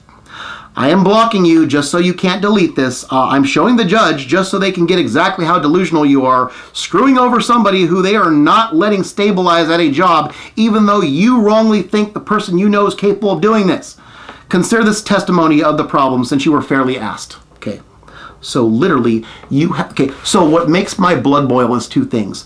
Number one, any suggestion of going back to Mexico, which would be a fourth time, is literally putting me in harm's way. And because if she only depends on me and portrays, we don't know. Yes, it plays like a scam. And she could be testing me to see if I'm going to prove myself with money, right? As those types projectamundos would do. But here's the thing. If we don't have David stabilizing and having that be no problem, he can't use that same amount that she's asking for to pay for a private investigator to do whatever little phone tricks they might do. I don't know, because I don't know how they work, to see where she's actually at, where this is actually coming from, what the deal is, and maybe see what we can do about that. Because otherwise it's law enforcement and they're less likely to work because literally this is over their heads. It's a fraud crime, and yeah, we have to deal with their little misconceptions of all people. So literally, David, if he had money, no problem, would get her investigated first. But if money is a problem, literally, and I told the HPD this, hey, this sucks, because if I don't have a stable job and money, I can't get her investigated. And if she's depending on me like she did at Tesla to be saved from Mexico, if it's for real and I need to send a statement to the system, I don't think I told him this. I may have, I don't know. If I need to send a statement to the system that David is not on FS1 anymore, he wants to send a precedent-setting example that he would help whoever comes back to him who hurt him, especially in female form. Literally, it's cheaper, unfortunately, to pay to get her out of Mexico, were she to be there, than it is to pay an investigator just to find out the same thing that could be same or different. And oh, you wasted money on an investigator when you could have helped her if it's for real, and you wasted money if it's an investigator, and she's lying to you, and what do you do now? It's either send her to prison for fraud crime, or figure out how to see if she can be found, bring her back in person, stabilize, hook her up with a job, a living situation, all that stuff, right? It's actually cheaper to keep paying her than it is to save up for an investigator or deal with the time issue. It would be a mammoth fraud report because she's committed so many, like 30 plus chargeable felony offenses. She doesn't realize it, and on top of this is the fact that she's like young David in FS1 shoes, and the last thing David ever wants to do is hurt someone like he was. Okay, David, I would if the only way I could help Samantha is to get her locked up and ruin her life the same way I was, I would rather be burned alive than to do the same thing to someone else that was done to me. I would never, I would be right there I'm working with whatever public defender, working with whatever doctors who want to treat her delusion. I would never abandon her. I would literally say, burn me alive before I hurt her the same way that I was hurt. It has me at 40 figuring out just how I work right now. So it's a conundrum, because she mentions the Mexico thing, and whether it's real or not, it shows that people are looking up to the David for the super worker and good person he knows, and he has the abilities to fight out of this paper bag. But the paper bag just refuses to break. That's the exterminator type who says, oh, You are against our our person inadequacies. You won't. Our juvenile lessons that we want to hold you down to regarding phone usage, even though it was job relevant. Ooh, you won't let us make a 100% provable false report where we didn't even look at the evidence. Ooh, you won't put up with there being no way to point to the possible destruction of a $140,000 car. Ooh, you follow the if you see something, say something policy. Oh, we must stamp you out. Ooh, what's next? Ooh, you didn't say please excuse me to that person who you want the package from. We must stamp you out. What's next? Miguel with Cisco. Ooh, you're panicking out of the bathroom. We're concerned about your making attendance if your ride breaks down. Ooh, that involves stamping out whoever depends on you. With FedEx. Ooh, you won't put up with Savannah defaming you in front of everyone, making up lies, and then death-threatening you for bringing back customers' package the same day, rather than letting them sit in trailers for weeks. Oh yeah, ooh. You won't put up with constant mental torment that weighs on your every move, and where you gotta worry shifty-eyed on who's gonna make up stuff behind your back. Ooh, you won't put up with that. Down with David, down with David, down with David. Smash him out, smash him out, smash him out! On the street, smash him out, make him lose everything, smash him out, all because of not putting up with person inadequacies when no job exists for that purpose. And he won't be a good little slave who just ho-hums it, worries about, ooh, you're not going to be able to provide for anyone. Ooh, she's going to die in Mexico if she goes back there and it's for real. Really? Okay, so this is going to stop. If you've watched this far, and I hope you have, we're going to stop this everywhere. This is ridiculous. And you saw how sexual she got, right? The same things can be done for the real feelings we developed over this. We have to, that's why we make video. We showed the progression, mostly in male-only fans. We showed some segments, and there's like the 3-on-1 game repurpose. Yeah. We develop real feelings, but she's turning them into prostitution, like tit for tat type of, like very quid pro quo-ish, which is ridiculous, because like I said, I can earn those on my own merit. That's why we make videos to honor people. We don't just say, yeah. And we're also documenting how she's doing this from a broke guy who's been broken by these same types on the job, so that she can't say, oh, she thinks I'm a king on a pile of cash, living in a mansion, going, oh, I will hold stuff over her. Oh, show me some tits, give her some money. No, she has that delusion in her head that it's easy for me, and it's not. Literally, if it were, there would be eyes on me to get that into a talent agency and get hired in entertainment. There would be eyes on that, everything. Let's get on. Okay, so that we've reached the end. If this doesn't bother you and boil your blood too, and have you saying, hey, how can we get David to be in some level of management or on the fast track, unmolested by exterminator types? I don't know what's wrong with you. I don't know if you're watching this and you don't get this. This is ridiculous. I should have the option to deal with her as I want. And at worst case scenario, if she's in Mexico, where's my vacation time? Do I have to work a year at a job to get vacation time? Can I go over in person and pick her up in person? I would, but I have to have a reservoir of money so I don't get stranded, right? Yeah. So yeah, I will put aside all my bad feelings on whoever is over there and keeping her and shit just to get her out and get this wrapped up. We're gonna go over a quote to end this. This is the theme of why we no longer view anything too small to squash and get to the bottom of, and stopping everything if it's serious enough. Whether it's a questionable sexual harassment report of talking 100% about work on the job during lunch when you're bored to tears and that's all you've got going in your life, right? Which is what the complaint at FedEx was that we didn't know Alfonso made up. Or whether it's this phone usage thing that was for job purposes, the first text to my supervisor at Tesla, 100%, you can't do that. It was used for job purposes. That's allowed, and it's for customer. Or the perception-based stuff on how can we point out the risk to a product when the details person was fairly warned and they're lying? They make no logical sense saying that they never did that, when if they didn't, we wouldn't be having this discussion because David would be fine with it. That's what we were understood to be. Yeah, we can't have that. We can't have that. So, nothing is too small, because as things played out over time with Tesla, much like Samantha at FedEx with the other guys who got fired over her little capade of harassment reports, but are immature, so more believable that they did stuff. she lost credibility over time. No one believed her after time. It was like crying wolf with the whole like, ooh, you're fine. Feeling dictators is what I call them. Like, ooh, let's make stuff up about you. There's your job. Ooh, let's make stuff up about you. There goes your job. Ooh, make stuff up. Just feeling dictators, just it's destroying jobs everywhere they go. That's why I compared her to the bad guy in Walker, Texas Ranger, that killed Walker's parents. This made a meme. This made an extended metaphor in a project that hasn't been released yet because we're still looking for an end. Yeah, so a trail of jobs and destroyed stuff over a person who acts like this. She lost credibility over time.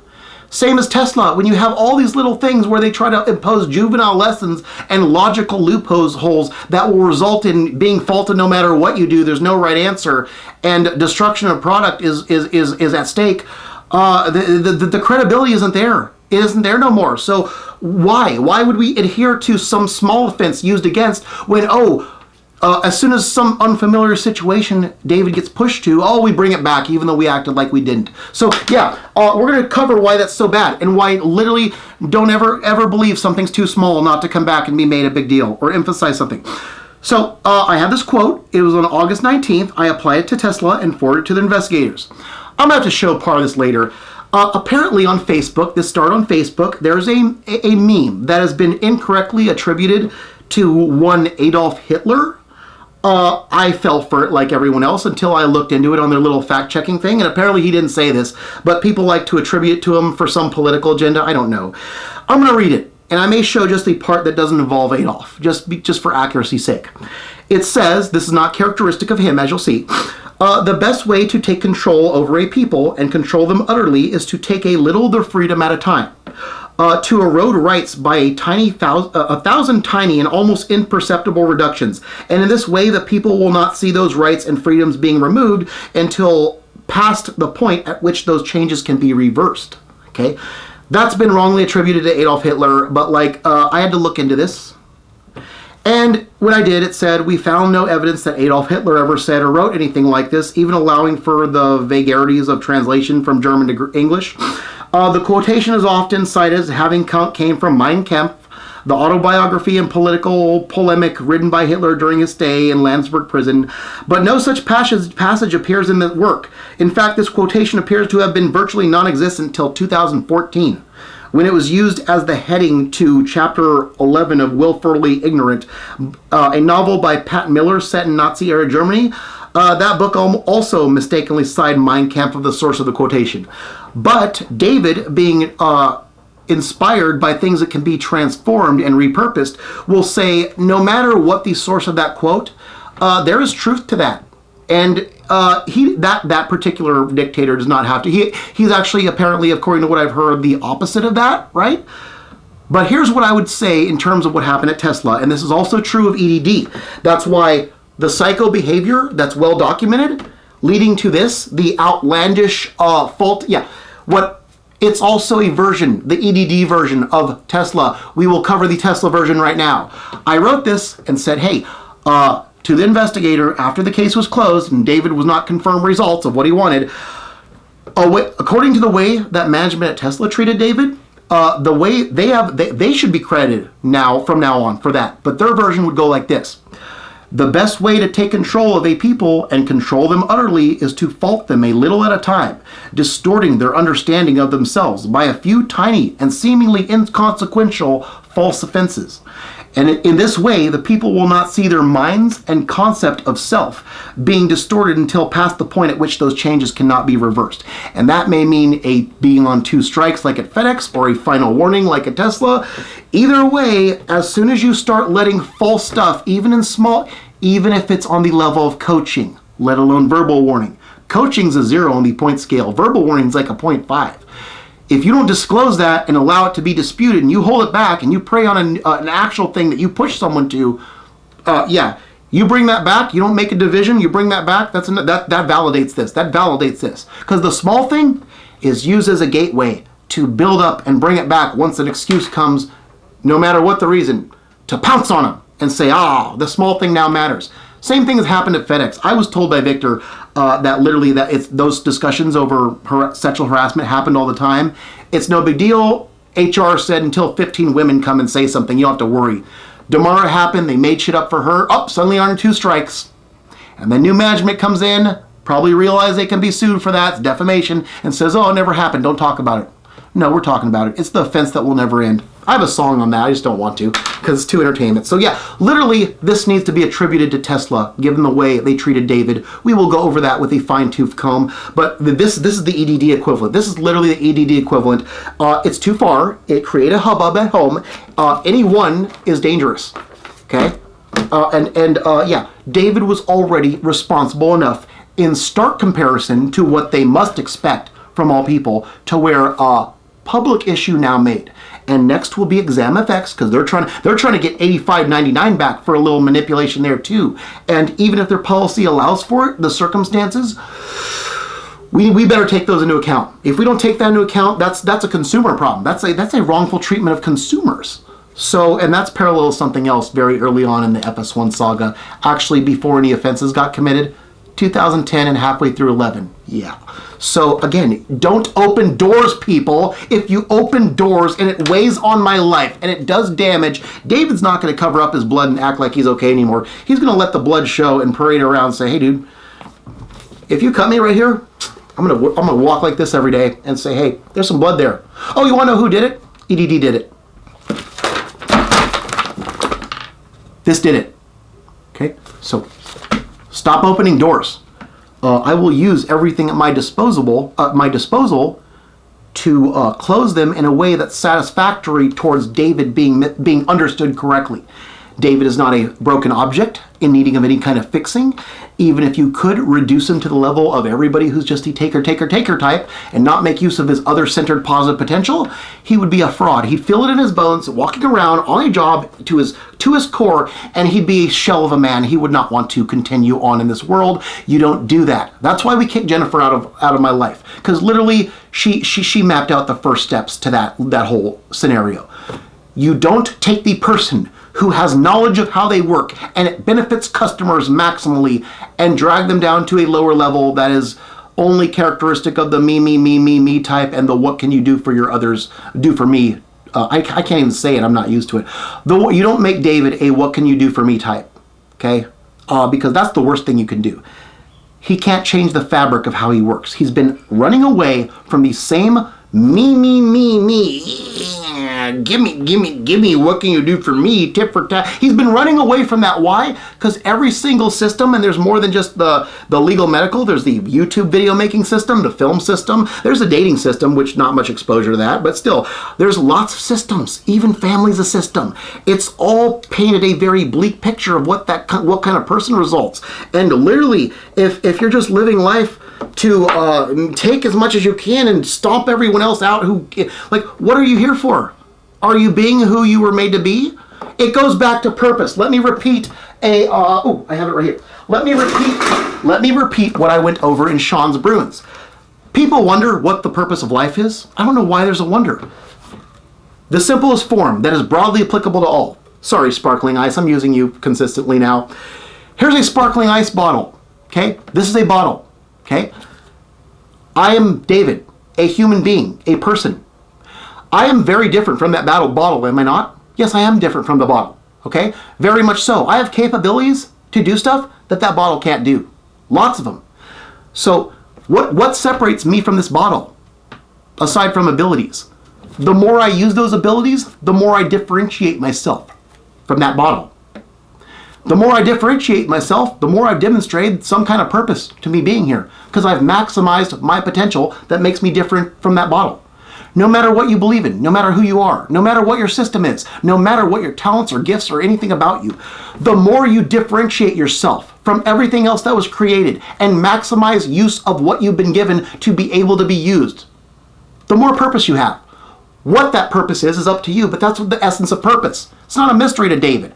So on the job, what that translates to is he who is the same human being, right, in all of his whatever makes him him, whether it's outside or inside, the more you use what you are made with, outside or inside or both, to serve customers, the more purpose you have to be hired at that job, because the better job you've done for what the job's there for.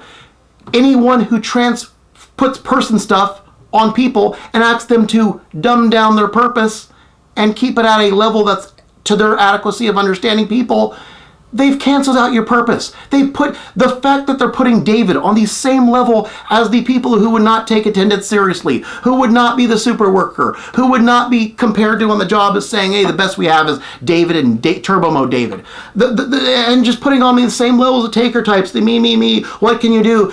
That's destroying David's purpose. He's built it up for 40 years. He's only now realized how he's worked. It's called the Firestar system. Make use of it. Or why am I here? Why is anyone here? If you can't embrace David for what he's built and give everyone else hope that even if they wake up one day and say for the first day ever, I'm going to be concerned about others, of which customer and company is one of them, if they can't wake up and turn a new leaf just like that, even if they've been an Ebenezer Scrooge, because you treat David this bad, what hope does anyone else have? None. Why would you do that? And no 8 balls, no working from behind the 8 balls, no real life Shawshank Redemptions. Holy shit. That wastes life, and all for, yeah. Don't lock, the answer to Shawshank Redemption, don't lock them up in the first place. You would have no movie, but who cares? I don't like that movie. You would have no movie, but it's not supposed to be a movie. Real life, working yourself from behind an 8 ball. That's why I don't like that movie. I don't like that movie anyways. David Vega hates the Shawshank Redemption. Print that on USA Today. All right, so we're good. We're good. That is all I need to do. Now I have a massive editing job. So that's great. Exam Effects, you're next. Tesla, you're after. This is going to stop.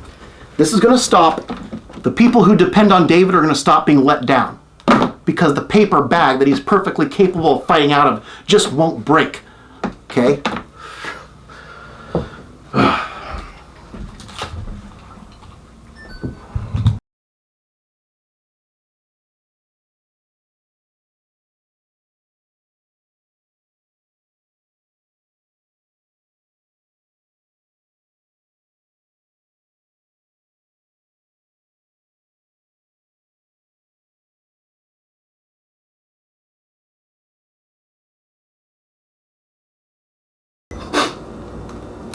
We good? Okay. Hey everybody, I know, this is David here. I know I said we would be done. I probably covered a lot of what I'm going to say earlier, but I'm in the editing process. I want to let you know, this is Samantha. Hold on. See that right there? I'm not going to say that. It's too fucking stupid. So, see that username? Now, I'm going to explain for the whole world why this is a danger, okay?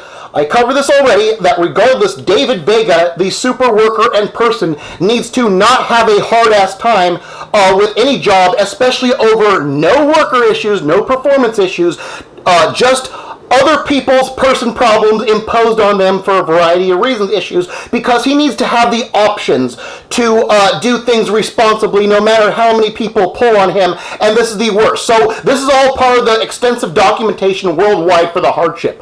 I just unblocked Samantha last night, and I'm going to show you why she has to be blocked on default and why this is a serious thing, and especially if she's scamming, but regardless, I'm going to show you how that conversation went. Hold on just a second. Let me go back to the beginning. I have to first show you a video. I'm going to show you why I unblocked her. This is what happens when you try to interact with her. Okay, so I sent her a video on the actual Sidney Crosby, right? Where was it at? Okay, 6:22 a.m. I believe this was in the morning. Yes. Okay, so that's the morning. I said Samantha. Okay, there's a video on. Hold on. Watch this clip of the actual Sidney Crosby. Okay, so you're going to watch this and you're going to see what I said. This is what happens when you try to interact with her normally. Here we go. Oh.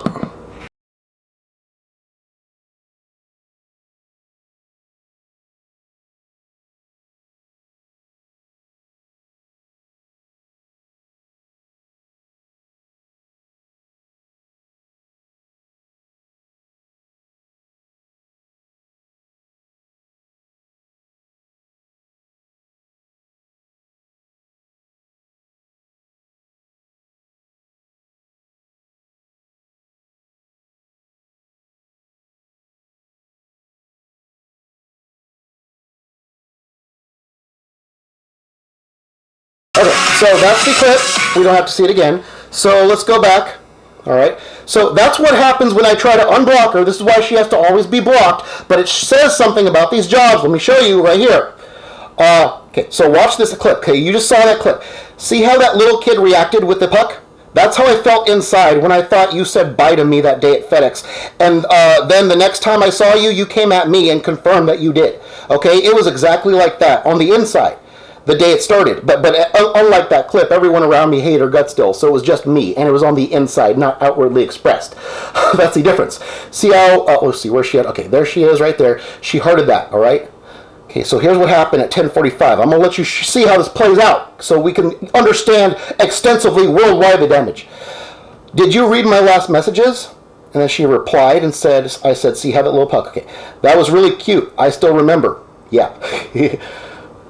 David, why can't you help me like you did last year? Oh, she thinks that everything's repeatable, including all the EDD struggles, the struggle to make videos to set up an entertainment career that I'm supposed to be in, as well as use taxpayer money to help her, as well as try to get back with these jobs that, like Cisco with Miguel's little panic thing, and Tesla's overtime incompetence, we will go over you very in depth right now under a fine-tooth comb, like I said, and FedEx setting this up for defamation regarding both of us, and bullying on her sin. She thinks that despite all that, I can continue to make a trail of lost jobs and enemies made over the, oh my god, I must save this life, ooh, that people don't understand gives someone increased reason to benefit company and make things work out, not some sort of like, yeah, they have a false idea. So she thinks I can repeat that whole trek that where every life and limb, everything was like Back to the freaking Future, where everything can be destroyed in these swift few seconds, and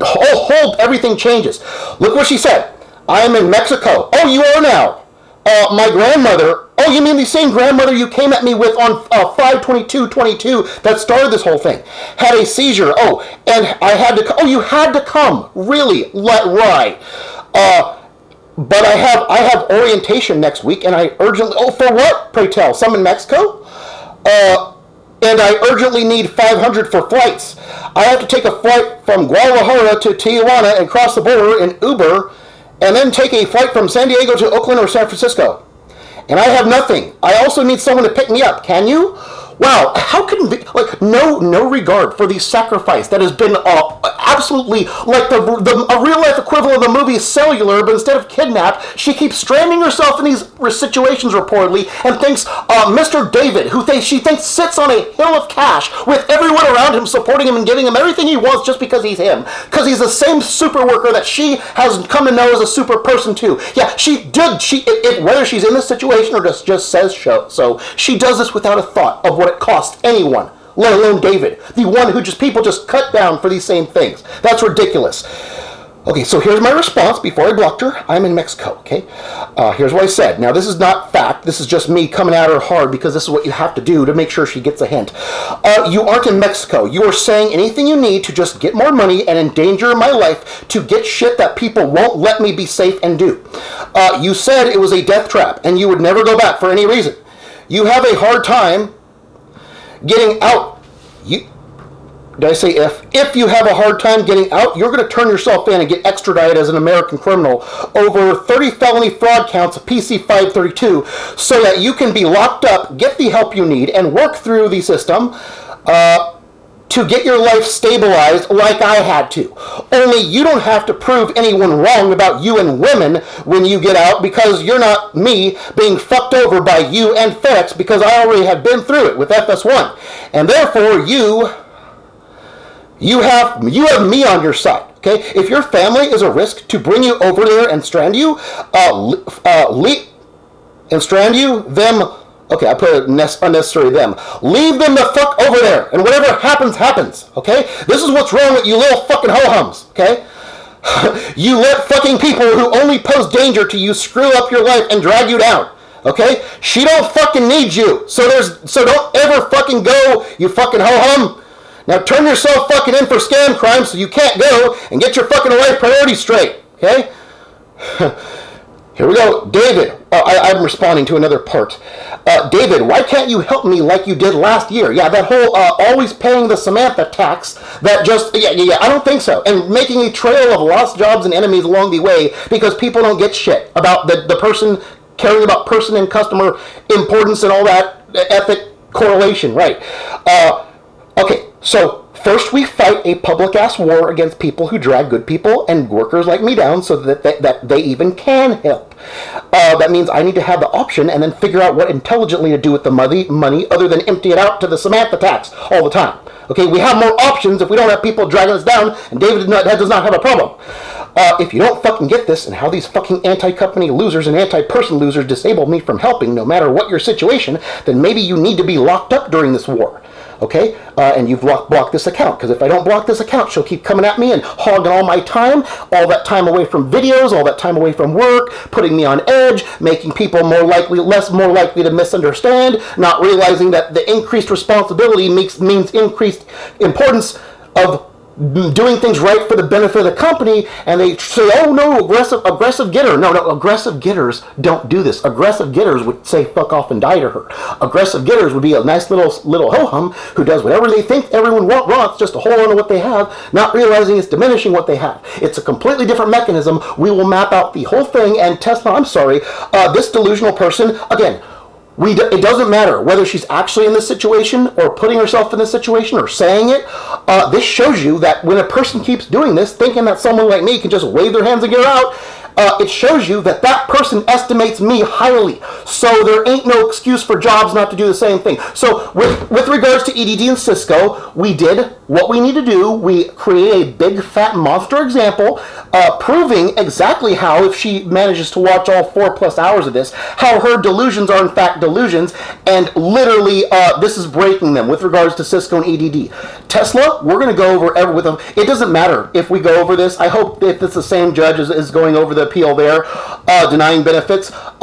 Whether it gets corrected or not, we will go over every last detail with Tesla for many reasons, some of which are awareness as well as my own protection there. But at the very least, we're going to have to do the same thing here. We're going to have to completely break her delusions so it can be spelled out whenever she has time to watch 4 hours, and I honestly think it should be in a cell of some type. Say, hey, here's how things don't work out for David for the exact same reasons that you wrongly think it can.